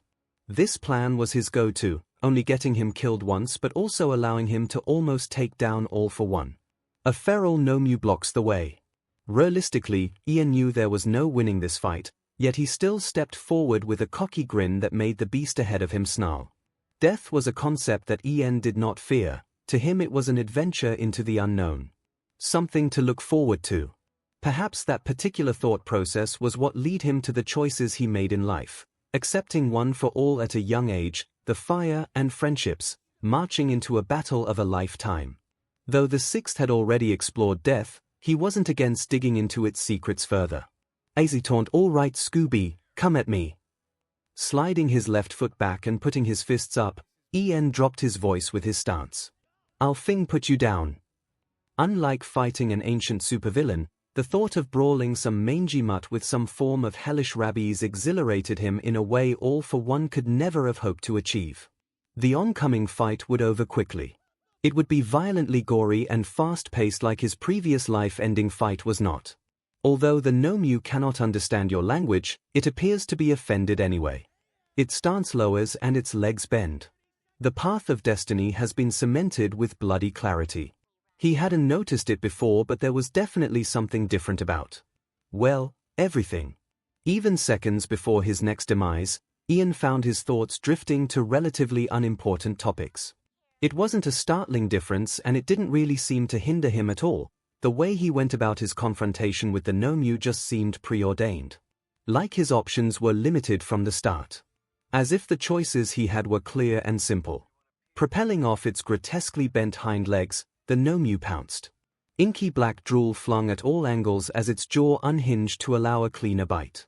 The half-exposed brain atop its head seemed to pulse in sick excitement as it shot through the air towards its food. Maybe a weird mind quirk got me. Ien muttered aloud, making sure his own voice bounced around his skull before it was totally silenced. Bravely making eye contact with oncoming death, 𝐼𝐴N saw the beast's deep crimson eyes that resembled BLD flecks of black dusted the red iris, as if the pupil had exploded. Death 2, Electric Boogaloo. How would it differ from the first? Hey, it's into the unknown, right Tism? It seemed to be the quote of the day. Why a Frozen 2 quote was beyond 𝐼𝐴N, but it's better than some of the other things his mind conjured. Familiar pain bloomed all over his body as nightmarish jaws clamped around his neck. Blistering heat soon followed, then the futile twitching. Adrenaline flowed through his veins, his body's own little plan B, how cute. Despite everything, 𝐼𝐴N refused to close his eyes, as if he were locked in a staring contest with the Grim Reaper. Black spots encroached on his vision, blocking out the majority of red that was no doubt flooding the area. He didn't need to see it, the warm feeling trickling down his arms and chest and back. Dizziness sent him to the floor. A nice view of the 𝐒𝐻𝐽's unkempt claws marred his vision until sight didn't exist at all. The metallic taste in his mouth disappeared next, then the acrid smell of smoke and BLD, the feeling of watered-down glue beneath his fingers as well as the solid ground, leaving the sounds of ripping and tearing that faded out like a grand orchestral piece. Nothing remained after that. Elsewhere, Izuku's heart started beating ever so slightly better. 𝐔𝐬𝐚𝐿. Yikes, that was hard to watch. Perhaps 𝐼𝐴N should have been filled with joy, his senses were returning to him after all. But this voice. It was familiarly deep and somehow more annoying than bone-chilling, though that may be due to dying for a second time at the hands of a feral dog thing. When he finally mustered the will to open his eyes again, he was greeted by the welcoming darkness of the vestige world, its ripples of rainbow passing by gleefully. I honestly did not know it could do that. 𝐼𝐴N started by wriggling his toes and moving his way up, pointedly ignoring the nuisance near him. Confident he was some degree of okay, he sat up, stretching his ghost joints. Sure enough, All For One was sat 4 feet away, in crossed-legged position like a dainty schoolgirl in front of her. Was that a TV? A game controller in hand. 𝐼𝐴N felt things connect in his mind, assembling the ugliest jigsaw puzzle he ever saw. Hey you're finally awake. The supervillain said jovially, turning his full attention away from the screen and onto 𝐼𝐴N. Don't think quote Skyrim in front of me you some. The audacity this old man has. Still, the villain snickered, turning back to whatever the F he was doing without further conversation. If All For One was this docile in the land of the living, life would have probably been a lot easier. Against all of his heroic morals and whatnot, 𝐼𝐴N scooted closer towards the man responsible for his first death in order to gather more information on what the geezer was doing. Definitely not because he was ever so slightly shaken from dying again and in desperate need of a father figure in this trying time. Where did you get that idea from? The silly pit. The House of Lies. The first thing 𝐼𝐴N noted about the screen was the mass amount of red pixels. The second and most important thing he noticed was that the surrounding area looked strikingly similar to the destroyed USJ in semi-pixelated form. After that, he noticed the view was a first-person view from the height 𝐼𝐴N had pegged the 𝐒𝐻𝐽 to approximately stand at. A secret talent that stemmed from being short. Suddenly root of the weirdness plaguing his battle sense because abundantly clear. The choices, the strange narrative his mind followed, the Skyrim reference, the evil DJ sitting beside him with a gaming controller in hand. All For One had orchestrated the whole attack, taking special measures to make sure he could witness it firsthand while making it enjoyable for himself only. So, 𝐼𝐴N started sweetly before dropping his voice to a growl. What the F kind of bullshit quirk is this? Seriousness really didn't suit him, but right now it was a necessary evil. All For One paused before placing his controller back into the void, disappearing in a cloud of silver. A useful one. The not long for this world man replied smugly. This thing dude was begging for a clobbering at this point. You sir are insufferable. What's it useful for besides being a prick? Oh come now 6, it has plenty of uses and it's already completed one of them now that you're here. If this effer sensed 𝐼𝐴N's fist coming for his nose, he made no move to dodge it, taking it like a champ without so much as blinking. Actually, has this guy blinked at all since he got here? Great, another detail to get distracted by.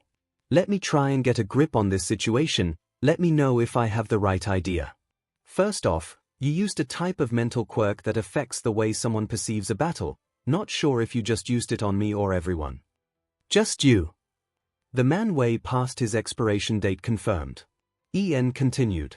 This quirk made me think of my face-off with the 𝐻𝐻𝐻 with limited options one would normally associate with classic video game interface, with the fight, ACT and mercy options. Smart boy. The man from long ago nodded.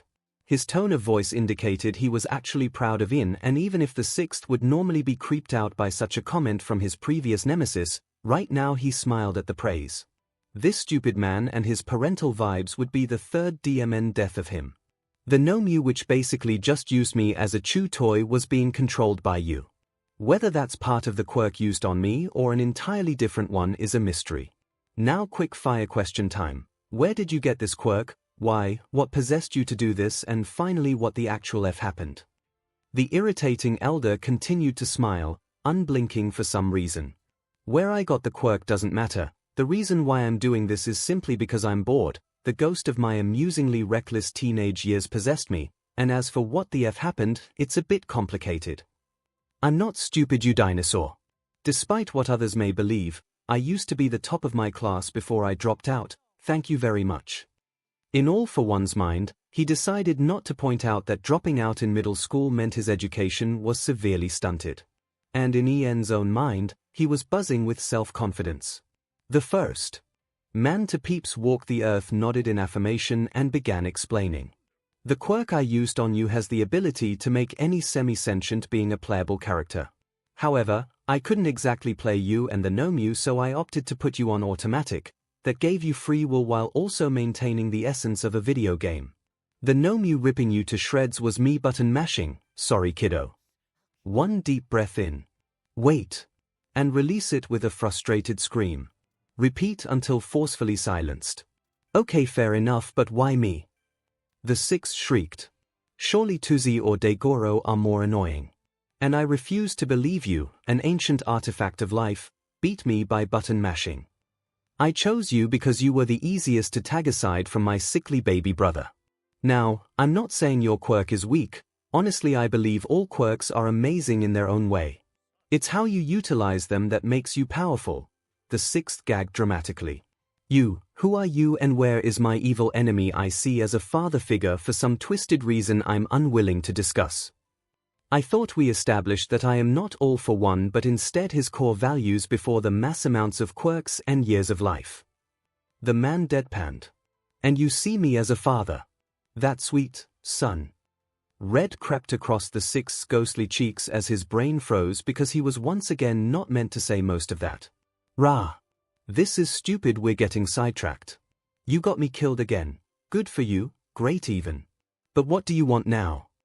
Well, I didn't give 𝐿 2 of the canine 𝐻𝐻𝐻 for no reason. As he spoke, Grandfather Time held out his two palms flat. Ian watched, mystified as two controllers appeared in his hands, out of the silver mist that the sixth saw previously. Let's have a 𝐻𝐻𝐻 death match. If I win you out of the game for good, and if you win though, maybe I'll consider letting you respawn. Ian knew his mouth was hanging wide open. There was not a single thought in his mind as he picked up one of the controllers. It was as the screen in front of him split that he realized he still had mountains of questions. Pause. I'm not done interrogating you, sir. He pointed accusingly. If you must. I must. How the hell did you even get here without me summoning you? He meant to ask it earlier, but the crushing curiosity of what the hell happened had distracted him. If old MacDonald here could enter the vestige world all willy-nilly, then the afterlife was about to get astronomically worse. The villain shrugged. You left the vault door open. As he said it, he craned his neck in its general direction and had never turned his head so fast. Lo and behold, a little ways away was a massive thing door. Wide open.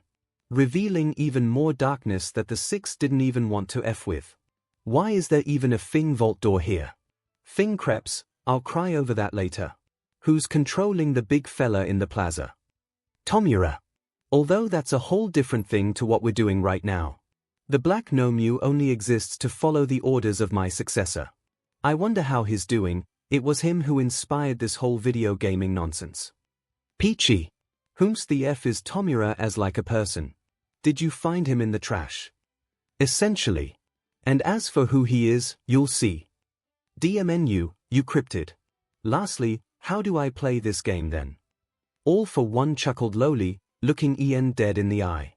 I just said I button mashed my way to kill you and you're asking me how to play. Foolish boy, prepare to be taken down. Perhaps this could be fun. You're on, old man. Denki Kaminari was having a wild day. While the same could probably be said for everyone in his class, he feels as if he's a special case just like always.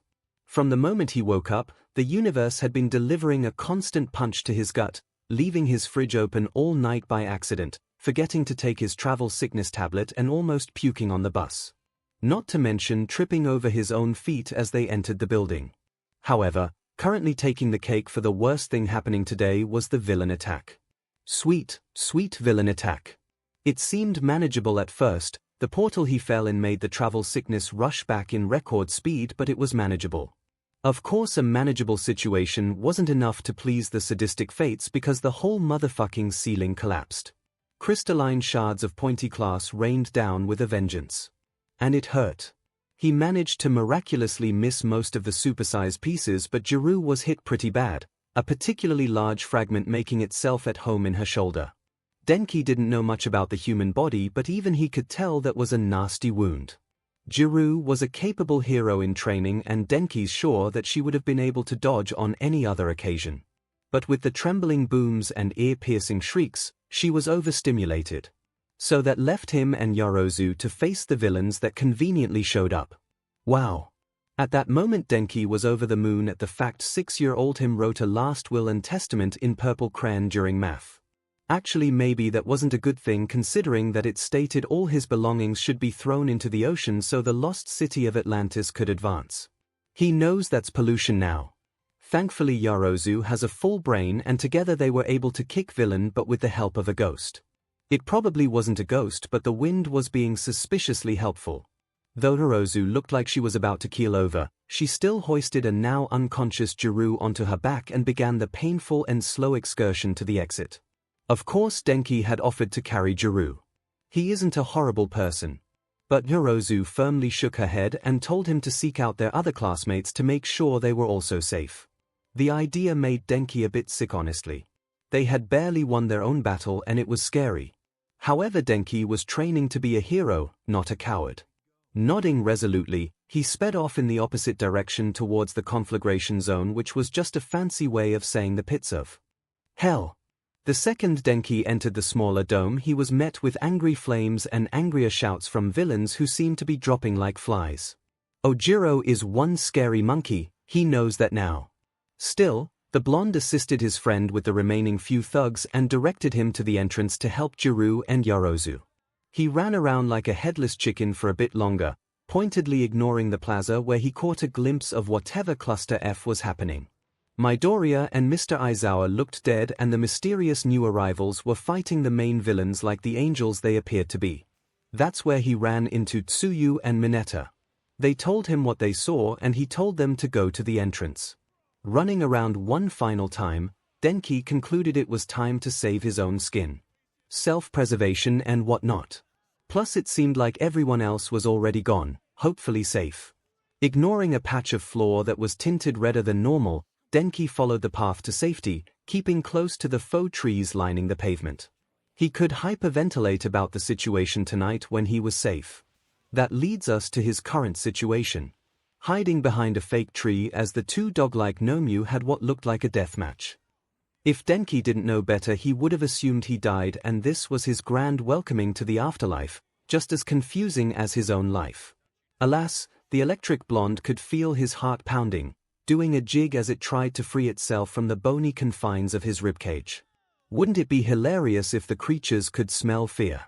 Looking at the Nomyu, it could definitely be possible. The gaping nostrils took up 80% of the thing's black nose, one sharp intake of air, and they could probably tell him what the color pink smelled like. Seriously, leave some air for the rest of us. His brain chimed as he watched the fight. It wasn't his proudest moment, but Denki really could not suppress the snort that erupted from him. DMN it, he was just too funny. In an instant, both 𝐻𝐻𝐽 paused their deadly dance, their necks snapping in his general direction with a bone-crunching snap. Honestly, if Denki died because he laughed at his own joke, the universe was just one cosmic pun. There was no chance to even react as both of the creatures leapt towards him. His tree wasn't exactly the best defense, it wasn't even good at being a real tree. It was so quick, his facial expression hadn't even had the chance to catch up, still frozen in that split second of joy that came from his own darn joke. When a singular claw made contact with his skin, drawing a red line down the bridge of his nose, Denki realized it was do or die time. He dropped to the floor as the second 𝐻𝐻𝐽 came from behind the first, its beady eyes almost glowing with bloodlust as it tore into the back of the other. Denki could really only sit frozen in the face of the two apex predators as they fought within reaching distance. The murky BLD of the evil 𝐻𝐻𝐽 sprayed everywhere, splashing all over the surrounding area including Denki. Its icky brownish-green color mixed with the perfect crimson leaking down the side of his nose, tainting it. This was so traumatic and there wasn't enough material to make a joke with, so he actually had to address the fact this whole show was leaving a mental scar. This wasn't how he usually rolled, he couldn't find it in himself to acknowledge any possible bright sides. His tongue was still and his throat tight, was he even breathing? Dribbling BLD and slobber, the slightly less evil 𝐻𝐻𝐽 raised its head out of the other's carcass. It made direct eye contact with Denki and truthfully the boy in question was about to faint. However, strangely enough, the creature bowed its head respectfully, closing its off-putting eyes before trudging away in the general direction of the flood zone. After it left, Denki exhaled with enough force to blow a grown man away to France. Trying his best to steady his shaking hands, he pointedly did not look at the dead 𝐻𝐻𝐽 while also trying to forget about the fact he was caked in the thing's BLD. Maybe the flood zone was a good idea, just to wash away the negative vibes. He followed the 𝐻𝐻𝐽 warily. YOUHAVEWON. All for one threw his controller behind him with a petulant sigh, not even bothering to look at where it landed. After a century or two of always winning, losing a game was quite humbling. Ian would have thought he'd have been a sore loser, but the old man was handling his loss quite well. Well, a deal is a deal, I suppose. The man sighed again. Hell yeah it is. I rocked your SHT, call it revenge. The sixth snickered, though his attention was still fully on the screen in front of him as he continued to steer his 𝐻𝐻𝐽 towards the flood zone. Can't believe you went for a kid and got distracted. What was it you said to me when we fought? Get your head out of the clouds and focus on me. The villain groaned. Ian nodded sagely. Ah yes. Take your own advice then, loser. This time the old man beside him audibly huffed. Now before you so lovingly revive me, I must go drown this 𝐻𝐻𝐽. You do realize that you'll respawn where you leave the 𝐻𝐻𝐽. Is the bottom of a lake really the wisest choice? Don't play your mind games with me, sir. I'm a perfectly great swimmer and I'd honestly rather almost drown than have to fight one of the 𝐻𝐻𝐽 again. It's better for everyone if they are both out for the count. Ian explained, breaking his own controller over his knee when satisfied with the position of the creature. He also couldn't risk all for one inserting himself again. He turned to the villain in question expectantly, smiling at the man's clear annoyance at losing. Fair enough. He grumped. When I snap my fingers you'll be alive again until you get mauled to death again. Or Izuku Midoriya wakes up or croaks it. The video game quirk is still active because I said so, and if you die again, I refuse to bring you back. Or, will you be lonely in the vestige world without me? Ian teased childishly. The supervillain next to him kindly flipped him off and snapped his fingers without saying a word. Not even a goodbye. How rude. His senses began to fade again, more graciously than before, and he was met with black once more. CONTINUE yes no. Water enveloped him immediately. Luckily the sixth was conscious enough to let instinct take over as he began kicking for his life, parting the water above him until the light became more and more intense. Oxygen was a lovely thing, Ian was happy to have it back. What he was not happy about though, was the below freezing temperatures of the water. What the hell? Does this school actively try and kill the kids? He muttered aloud. God, did he love the sound of his own voice, It didn't have the same attention-demanding effect in the vestige world. The air was different in the land of the living. Heavy but sweet. Did he just taste the meaning of life? Wild. I'm pretty sure it actually does. A new voice chimed in, interrupting Ian's fleeing thoughts before they could get completely off track. It came from the bank opposite the plaza, and Ian instantly recognized the kid who almost got snaffed up by 𝐿. The blonde startled, as if he hadn't meant to say that out loud, but grinned anyway. "Ah, I'm Kaminari, by the way. You're one of those heroes, right? The cool new ones." Now, Ian had never been recognized as a hero before, either because of his age or his apparently unstable demeanor, so the title made his posture straighten as he waded through the water. "Why, yes I am," he declared proudly. "Whoa, that really is cool. Doing it for the little people, here."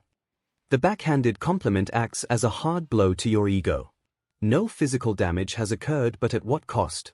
Through his psychic pain, Ian distantly noted that the weird narrator in his brain sounded a bit too much like All for One for him to be happy with. He didn't really connect the dots earlier, being too busy dying, but now it was glaringly clear that the but was in his head. "Peachy. Sure." Ian decided to grit out, fighting the animalistic urge to leap at Kaminari and possibly traumatize him even more for saying such things. "What are you doing, by the way? Shouldn't you be evacuating?" The blonde blinked twice before realizing what he was doing. Water dripped off of his face and hero costume as he crouched at the water's bank, scooping up artificial flood water to rub into his face. I'd rather not talk about it, because if I do I think I'd end up crying." "Don't bottle up your emotions, kiddo," Ian said, like a hypocrite. To be fair, the sixth was more focused on the euphoria that calling someone kiddo brought him. He felt powerful. Is this what the others felt when addressing him as such? Kaminari jolted. "I'm not really planning on it. I just think it's a conversation for my therapist and not you." "That is a fair point. You have made it awkward. The air hangs unsure between you, even it doesn't dare to move. Good going, dipshit."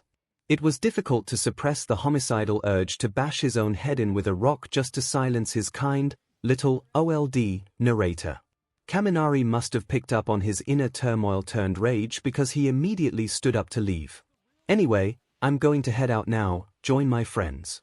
Good luck with the villain, man." KAMINARIHASFLEDTHESCEN. Watching the boy get further and further away filled Ian with embarrassment, because he really just messed up that bad. His ego really got in the way of a possibly appealing and blossoming friendship. Oh well, he's a friend in Ian's book, which means that their friendship is 50% mutual, a passing grade. A particularly loud bang echoed out from the plaza, and all of the sixth's responsibilities crashed down upon him at once. He should really go help out, regardless of if that bang was good for his fellow users or not. Still dripping wet and slightly shaky, Ian took off running because, even though swimming across the flood zone would be faster, he was not in the mood for more doggy paddling. The run towards battle was unremarkable in every way. Aside from the fact he discovered a deadly weapon just lying on the ground. Wait, did that count as remarkable? Lying on the floor thoughtlessly was one of Katsuki Bakugo's sweat gauntlets, fully loaded and ready to detonate. Ian wasn't sure how it ended up there unattended, but who is he to question possible divine intervention? The thing had the power to blow holes in buildings. Of course he would pick it up. After all, it could fall into the wrong hands. Many would argue Ian is the wrong hands, but their opinion is invalid because they are still currently fighting a villain boss in the plaza like losers. The fight should have ended by now. They are sloppy. "Hey Ian, where the hell have you been?" "Here," Daigoro yelled from in the fountain. His poor bald head was now home to various wounds, and one of his legs seemed to be pointing in the wrong direction. "Here." It was kind of funny to look at. To his credit, the six did not actually burst out laughing, instead raising an eyebrow. "Somehow having an even worse time than you, Mstr. Is your leg pointing out the gates of heaven, or is there something in the sky I should be looking at?" "Ha ha," the fifth retorted dryly. "Funny guy." The villain covered in hands snarled, although he seemed to be missing quite a few hands now. "Another one of you. Does this place have a hidden hero producing factory or something?" When Tomura leapt at him with an outstretched hand, Ian sighed because how predictable could a guy be? The fearsome Tomura Shigaraki rapidly approaches, death lingers nearby ready to collect your ashes. Fight smokescreen House of Flames that's cute, his imaginary video game menu has the name of his super moves. Tomura was lost in the gigantic cloud of smoke that enveloped the whole plaza, hiding the locations of everyone nearby. Though 𝐷𝐴𝐺𝐻 probably didn't move from the fountain. Can't you see I'm speaking, you dumpster child? Wait your turn. From somewhere in the smoke, Tomura squawked in angry offense, but everyone chose to ignore it. When he arrived, Ian could only really see 𝐷𝐴𝐺𝐻 in the fountain, Aizawa and Izuku seemingly dead on the floor away from the battle, protected by 4 Nana floating. With an armful of glass shards, ouch, she was not here to play, and of course Tomura beside the 𝐴𝐽 looking a bit worse for wear. Now though, nobody could see anybody. Whether that was an advantage or not could be decided as the battle progressed. What was concerning though, was the distinct lack of 𝐿 and 𝐷𝐴𝐺𝐻. They probably weren't dead, but that was even more alarming. Nothing good could come of leaving those two together in an undisclosed place, even Ian knew. Aha! Speak of the devil and he shall appear. That gaudy sound of triumph obviously came from 𝐿. Vaguely, the smoke cleared a bit as the man in question speedily cut through the air with the goal of jumping atop the creature's shoulders. It worked. The creature roared alongside Tomura, wherever he was. Its arms raised quickly, preparing to throw the second off and maybe tear him in half for good measure, but it was no use. From below the third struck, grabbing both of its arms in what looked like a death grip, if the veins popping out his hands meant anything. 7. Throw it. He bit out and Nana immediately complied. Incoming hit from the 𝐴𝐽, 13 seconds from now. 2. Either brace or trust in us. The fourth called out. The second nodded, preparing to catch the oncoming projectile while adjusting his position to limit the damage any hit may cause. One particularly large and pointy shard of glass cut through the air, straight towards the second, who intercepted it with no problem at all, not even acknowledging the BLD that surged out of his palm. As the 𝐴𝐽 began to grow frantic, Black Whip shot out, combined into a single rope, curling around the thing's legs and snaking around its lower body. Ian didn't need to see the smug look on 𝐷𝐴𝐺𝐻's face to know it was there. Raising the shard into the air, the second showed no mercy as he brought the knife-like fragment down into the 𝐴𝐽's exposed brain. Before BLD could even think to start gushing, 𝐿 backflipped off the thing, perfectly avoiding being coated in the vile substance. Got you, whatif. The man celebrated, stomping his foot in the thing's BLD to make a point. I am God. Okay, maybe the man was having a bit of a manic episode. Swaying side to side rhythmically, the 𝐴𝐽 had yet to fall. Even while its brain spat out BLD, 𝐿 looked more than ready to have a fist fight with it, but anyone could tell that was not a good idea considering his feral mood. Ian was suddenly hyper-aware of the weight around his arm and grinned. The silver pin was pulled effortlessly and the consequential explosion sent the 𝐴𝐽 blasting away. Tomura Shigaraki prepares his next attack. The Reaper of Death inches closer. Oh, thank 𝐿 for this game quirk. Seems All for One was really putting in the work. Watch out! Both he and Forehead yelled out. Jinx! Black Whip immediately split in two, wrapping around Tomura's arm and yanking him into the mist once more. What the fuck? 𝐷𝐴𝐺𝐻 yelled. Where'd he go? I was gonna put him in a headlock. The second prowled, still obviously having a moment, and Nana lowered herself gracefully to the floor. All 6 of them cautiously approached the fountain only to discover 𝐷𝐴𝐺𝐻 and 𝐷𝐴𝐺𝐻 alone. Kurogiri and Tomura Shigaraki have warped away. YOUWON. You earn 0 XP and 0 gold. Is this implying Ian could have mugged the villain before he escaped? Because he would have. The Warper! He stated simply, and the other 6 simply face-palmed with an exasperated groan. Mist Might hovers close. 𝐴𝐺𝐻 screamed shamefully. The apparition genuinely did spook Ian to the point of frightfully yelling. It caused the others to yell too. Mist Might continued to just be there, unmoving and silent. The third came forward to inspect the ghostly thing, bringing a hand to his chin as he muttered incoherently. It wasn't very effective. Spare. Yes, if Misty is here that means the heroes are too. I sent him to kind of merge with the 8th after all. The third finally said loudly. So we need to die before they come in here. Izuku is also about to bite the dust. What is with this man and saying shocking things so deadpan? Everyone nodded and paused. Wait, how do we do that? Daigoro asked. I am unkillable. Tuzi yelled, clenching both fists. The USJ's doors fly open with enough righteous vigor that it scares you right back into the ghostly plane. Or maybe it was something else. I'm not saying. Come say hi to an old man before he has to return, will you? 𝐂𝐴𝐚𝐸𝑜VERTHEEND. The state of the USJ made Nezu's fur stand on end as he mentally calculated the costs of all the damage. He concluded a six-figure number in the end and decided not to say anything to add insult to injury. From 3's parting message he assumed there would be some damage to the building, but this was improbable. Even with a horde of villains, the glass dome should have shattered. It was All Might proof. Yet from afar, the sight of broken glass panes was abundantly clear. Seeing that, Nezu knew that his staff wouldn't be enough, so he called in a few other heroes who would meet them there. Namely Miruko and Hawks, possibly Endeavor since his son was at risk. However, the most infuriating part was the villains that blocked the road to the building like a barrier of sorts. It took way too long to get through and effectively deal with them. It was as if the entire villain underground had decided to revolt, and if it was this bad outside then. With the help of a few top heroes and All Might himself, they finally managed to bust down the door despite the fact there was plenty of holes in the surrounding glass walls. Nezu cannot deny the dramatic flair it added to the grim situation, but it wasn't exactly needed. Perhaps that's a side of heroics he may never understand. Silence greeted them. Hauntingly still in a way that could not be classed as peaceful or tranquil. Mixed with an overwhelming stench of BLD and smoke, the quiet atmosphere had a heavy feeling comparable to a war that had been won yet with a hefty price. A game of chess missing all the important pieces. Smoke drifted eerily into the open air, revealing the shards of glass littered on the floor, revealing the emptiness. A broken teacher and a barely breathing student were all that remained inside at first glance.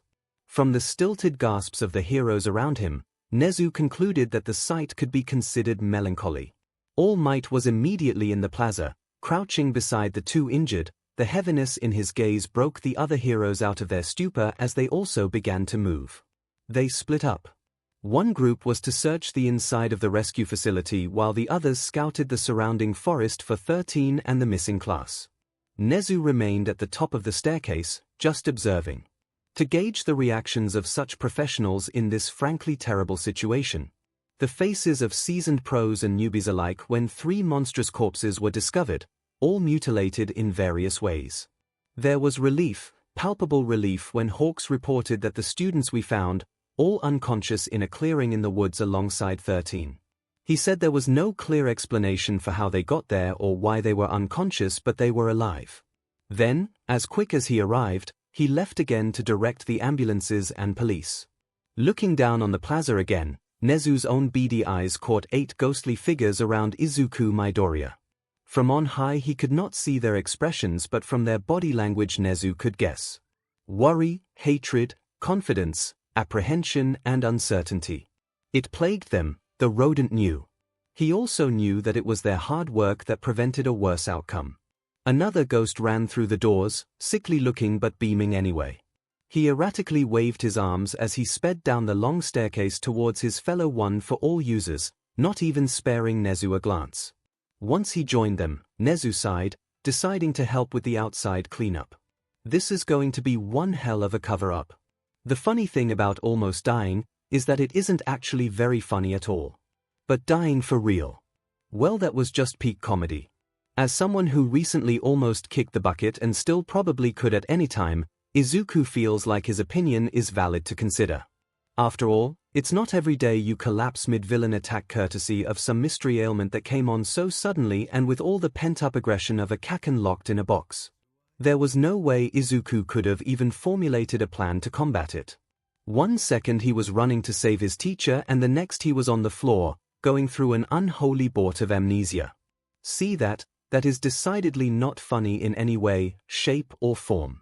No matter how you slice it, the whole ordeal was actually quite tragic, maybe pushing sad.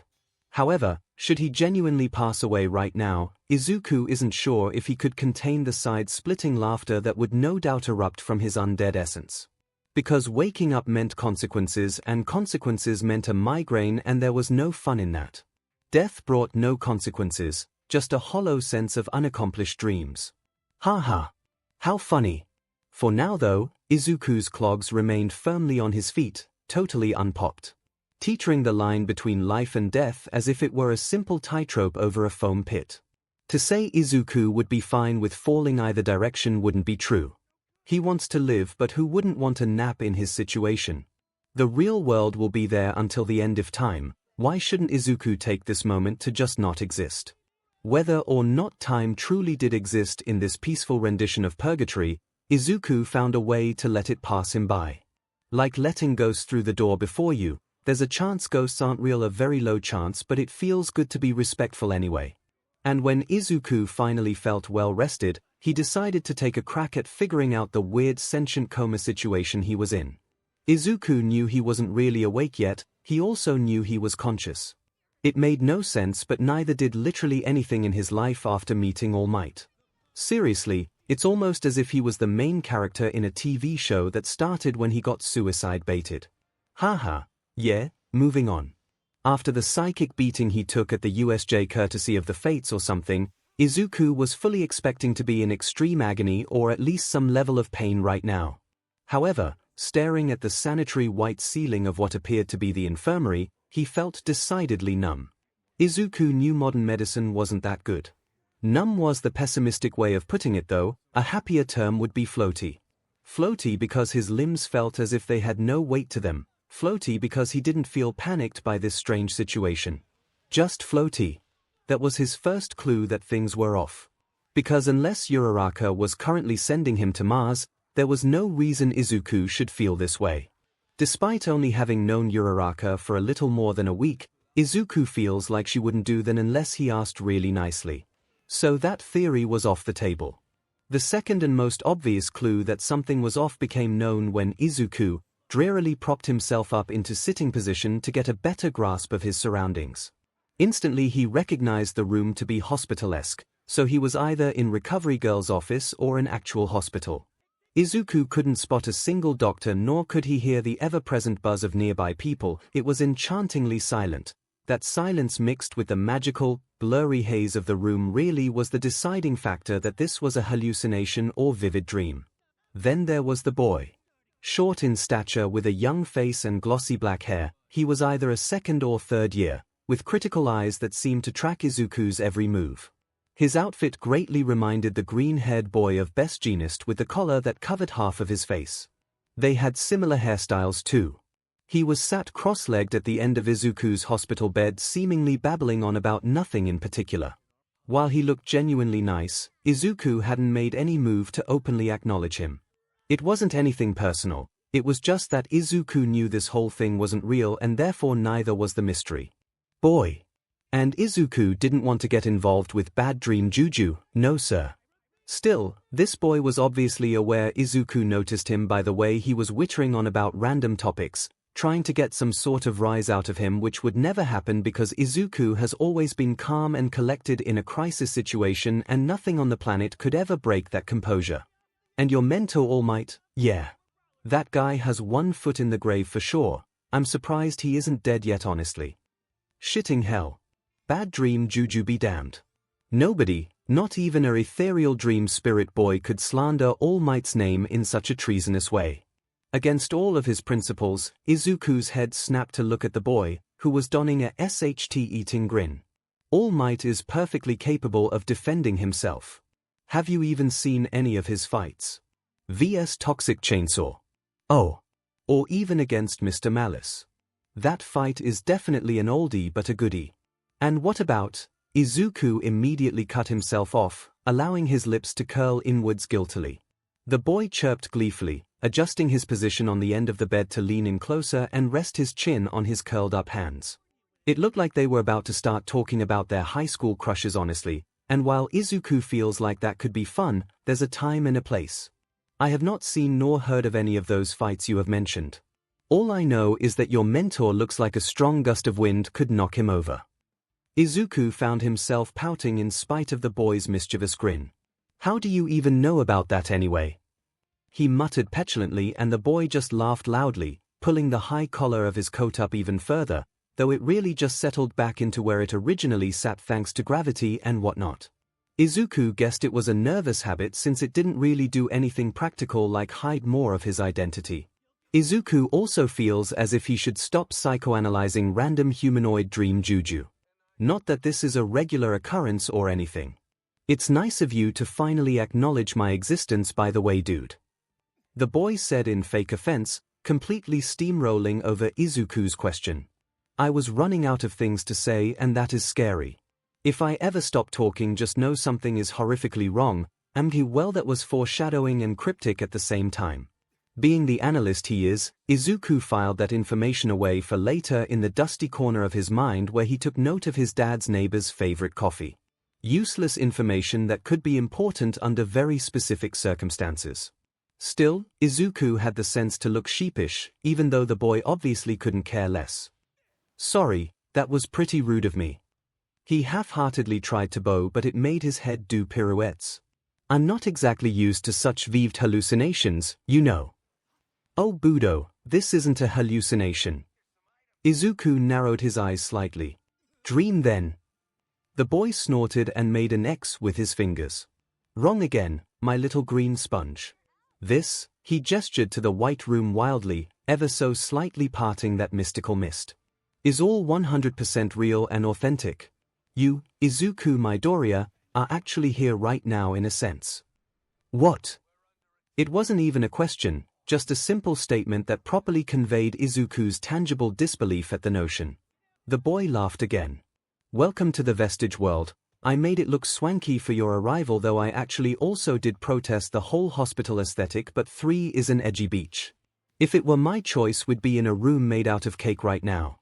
Alas, I lost the brawl that happened while you were actually knocked out still." His gestures were animated and grand, his voice rising with volume as he recounted getting decked in the face by an adult or two. And Izuku could only gawk. His brow twitched with the burning longing to figure out the puzzle before him, subconsciously reaching for a notebook. "Who are you?"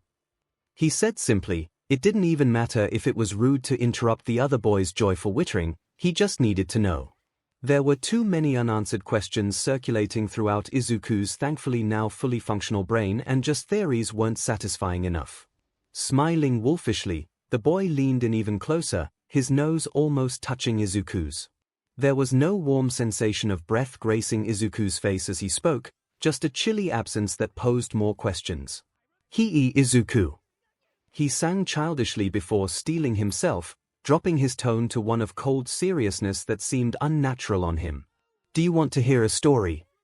Izuku smiled right back. "You do, don't you?" "You totally do." He dissolved into hysterical cackles as Izuku made himself comfy for the incoming tale. Elsewhere, inside the dreamy hospitalscape of the vestige world, 6 other ghosts stood within earshot of the passing conversation, face-palming at the 6's dramatic antics. The third huffed, crossing his arms over his chest. "And I'm the edgy beach," he huffed as Ian began to tell his story in the other room. The second shushed him excitedly. "Shut up, we're getting a backstory. This is so swag." Nana chuckled lightly from where she sat, tilting her head back and closing her eyes. She knew Ian's story, she was part of it, lived it with him until the very last moment.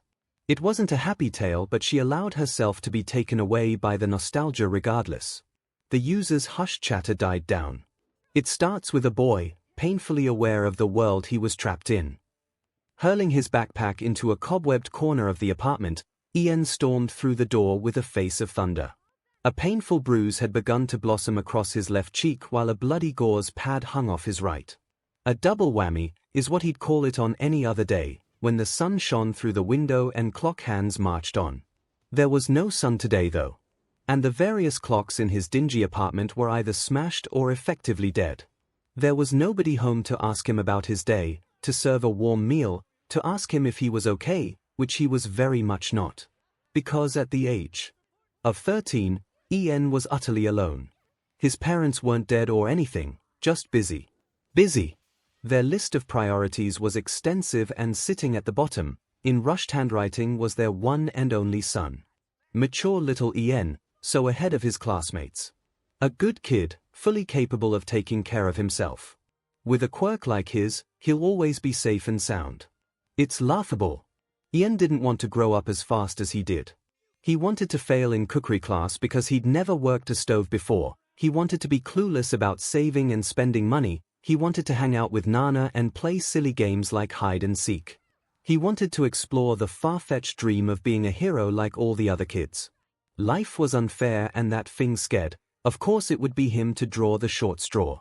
Ian sincerely hopes that whatever higher being that did this to him is at least getting a kick out of it. Opting to just tear off the flimsy gauze pad, Ian decided to throw that too. It soared through the air, heading in the general direction of the trash can, and it looked as if it might actually go in. The thing pathetically slapped against the wall and fell to the floor, joining its brethren in the biohazardous pile that had accumulated over the last few years. He should probably clean it up soon. Maybe later. That pile, much like Ian himself, was at the bottom of any priority list.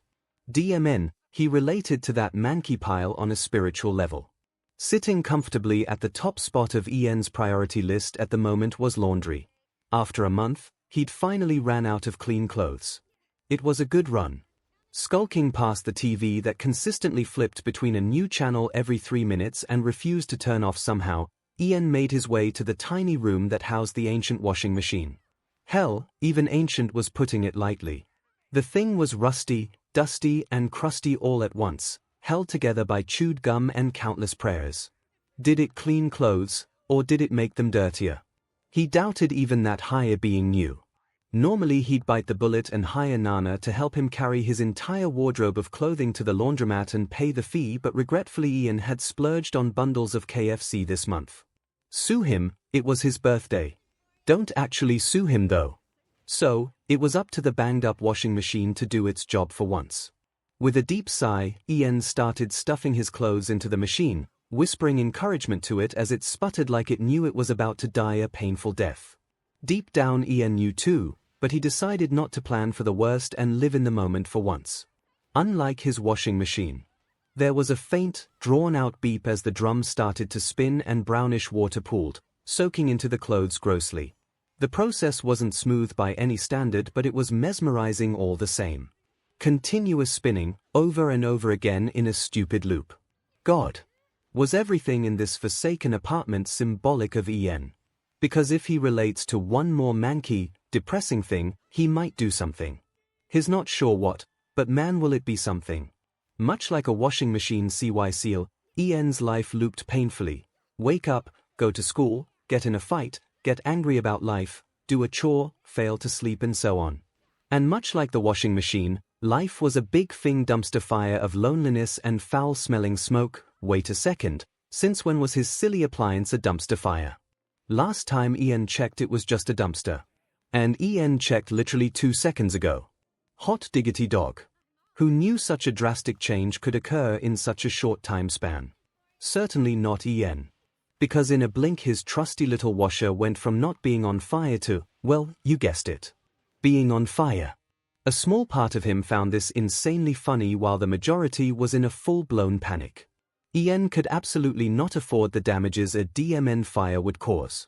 The flame was small, emerging from a grimy plug socket and slowly crawling along the bare wire while spreading to the very much wooden floor he neglected to put carpet over. Not that that would help. Oh, this was stressful. He needed water, right? Or would that make it worse? Ian remembers the course on fire safety. He aced the thing, top of his class just like always. But living in the moment rendered his memory more faulty than the thing plug socket that just blew a fuse, spoiler alert. Ian could relate to that as well. He needed to stop, drop and roll right. Stop everything. Drop everything. And roll out. Wait. Wasn't that the phrase for when a person caught fire? What the hell was even happening anymore? Well, for one the fire was spreading. Maybe get to that, Ian. Sending a quick prayer up to the deity that hates his guts, Ian decided that it was time to take action before his whole entire apartment burnt to the ground, but maybe that wouldn't be too bad. Okay, what in fresh hell was that? You have nothing to lose and neither do I, so let's run away. Me and you. Whipping his head around frantically, while simultaneously backing away from the growing fire he had yet to sort out, but shuffled out the tiny laundry room and found himself in front of his haywire TV. Listen to me, really listen. Oh man, it was just the TV absently flicking through channels on its own once again. Kinda freaky. Attention half split between the burning room and the haunted TV. Ian saw the channel, which was some tacky drama, freeze up before suching again. Breaking news. The world-famous chef, Jacob Lowe, who was thought to have passed away last June, has been seen in France. Could this be an uncanny lookalike, or did he actually fake his death? More at end feels as if his TV was trying to convey a message. Another flick. Is your life shitty? Are you living in a dump? Well, maybe you should just flick. Run, run, run. I gave you the perfect opportunity to escape, so please just run, flick. And I promise things will be so much better. I say, flick. Let it burn, burn, burn. Flick. And put on your Springer running shoes, just $4.99, flick. They'll never catch you, flick. But you must never look back. Flick. Oh man. The ghost of his dead washing machine was definitely, totally, absolutely hinting at something here. It was a thought so terrible, so irresponsible, just so atrociously bad that he should be jailed for ever daring to consider it. By now the fire had fully engulfed the doorway to the main room, creeping towards the television as if to silence its poisonous words that spoke of that terrible plan. Ian was effectively glued to the floor, unable to stand as his gaze was torn between the raging inferno to his left and the dodgy TV to his right. His mind was alive with scattered thoughts echoed by laughter that might be his own. Faintly, Ian heard the distant wailing of a fire truck, the obnoxious siren becoming louder and louder. Look at that, his small baby fire had become borderline murderous as it disrupted the lives of those who unfortunately shared an apartment building with Ian. There was a loud buzz of people congregating somewhere, the sound only being drowned out by the screeching fire alarm of the building that did its job a little too late. So many noises and blaring sounds, Ian could still hear the whispers of the television that spurred him to run away from his grotty life. And as reckless as that idea was, there was a small part of Ian that yearned for the adventure it could bring. No more school and no more fights. Zero chores while faulty electronics became a phantom of the past. Thinking of all the new people he could meet made him giddy until the rational part of his brain halted those excitable thoughts. How would he run away from the 5th floor while the place was flooded with firemen and police officers?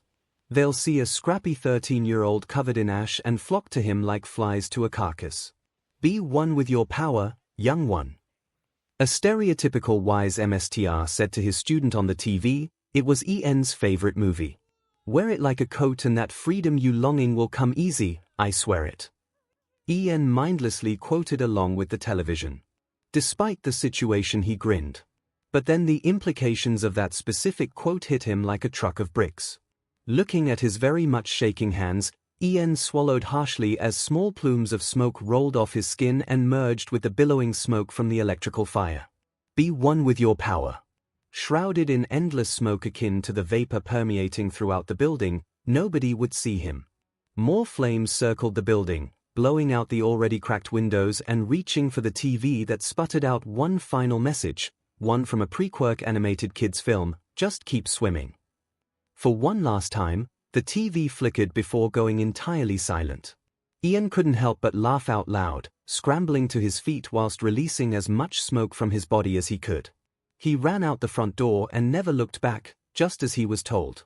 If he were a hero, he thinks this would make a cool ultimate move or something, called something cool like House of Flames, but he was getting distracted again.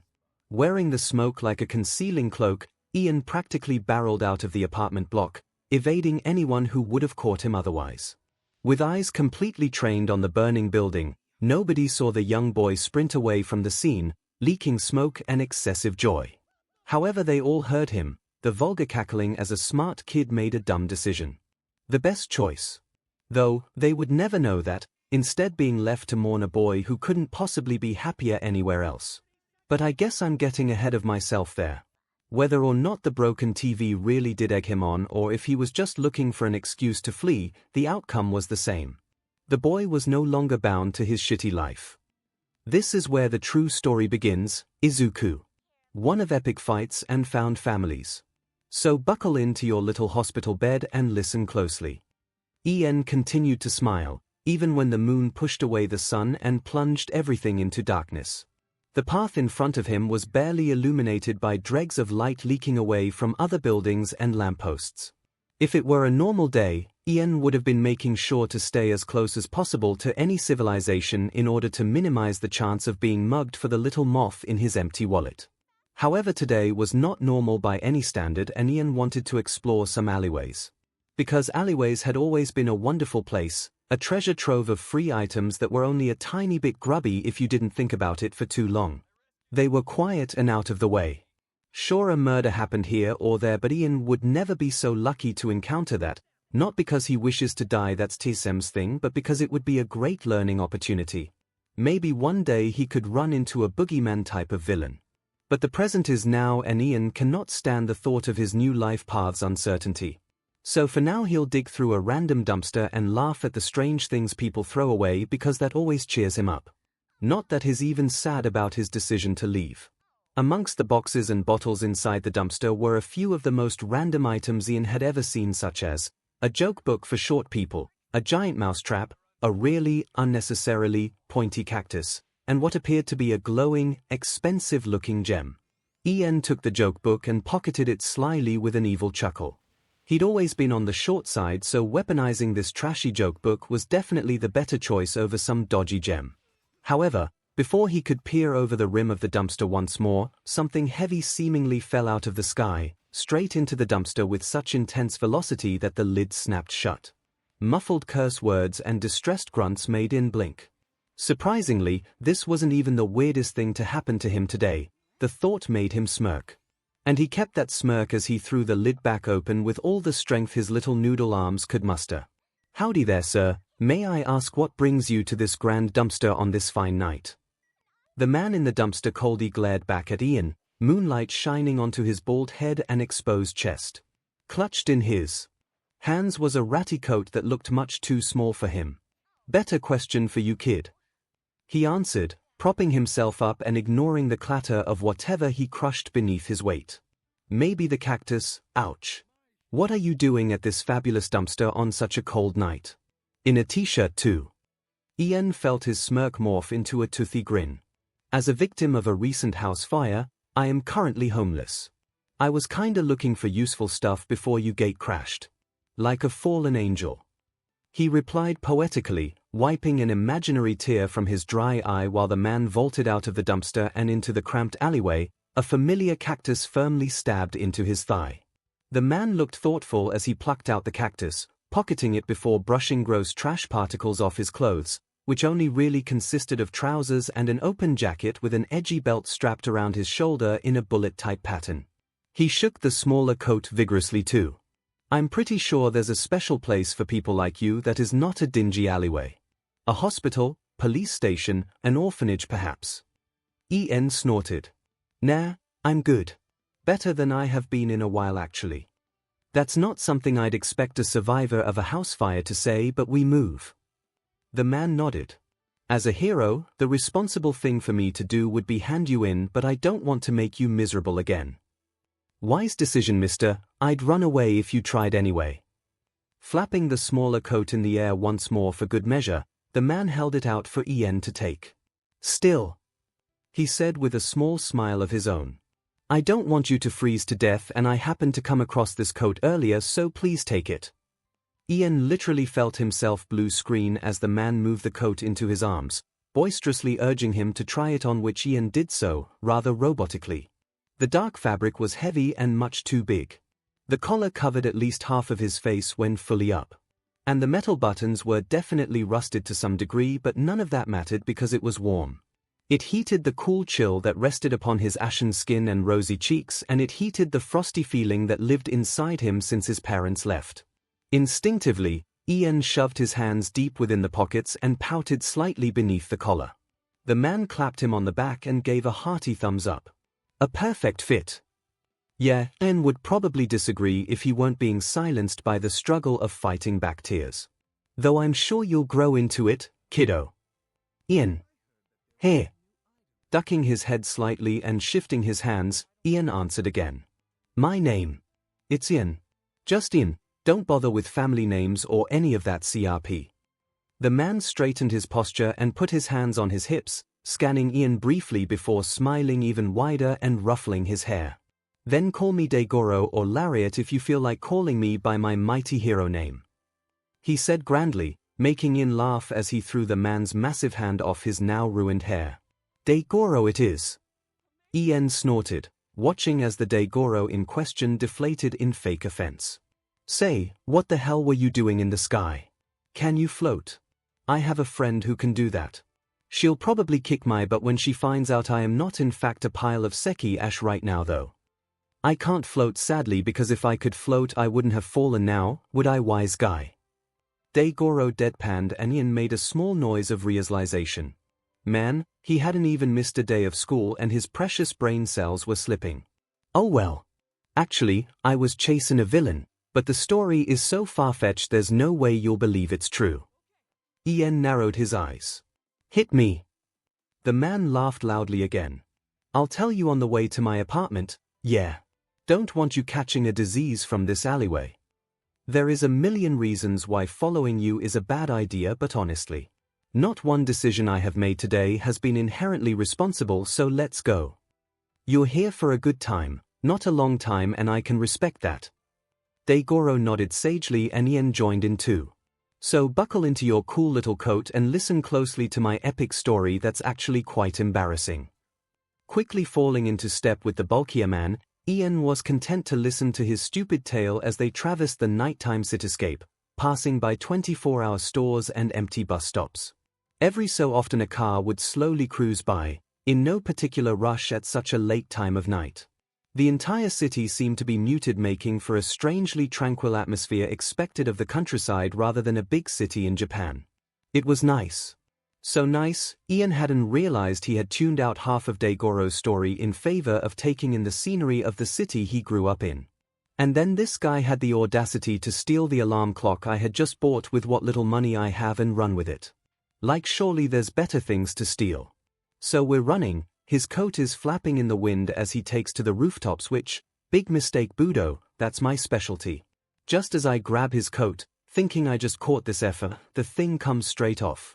His coat genuinely slips off like he wasn't even wearing it properly, which plot twist, he wasn't. Because even bigger plot twist, he had no arms. Wow!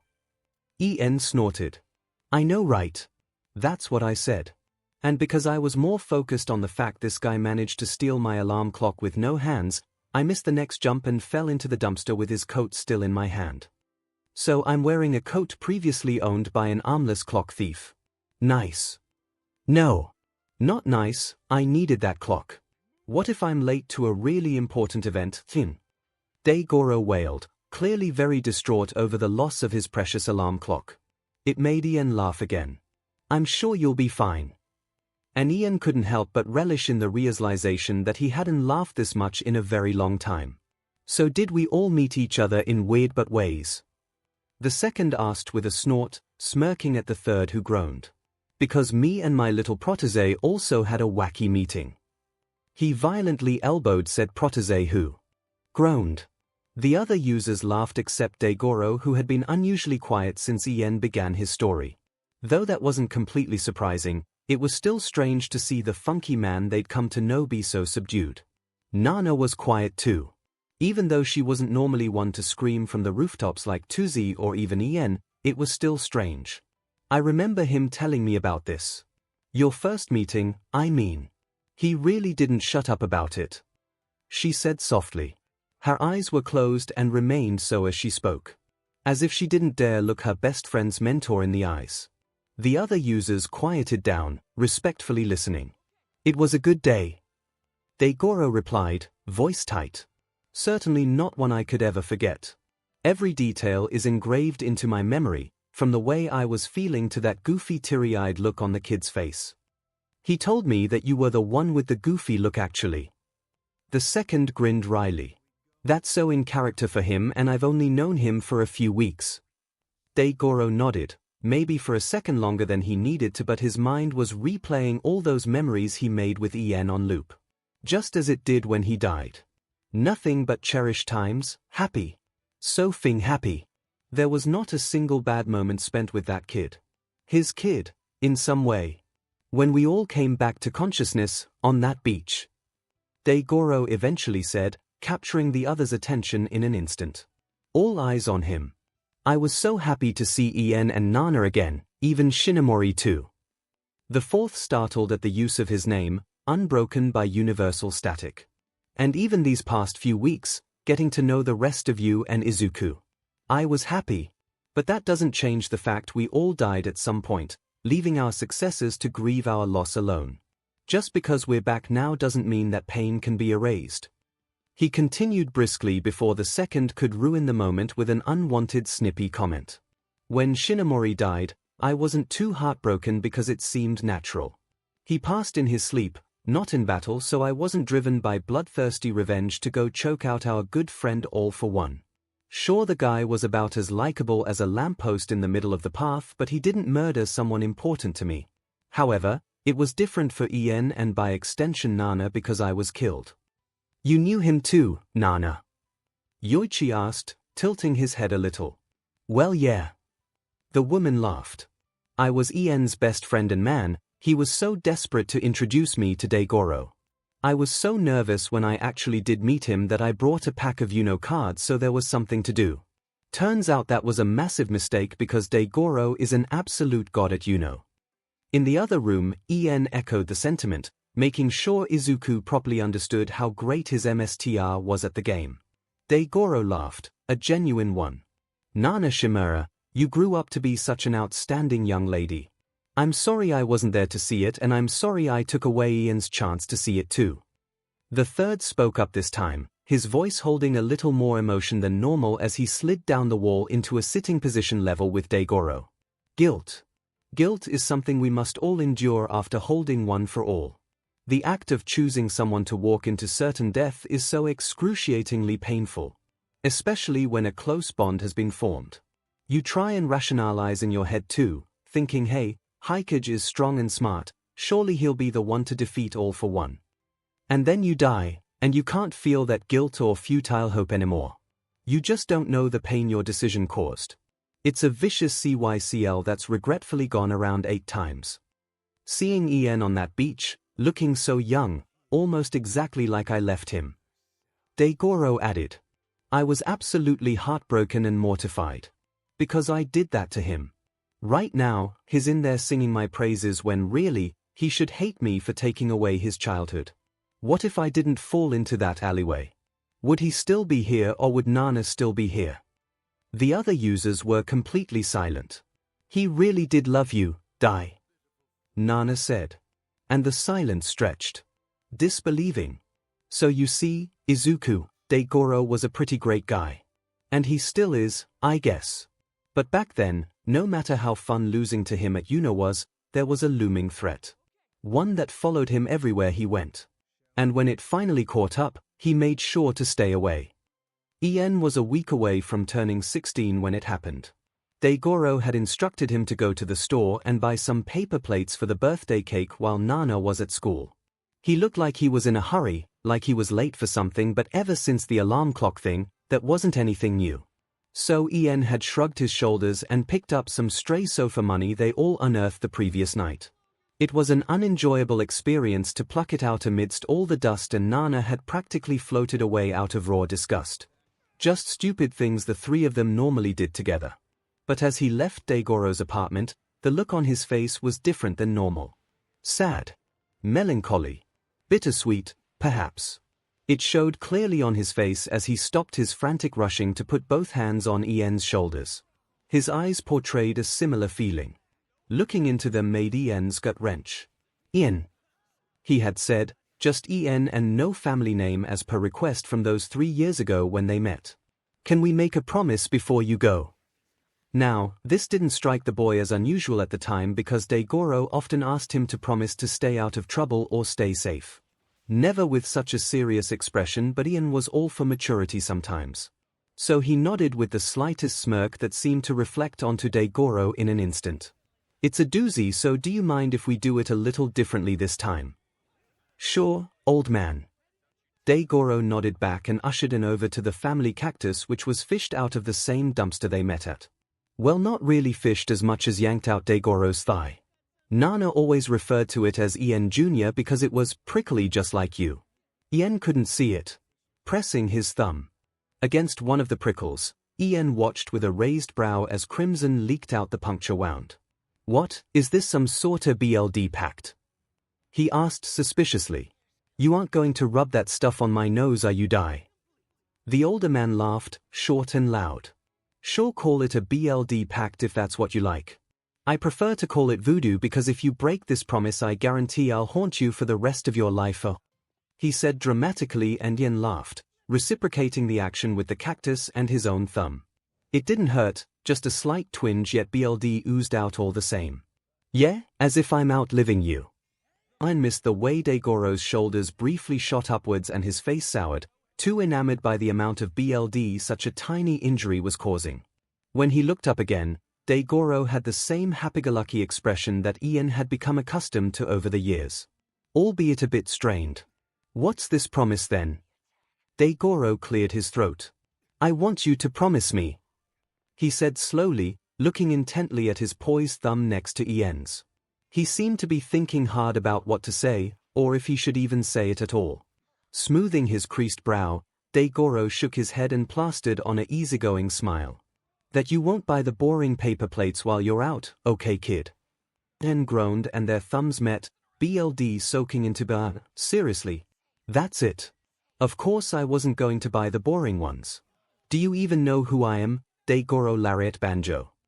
Ian fumed as he stormed towards the door, his hand gestures theatric and aggressively over the top. The old door opened with a guttural creak. Ian. 𝐤𝐤𝐽 called out again, and Ian paused his storming off to look back at him, something he wouldn't normally do, but today his voice had sounded different. Tighter and subdued. You forgot your coat. It's cold out there, son. He tossed over the worn coat and Ian caught it with ease, shrugging it over his shoulders and subtly enjoying the warmth it still brought him. Thanks, Dai. He grinned as he walked out the door. See you soon, yeah? Yeah, kid. I'm happy I looked back. But really, I wish I stayed instead. Now, Ian was walking home with a paper bag full of paper plates, marveling over the paperception he had unintentionally created when he saw, from the slimmest corner of his eye, a news broadcasting. Nothing out of the norm, but the scale of it was massive. Apparently some villain had gone mental in a nearby forest, almost impatient. Thankfully it was away from civilization, and thankfully pro-hero Lariat was already on the scene. From the way trees were being decimated, the newscasters were doubtful of his survival. Here. There wasn't much to say. Wasn't much to do. Wasn't much to even think really. Oh, but there was almost too much to feel. Dread, anger, sadness, grief, confusion, denial, crushing guilt.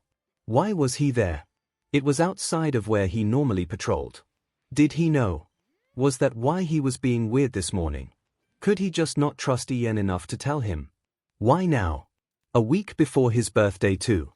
He wasn't even watching the screen, just looking. All those swirling emotions were presented as a completely blank face. We can now confirm the death of pro-hero Lariat with a heavy heart. Ian blinked. Set down his paper bag full of paper plates gently, and gracefully sat down cross-legged on the sidewalk beside it, unmoving, unfeeling and empty. He continued to look at the screen, not daring to blink for fear of what might leak from his eyes. Pulling the collar of his coat up provided no warmth on this particular cold night. Not inside or out.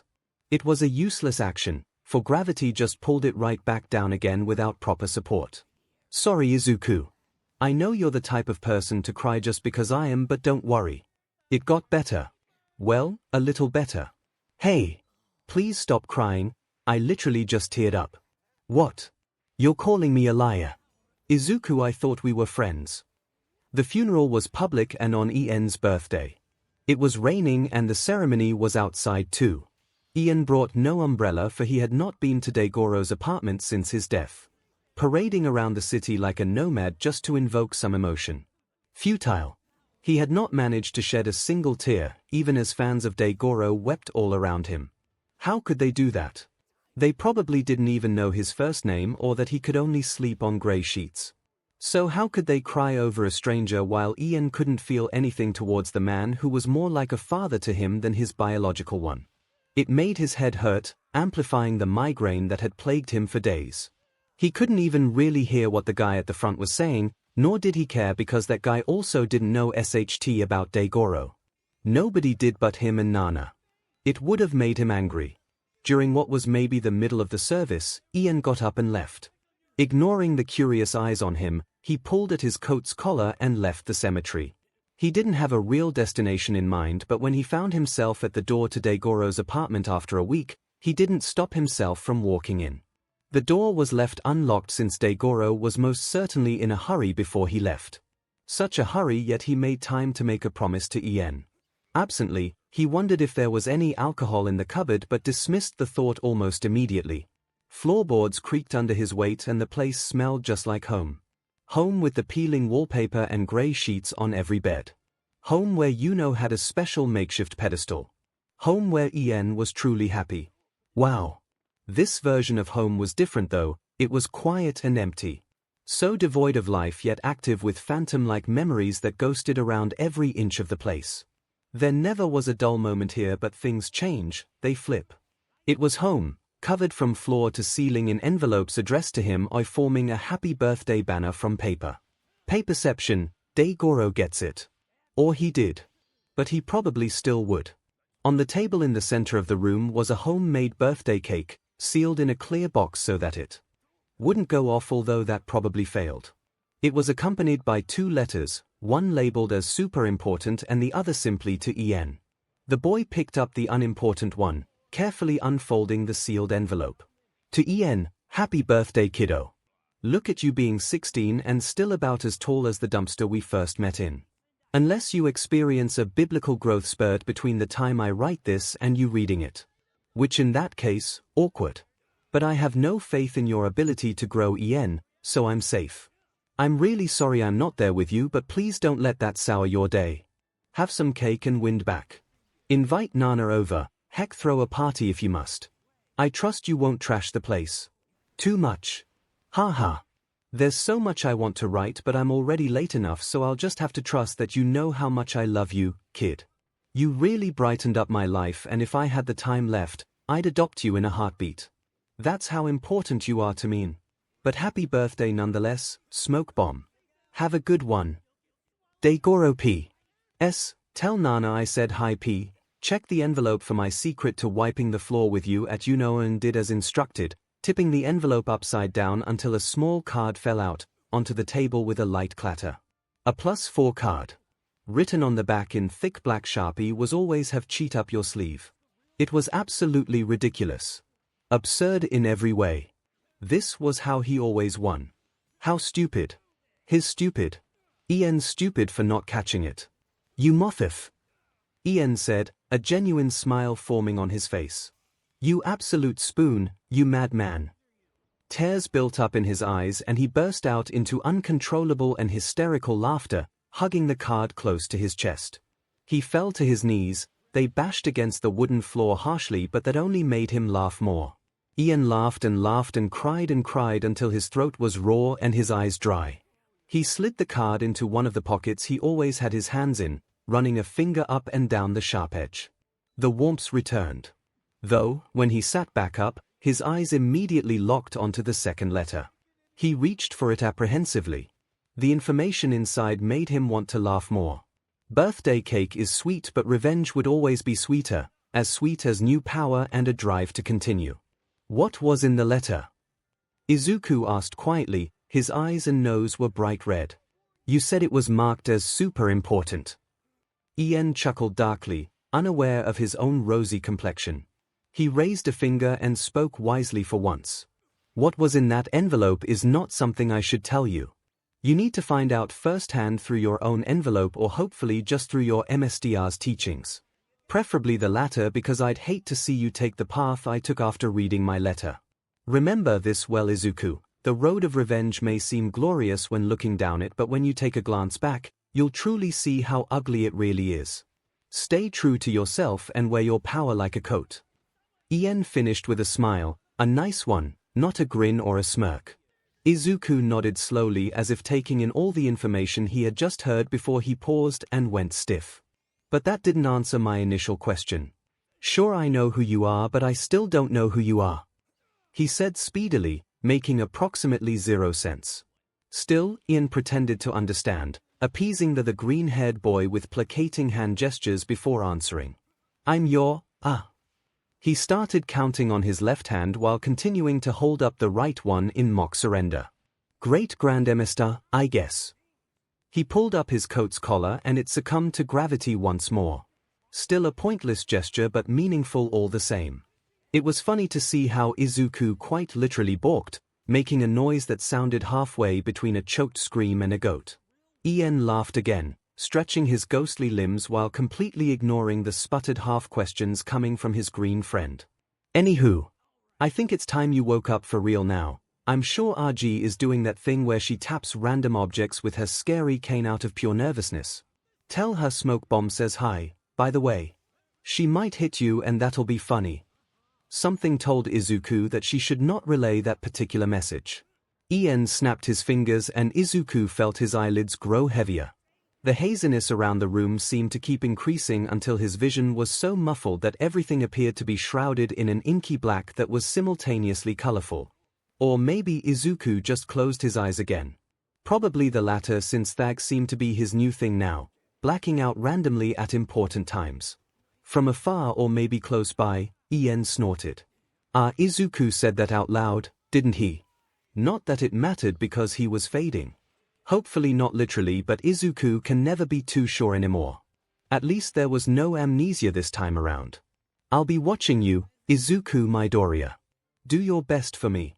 Ien called with a wave, watching as the comforting darkness of the true vestige world swallowed him in order to carefully guide him back to his own world, probably. A world where everyone is alive. Ien lived there once too, but honestly, he prefers being dead much more, and he's sure all his fellow ghost friends would agree. Because it was fun again. Ien was having fun with all the people important to him. With new people as well who he was starting to care for just as much as Daigoro and Nana.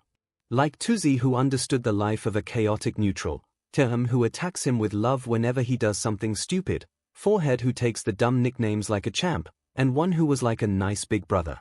It filled him with so much warmth. Looking up, Ien immediately made eye contact with Daigoro. You did so good, kid. His voice gravelly but familiar. Rubbing the card in his pocket, that somehow came with him in death, though he wasn't about to question it, Ien sniffled before diving into a violent hug with his treasured MSTR. The man's jacket smelled like home. Daigoro returned the embrace with just as much vigor, rubbing circles on the boy's back. I'm proud. Continuing to mutter encouragement into the boy's ear, Daigoro didn't even notice the wetness in his own eyes. The others stood back and watched the moment. The second clutched his heart, leaning into the third, who shoved him away, and into the first, who also pushed him away with a grin. Nana was practically vibrating with the urge to join in the hug, but refrained until the second was shoved right into her, sending her stumbling straight into the embrace. Falling right after her was the second, who took part just for the why notses, and thus a cuddle pile was initiated. One each of the users ended up joining. Even the third, though he doesn't exactly know how. In the center of it all, Ien and Daigoro continued to be in their own world, reveling in the comfort that the other brought. I'll never leave you alone again, kid. That's a promise. The universe snaps back into focus, all frayed edges and hairline fractures. A door is left ajar, there's no breeze. Izuku wakes up to Uraraka drawing all over the cast on his arm. She's holding a marker that's a truly ugly shade of yellow, making repetitive circular motions that start to tickle after about 4 seconds. It might be an attempt at the sun, Izuku thinks, if the sun shone PSS rather than golden glory. Still, he has no legs to stand on. They are broken. Covered in casts that sport more doodles. His left leg appears to be a zoo, there's a weird-looking tiger here, a pretty decent attempt at a penguin there. His right leg is 𝐻𝐻𝐻𝐿. He isn't actually sure what's going on there. What's all that? Izuku decides to ask because he has a curious little heart and the collection of shapes seems to be warping before his very eyes. He thinks there might be a planet near his ankle, but it could just as easily be a lollipop or something. If his sudden consciousness surprises Uraraka, she doesn't show it. The scribbling stops, the yellow pen is rightfully sheathed, peace has returned to the cursed lands of his minced body.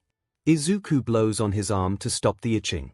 It's abstract, Uraraka declares flatly, interpretative. What do you think it is? He thinks it's a trap. Oh, he flounders, it could be anything, really. Yes, that'll do. Perfectly obtuse, a degree whimsical. He tacks on a cough to remind her he's currently all drugged up and then gives batting his eyelashes a go when Uraraka's expression remains unchanged. Ms. Midnight's art history classes aren't even as intense as this. Izuku doesn't want to analyze the meaning behind Uraraka's wobbly lines and abysmal coloring, thank you very much. Such as, she pushes, effectively condemning him. DMN it all. He pretends to pass out again, to escape scrutiny. It's a feeble attempt. Uraraka loudly uncaps the yellow marker. Izuku takes this as the threat it's intended to be.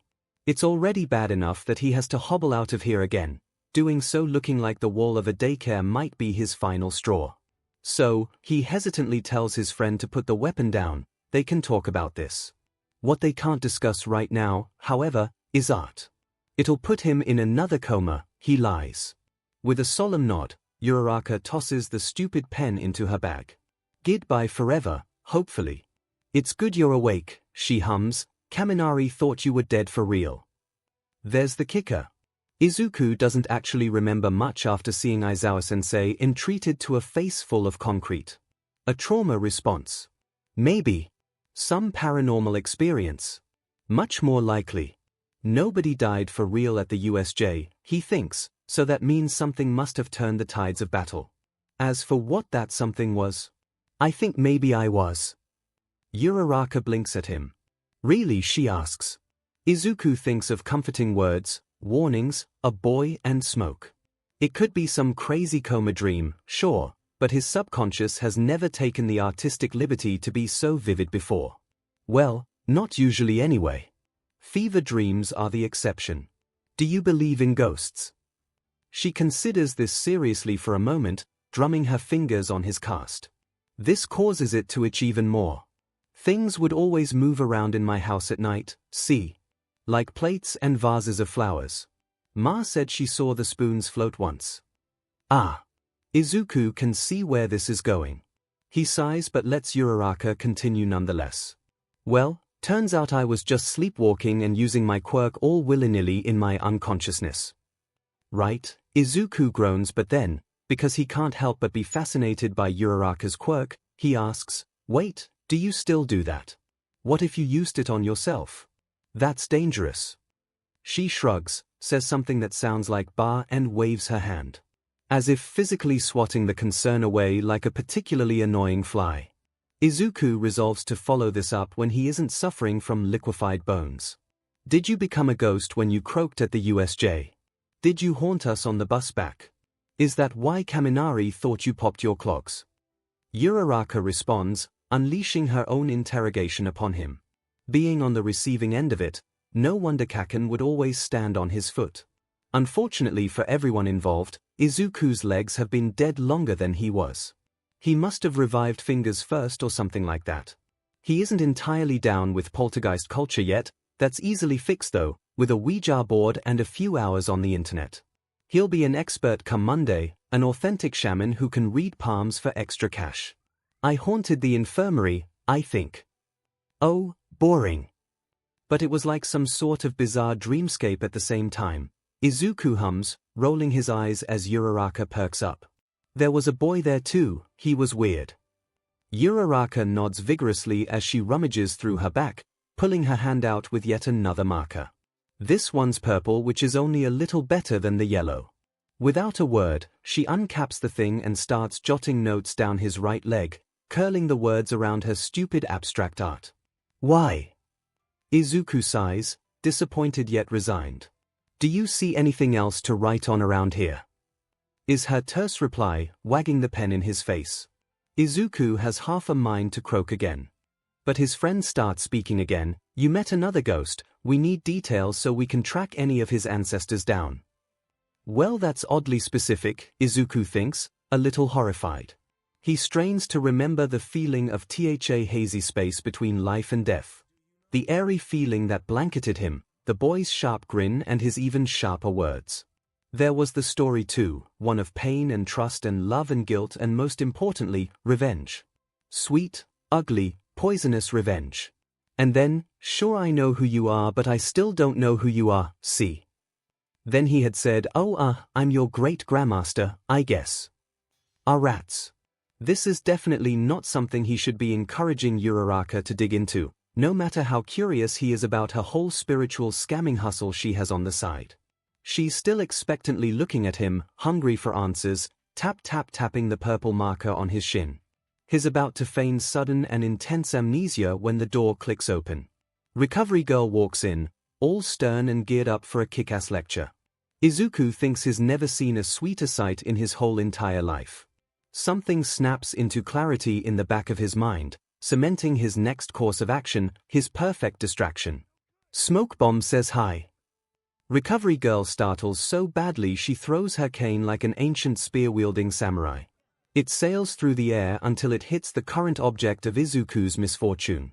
Uraraka goes down with a disgruntled sounding that probably should make Izuku feel guilty. He doesn't though. Not when he looks at Recovery Girl's ashen face and nor when he sees his friend's corpse on the tiled floor.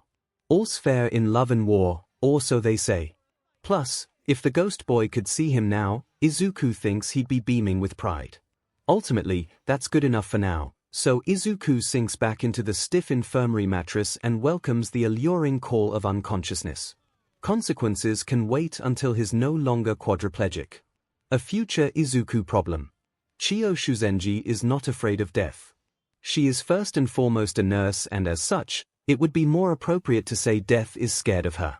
She pries bodies from its cold and icy grip every day, hissing and clawing in the face of possible failure.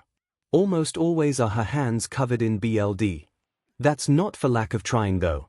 In her profession, blooded hands are a sign of perseverance.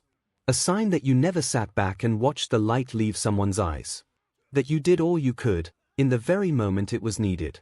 That's why, even off duty from her work study at school, she follows a trail of BLD into a back alley. Right past overfilled dumpsters and stray cats, until she reaches a prominent cloud of purplish smoke. It looks innocuous enough, nothing seems to be on fire, at the very least. But the trail of BLD leads right into it. Of course, Chiyo walks straight through, rolling her shoulders the whole way. Because if death does want to fight, she'll put up a DMN good brawl. Baring her teeth, putting up her blooded fists, fully prepared to drag souls kicking and screaming back to their bleak land of the living. She's not afraid, never will be. They sit in an open circle, each with their own grandiose chairs. Plush velvet, Nana thinks, pretty bougie. If not a little ostentatious, anyway. Everyone looks solemn, which is to be expected. They had to fight to keep the lives of children safe, defying death and nature along the way. Tearing apart the universe to do it. That's kind of why they're here now. Because even though this tapestry was stitched back together, there's something different about it now. They need to regroup, figure out what All for One wants, decide how to keep Izuku safe, choose the extent to which they will bow to natural law. So, the third begins, effectively shattering the terse silence they've all been stewing in since they arrived back in the vestige world. Across from her, Ian taps his chin nervously, it almost makes her laugh, like being 14 again. Sit rep. The sixth fed up because his frontal lobe hasn't fully developed and never will. The fourth replies plainly, which seems to satisfy his old predecessor.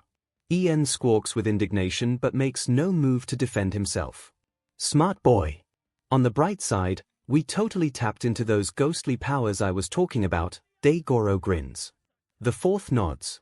The supernatural abilities, yes. Dude, whatever. Nana sighs, she does that a lot lately.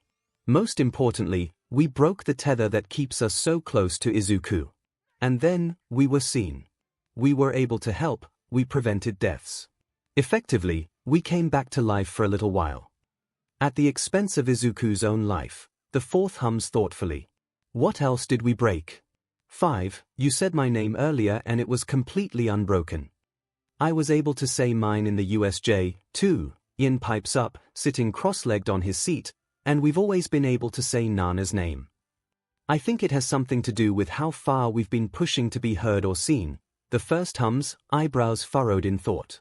From the very beginning 3 has been pushing the tether to its limits, which allowed Ms. Shimura's name to slip through at first. And then after the whole Eraserhead situation we were able to say Daigoro's name. Nana gasped. Since we shattered what was keeping us so stuck, that means, theoretically, you can all have your names back. The fourth gasps, eyes shining with a concerning amount of emotion. He's a little choked up when he says, you mean to say I won't have to suffer through any more of the 6 awful 4 puns? Fantastic, amazing, wonderful. It's not my fault it's too easy, then huffs pettily. Hikage Shinomori, the fourth, or well, Shinomori, corrects. There are definitely tears in those eyes of his. Feel free to use my first name, except sixth, who will refer to me as Shinomori Dono. En gasps, completely horrified, fully clutching his imaginary pearls. Excuse me. I will do no such thing. And my name is En, though you probably all gathered that after listening to my totally tragic backstory. No family name for me, not that I even remember it, honestly. You don't. Nana frowns, it's Tayutai. Seriously, how the hell did you forget that? That's so worrying on like 8 different levels. Expectedly, En just blinks at her, long and slow. The same way he did after she yelled at him for faking his DMN death. He never thinks of anything that happens to him as misfortune, it's not positivity per se but… Oh, well. Shinomori Dono can call me Tayutai Hiker.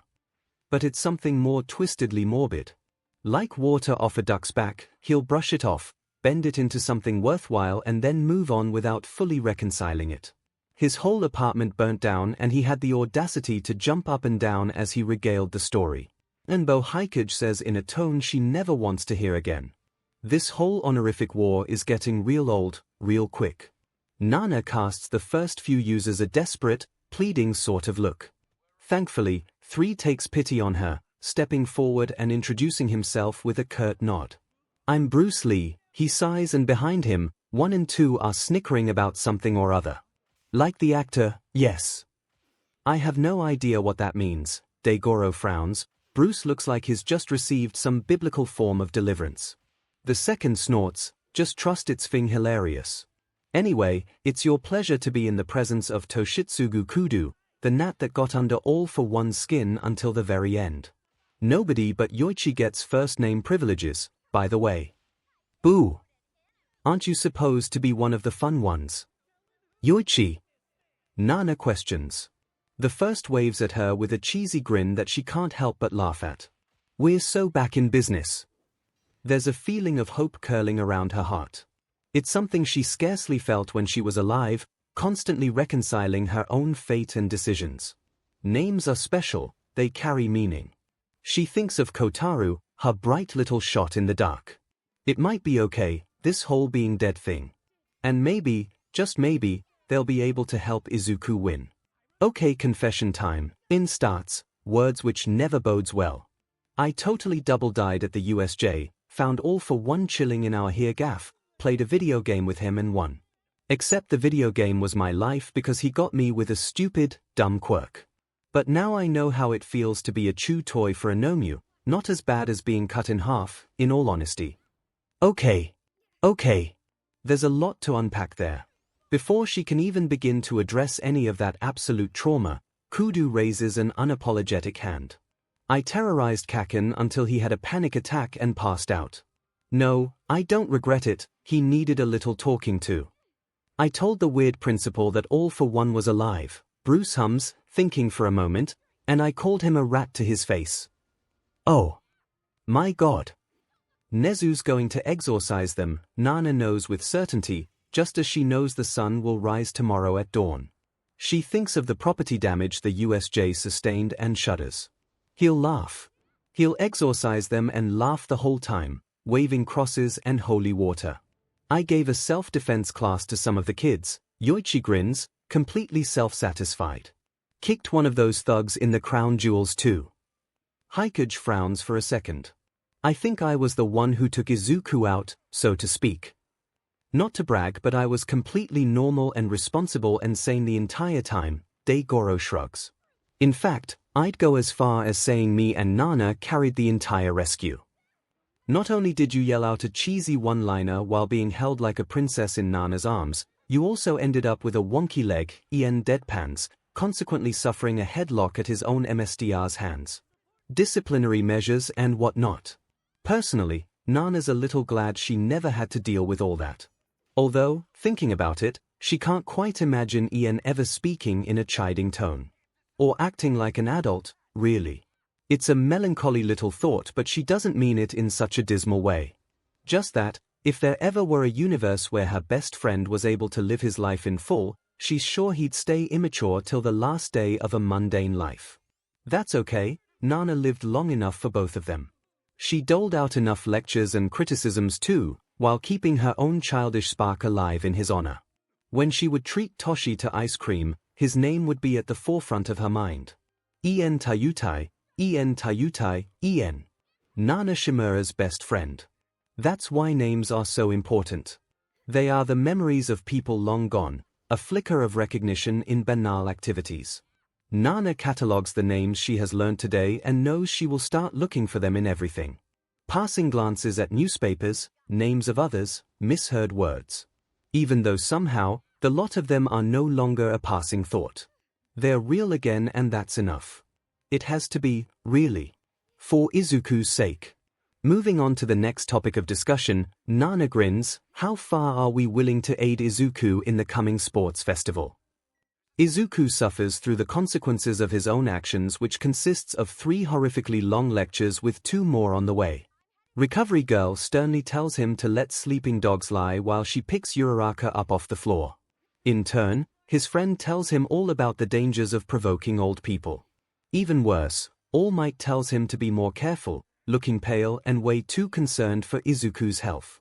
After 2 minutes of "Oh my god, All Might is worried about me, so cool," he bows deeply to apologize for his early onset demise. Despite the fact it was probably his haunted quirk that did it. When he gets home, his mom will probably tip him upside down and cry about his poor decision-making skills. Get the BLD rushing to his brain, see. It's a tried and true Midoriya tradition, even if it's a bit awkward. Finally, and Izuku dreads to think, Aizawa-sensei's lecture. It feels like he's seeing the gallows in the distance. He resigns himself to double-checking UA's policy on corporal punishment before he hits the hay. Then again, Aizawa-sensei doesn't seem like he'd follow something as trivial as a rulebook. Izuku sighs, casts a longing glance at the sunset and links his arm in Uraraka's. She tries to make him skip down the hill, but alas, his legs were just broken. It's nice that she waited up for him though, despite being the reason for her bust lip. High school is weird. So is death, really. Behind the door, a figure lies in wait. Eyes red, grin sharp, he's going to eat you alive. They're given the following week off school to deal with the trauma of the whole USJ thing. Izuku uses this time wisely, bidding on exclusive action figures, researching the paranormal, and enjoying life with 2 working legs. It's exactly the piece he needs in order to figure out his next course of action. The ghost problem, so to speak, now that Izuku knows that something is there, dogging his steps and such, it's been setting him a little on edge. He's already chewed 2 pencils down to their nibs, and this is, consequently, making his mom worry too. Nonetheless, she bans him from all stationery until school starts back up, lest he wants another trip to the dentist. Alright then, Izuku can play her game. There's not much he can do about the situation without being able to write down his findings. However, that doesn't stop him from taking a more hands-on approach. Izuku calls up a ghostbuster. Yellow, yellow, Uraraka chirps upon answering the phone. Realistically, Izuku knows this is probably, most definitely, a one-for-all thing. However, there's a part of him that endlessly catastrophizes. It is this part that wants a friend present when he may or may not get dragged to hell by the restless spirits of the 𝐷𝐸. And 𝐻𝐸 seems to be down to earth in a detached yet loving way. 𝐒𝐿 needs that energy. Would you like to talk to those beyond the veil with me? 𝐿. Could be. Should I bring my spirit board then? 𝐒𝐿 raises an eyebrow, even though she can't see. Why do you know how to do one of those if you don't really believe in ghosts? I never confirmed or denied that. Actually, 𝐻𝐸 huffs. Should I bring the 𝐷𝐸 board or not? Oh, why not? Bring the 𝐷𝐸 board. 𝐻𝐸 arrives in 10 minutes flat, which is incredibly impressive considering she lives half an hour away. When asked if she used magic, 𝐻𝐸 mysteriously twirls around. Could be a yes, could be a no. It's just another thing 𝐒𝐿 is left to wonder about the mystery that is 𝐒𝐭𝐻𝐲 𝐔𝐸. They are sitting cross-legged on the floor of 𝐒𝐿's bedroom, atop his all-might rug. Everything's starting to feel a little ritualistic. What happens if the ghosts demand a sacrifice? He can't give up any of his merch, 𝐷𝐸. Then, just as the thought occurs, 𝐒𝐿 sneaks a glance at 𝐻𝐸 and thinks, good enough. The board she has brought looks nothing like anything 𝐒𝐿's ever seen to play 𝐭𝐼𝐻𝐸. For one, she's not holding a piece of paper but instead something that looks more like a cutting board. There's not 𝐂𝐼𝐫 drawn at the top, and most glaringly, is this in English? 𝐻𝐸 pauses from where she's unboxing the thing, pulling out a Western-style planchette. She turns to look at him through the hole in the middle of it. Yeah, it's a Ouija board. When you said you were bringing a spirit board, I thought you meant you were gonna doodle the kanji for 𝐭𝐼𝐻𝐸, 𝐒𝐿 sighs, peering at the board. He's no expert in English, but he's pretty sure is not a proper term. Where did you even get this? 𝐿. 𝐒𝐿 mentally calculates everything he has learned about 𝐻𝐸 in the past few weeks and decides that yeah, that checks out. Still, regardless of if the board was a bargain, it's still all in English. They are in Japan. Neither of them are anywhere close to being fluent. What if the ghosts don't speak English? 𝐒𝐿 asks, because that honestly seems like it'll be a major roadblock here. How are we gonna even know what they are saying? 𝐻𝐸 starts intelligently, you're the one that perished, did you not receive any lingual omniscience at all? 𝐒𝐿 sends her a flat look. No. Well, we can always use an online translator. The word ya sears itself into 𝐒𝐿's retinas. 𝐻𝐸, this board is so garbled I don't even think technology would be able to make heads or tails of it. You think so?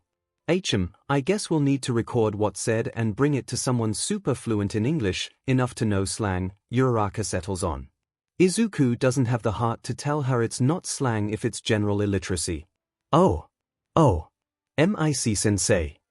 The situation seems to be rapidly snowballing out of control. Sorry, All Might, 𝐒𝐿 thinks sourly. The secret quirk is going to be revealed because of 𝐒𝐿's irrational fear of ghosts and his subpar English skills. Seemingly sick of lollygagging, 𝐻𝐸 seizes his hands and forces his fingers atop the planchette. Don't move, she says, leg bouncing in excitement. They sit there for about 5 minutes. Nothing happens and 𝐒� feels himself starting to relax. Honestly, of course it was a stupid coma dream. He actually feels silly for thinking it could have been anything. The planchette moves. 𝐒𝐿 doesn't shriek, but it's a close thing. In front of him, 𝐻𝐸 is gaping in some sort of thrilled astonishment. She looks up quickly, meeting 𝐒�'s eyes and raising an eyebrow, silently asking if he was the one to move it. Tears well up in his eyes almost automatically. That answers that. We need to write this down, she gasps. Where's your pencils? 𝐒� points miserably to his mom's bedroom, fingers shaking atop the planchette. You'll have to ask my mom for one. I have some bad habits that I'm not comfortable disclosing in front of the dead. Gotcha, 𝐻𝐸 grins, jumping up and racing out the door. Leaving 𝐒� alone. Or maybe not alone. He woodenly drops his gaze to the board, afraid to even take his eyes off of it lest it opens up a pit to eternal damnation. Apparently, the spirit doesn't even care that 𝐒�'s got his eye on it, because the planchette shoots upwards, dragging both itself and 𝐒�'s fingers to the number 9. Then 7, 6, 5, 4, 2, 6, 2, 1, 6. 𝐒𝐭𝐚𝐲 finds his too confused to cry. Do they not have arithmetic? Past the pearly gates.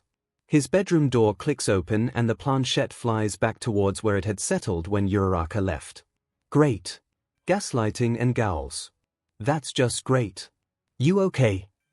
𝐅𝐼𝐴 asks, unceremoniously dropping back to the floor, legs crossed and fingers atop the planchette. She has a pencil in her mouth and a canvas notebook which has the word "go" scrawled across it in loopy handwriting. When she catches 𝐒𝐿 staring at it, she grins and declares, glamorous hunters of spectral tricksters/tyrants depending on today. Okay, 𝐒𝐿 sighs, still miserable, still full of regrets. The planchette zips towards the letter I. 𝐅𝐼𝐴 furiously writes this down as 𝐒𝐿 comes to the realization that he absolutely cannot deal with this. Not that fate has ever cared for his wants and needs. What a cosmic joke, 𝐒𝐿 thinks.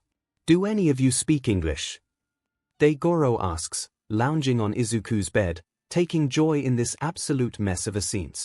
Because personally, I flunked. That doesn't surprise me at all, 𝐒𝐻𝐽 mumbles stoically. While 𝐔𝐬𝐽 could take a swing at him, he's been trying to spend his afterlife as peacefully as possible. His predecessor shoots him a smug look and all that zen goes out the window. Nana sighs, she's gotten so big and responsible, really. Me and Ian failed English together. I died, what's your excuse? 𝐔𝐬𝐽's little twerp cackles and suddenly, there are two separate brawls happening. Which actually feels pretty tame compared to a normal day. Nana effortlessly picks Ian up and slings him over her shoulder, kicking and screaming. Nobody gave a SHT about English in our day, Kudu huffs, too preoccupied by their superpowers and whatnot. Beside him, Bruce nods his head sagely and that's when a sudden realization strikes 𝐔𝐬𝐽. He decides to end his fight with 𝐒𝐻𝐽, tapping the ground thrice to yield. Bruce, he starts, that's a pretty Western name. Yoichi bursts into sudden laughter that has him folding in half. He flaps his hand in Bruce's direction making wordless gurgles. Beside him, Kudu starts vibrating with what 𝐔𝐬𝐽 suspects is suppressed giggling. What? Ian asks suspiciously, still boneless over Nana's shoulder. Don't tell them, please, please don't tell them yet, Kudu mumbles, loud enough that 𝐔𝐬𝐽 just barely catches it. Suspicious, weird, puzzling. He chooses to suspend his belief. Bruce makes the most exhausted sound 𝐔𝐬𝐽 has ever heard from a person and pops a squat right in between 𝐒𝐿 and his friend. You want to see the English skills I get from my Western name. Observe. It's pretty anticlimactic really, when he nudges the planchette towards two letters in order to spell out the word 𝐻𝐽. The greeting everyone and their dog knows. I'm named after an actor, dips hits. Bruce says flatly as his two predecessors howl in laughter behind him. I was born in China, literally what reason do I have to know English? Oh. Well that makes this scene a little tricky then. When school starts back up, 𝐒𝐿 and 𝐅𝐼𝐴 are the first in the classroom. This is not because they are studious but rather due to 𝐅𝐼𝐴's insistence they burn sage and toss some holy water about. Ida walks in 2 minutes after them, standing in the doorway and looking utterly bushwhacked. Why are you trying to set the fire alarm off? He asks in a bewildered tone of voice that 𝐒𝐿 can really resonate with. That's a crime. Is it? 𝐒𝐿 wonders, that seems a little intense. 𝐅𝐼𝐴 waves him off as she clambers atop Aizawa-sensei's desk, wielding the sage like a weapon. There are ghosts around, Ida. Do you really want a poltergeist interrupting our studies? I know. Then start spreading this around the perimeter, she orders, tossing him a regular salt shaker that looks like it was purloined from the cafeteria. Remarkably, Ida does as he's told without another word. 𝐒𝐿 doesn't even know anymore. Their little scenes from the other day prove that there is an undeniable ghost issue around 𝐒𝐿. However, he's also 90% sure the words that came through the board weren't even English. Still, 𝐅𝐼𝐴 is completely convinced and thus, here they are.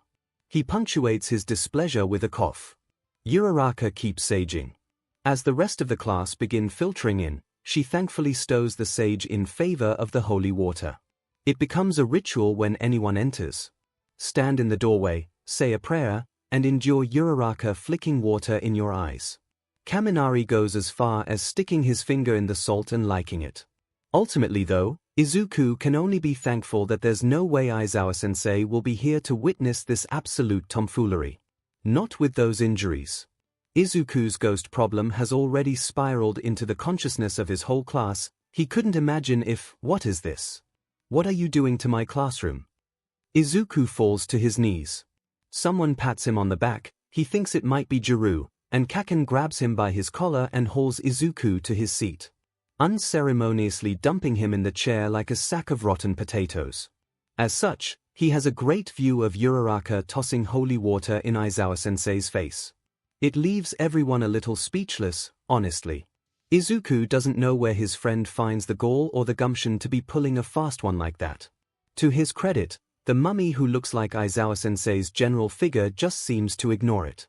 Although it's hard to tell, what with all the bandages across his face. Also his arms. Just generally everywhere. There's a line drawn somewhere, the class knows this as surely as they know the sun rises. However, if a face full of holy water doesn't cross said line, where does that leave them? Where does that leave them, indeed?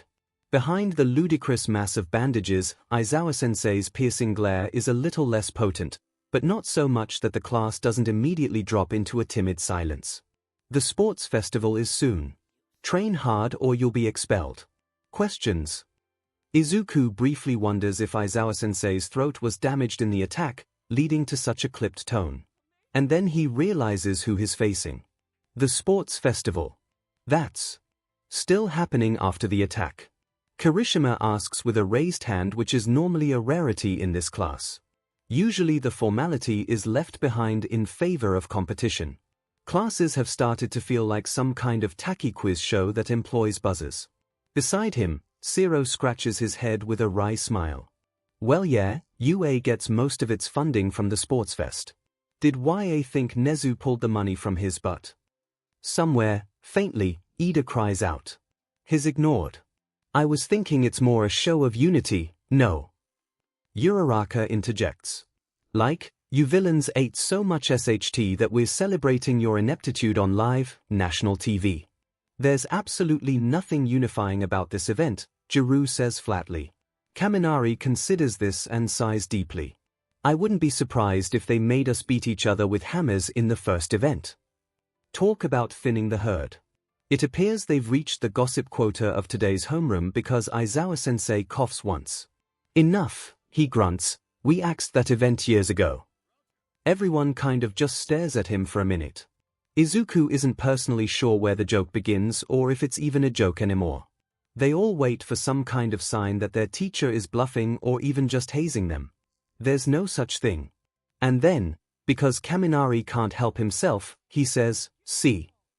Aizawa-sensei sentences them all to 100 laps around the building as punishment for this obstinacy. It's a long, strenuous and exhausting day, but they end up missing math for it. Silver linings, Uraraka wheezes, a puddle on the stairs. Sure.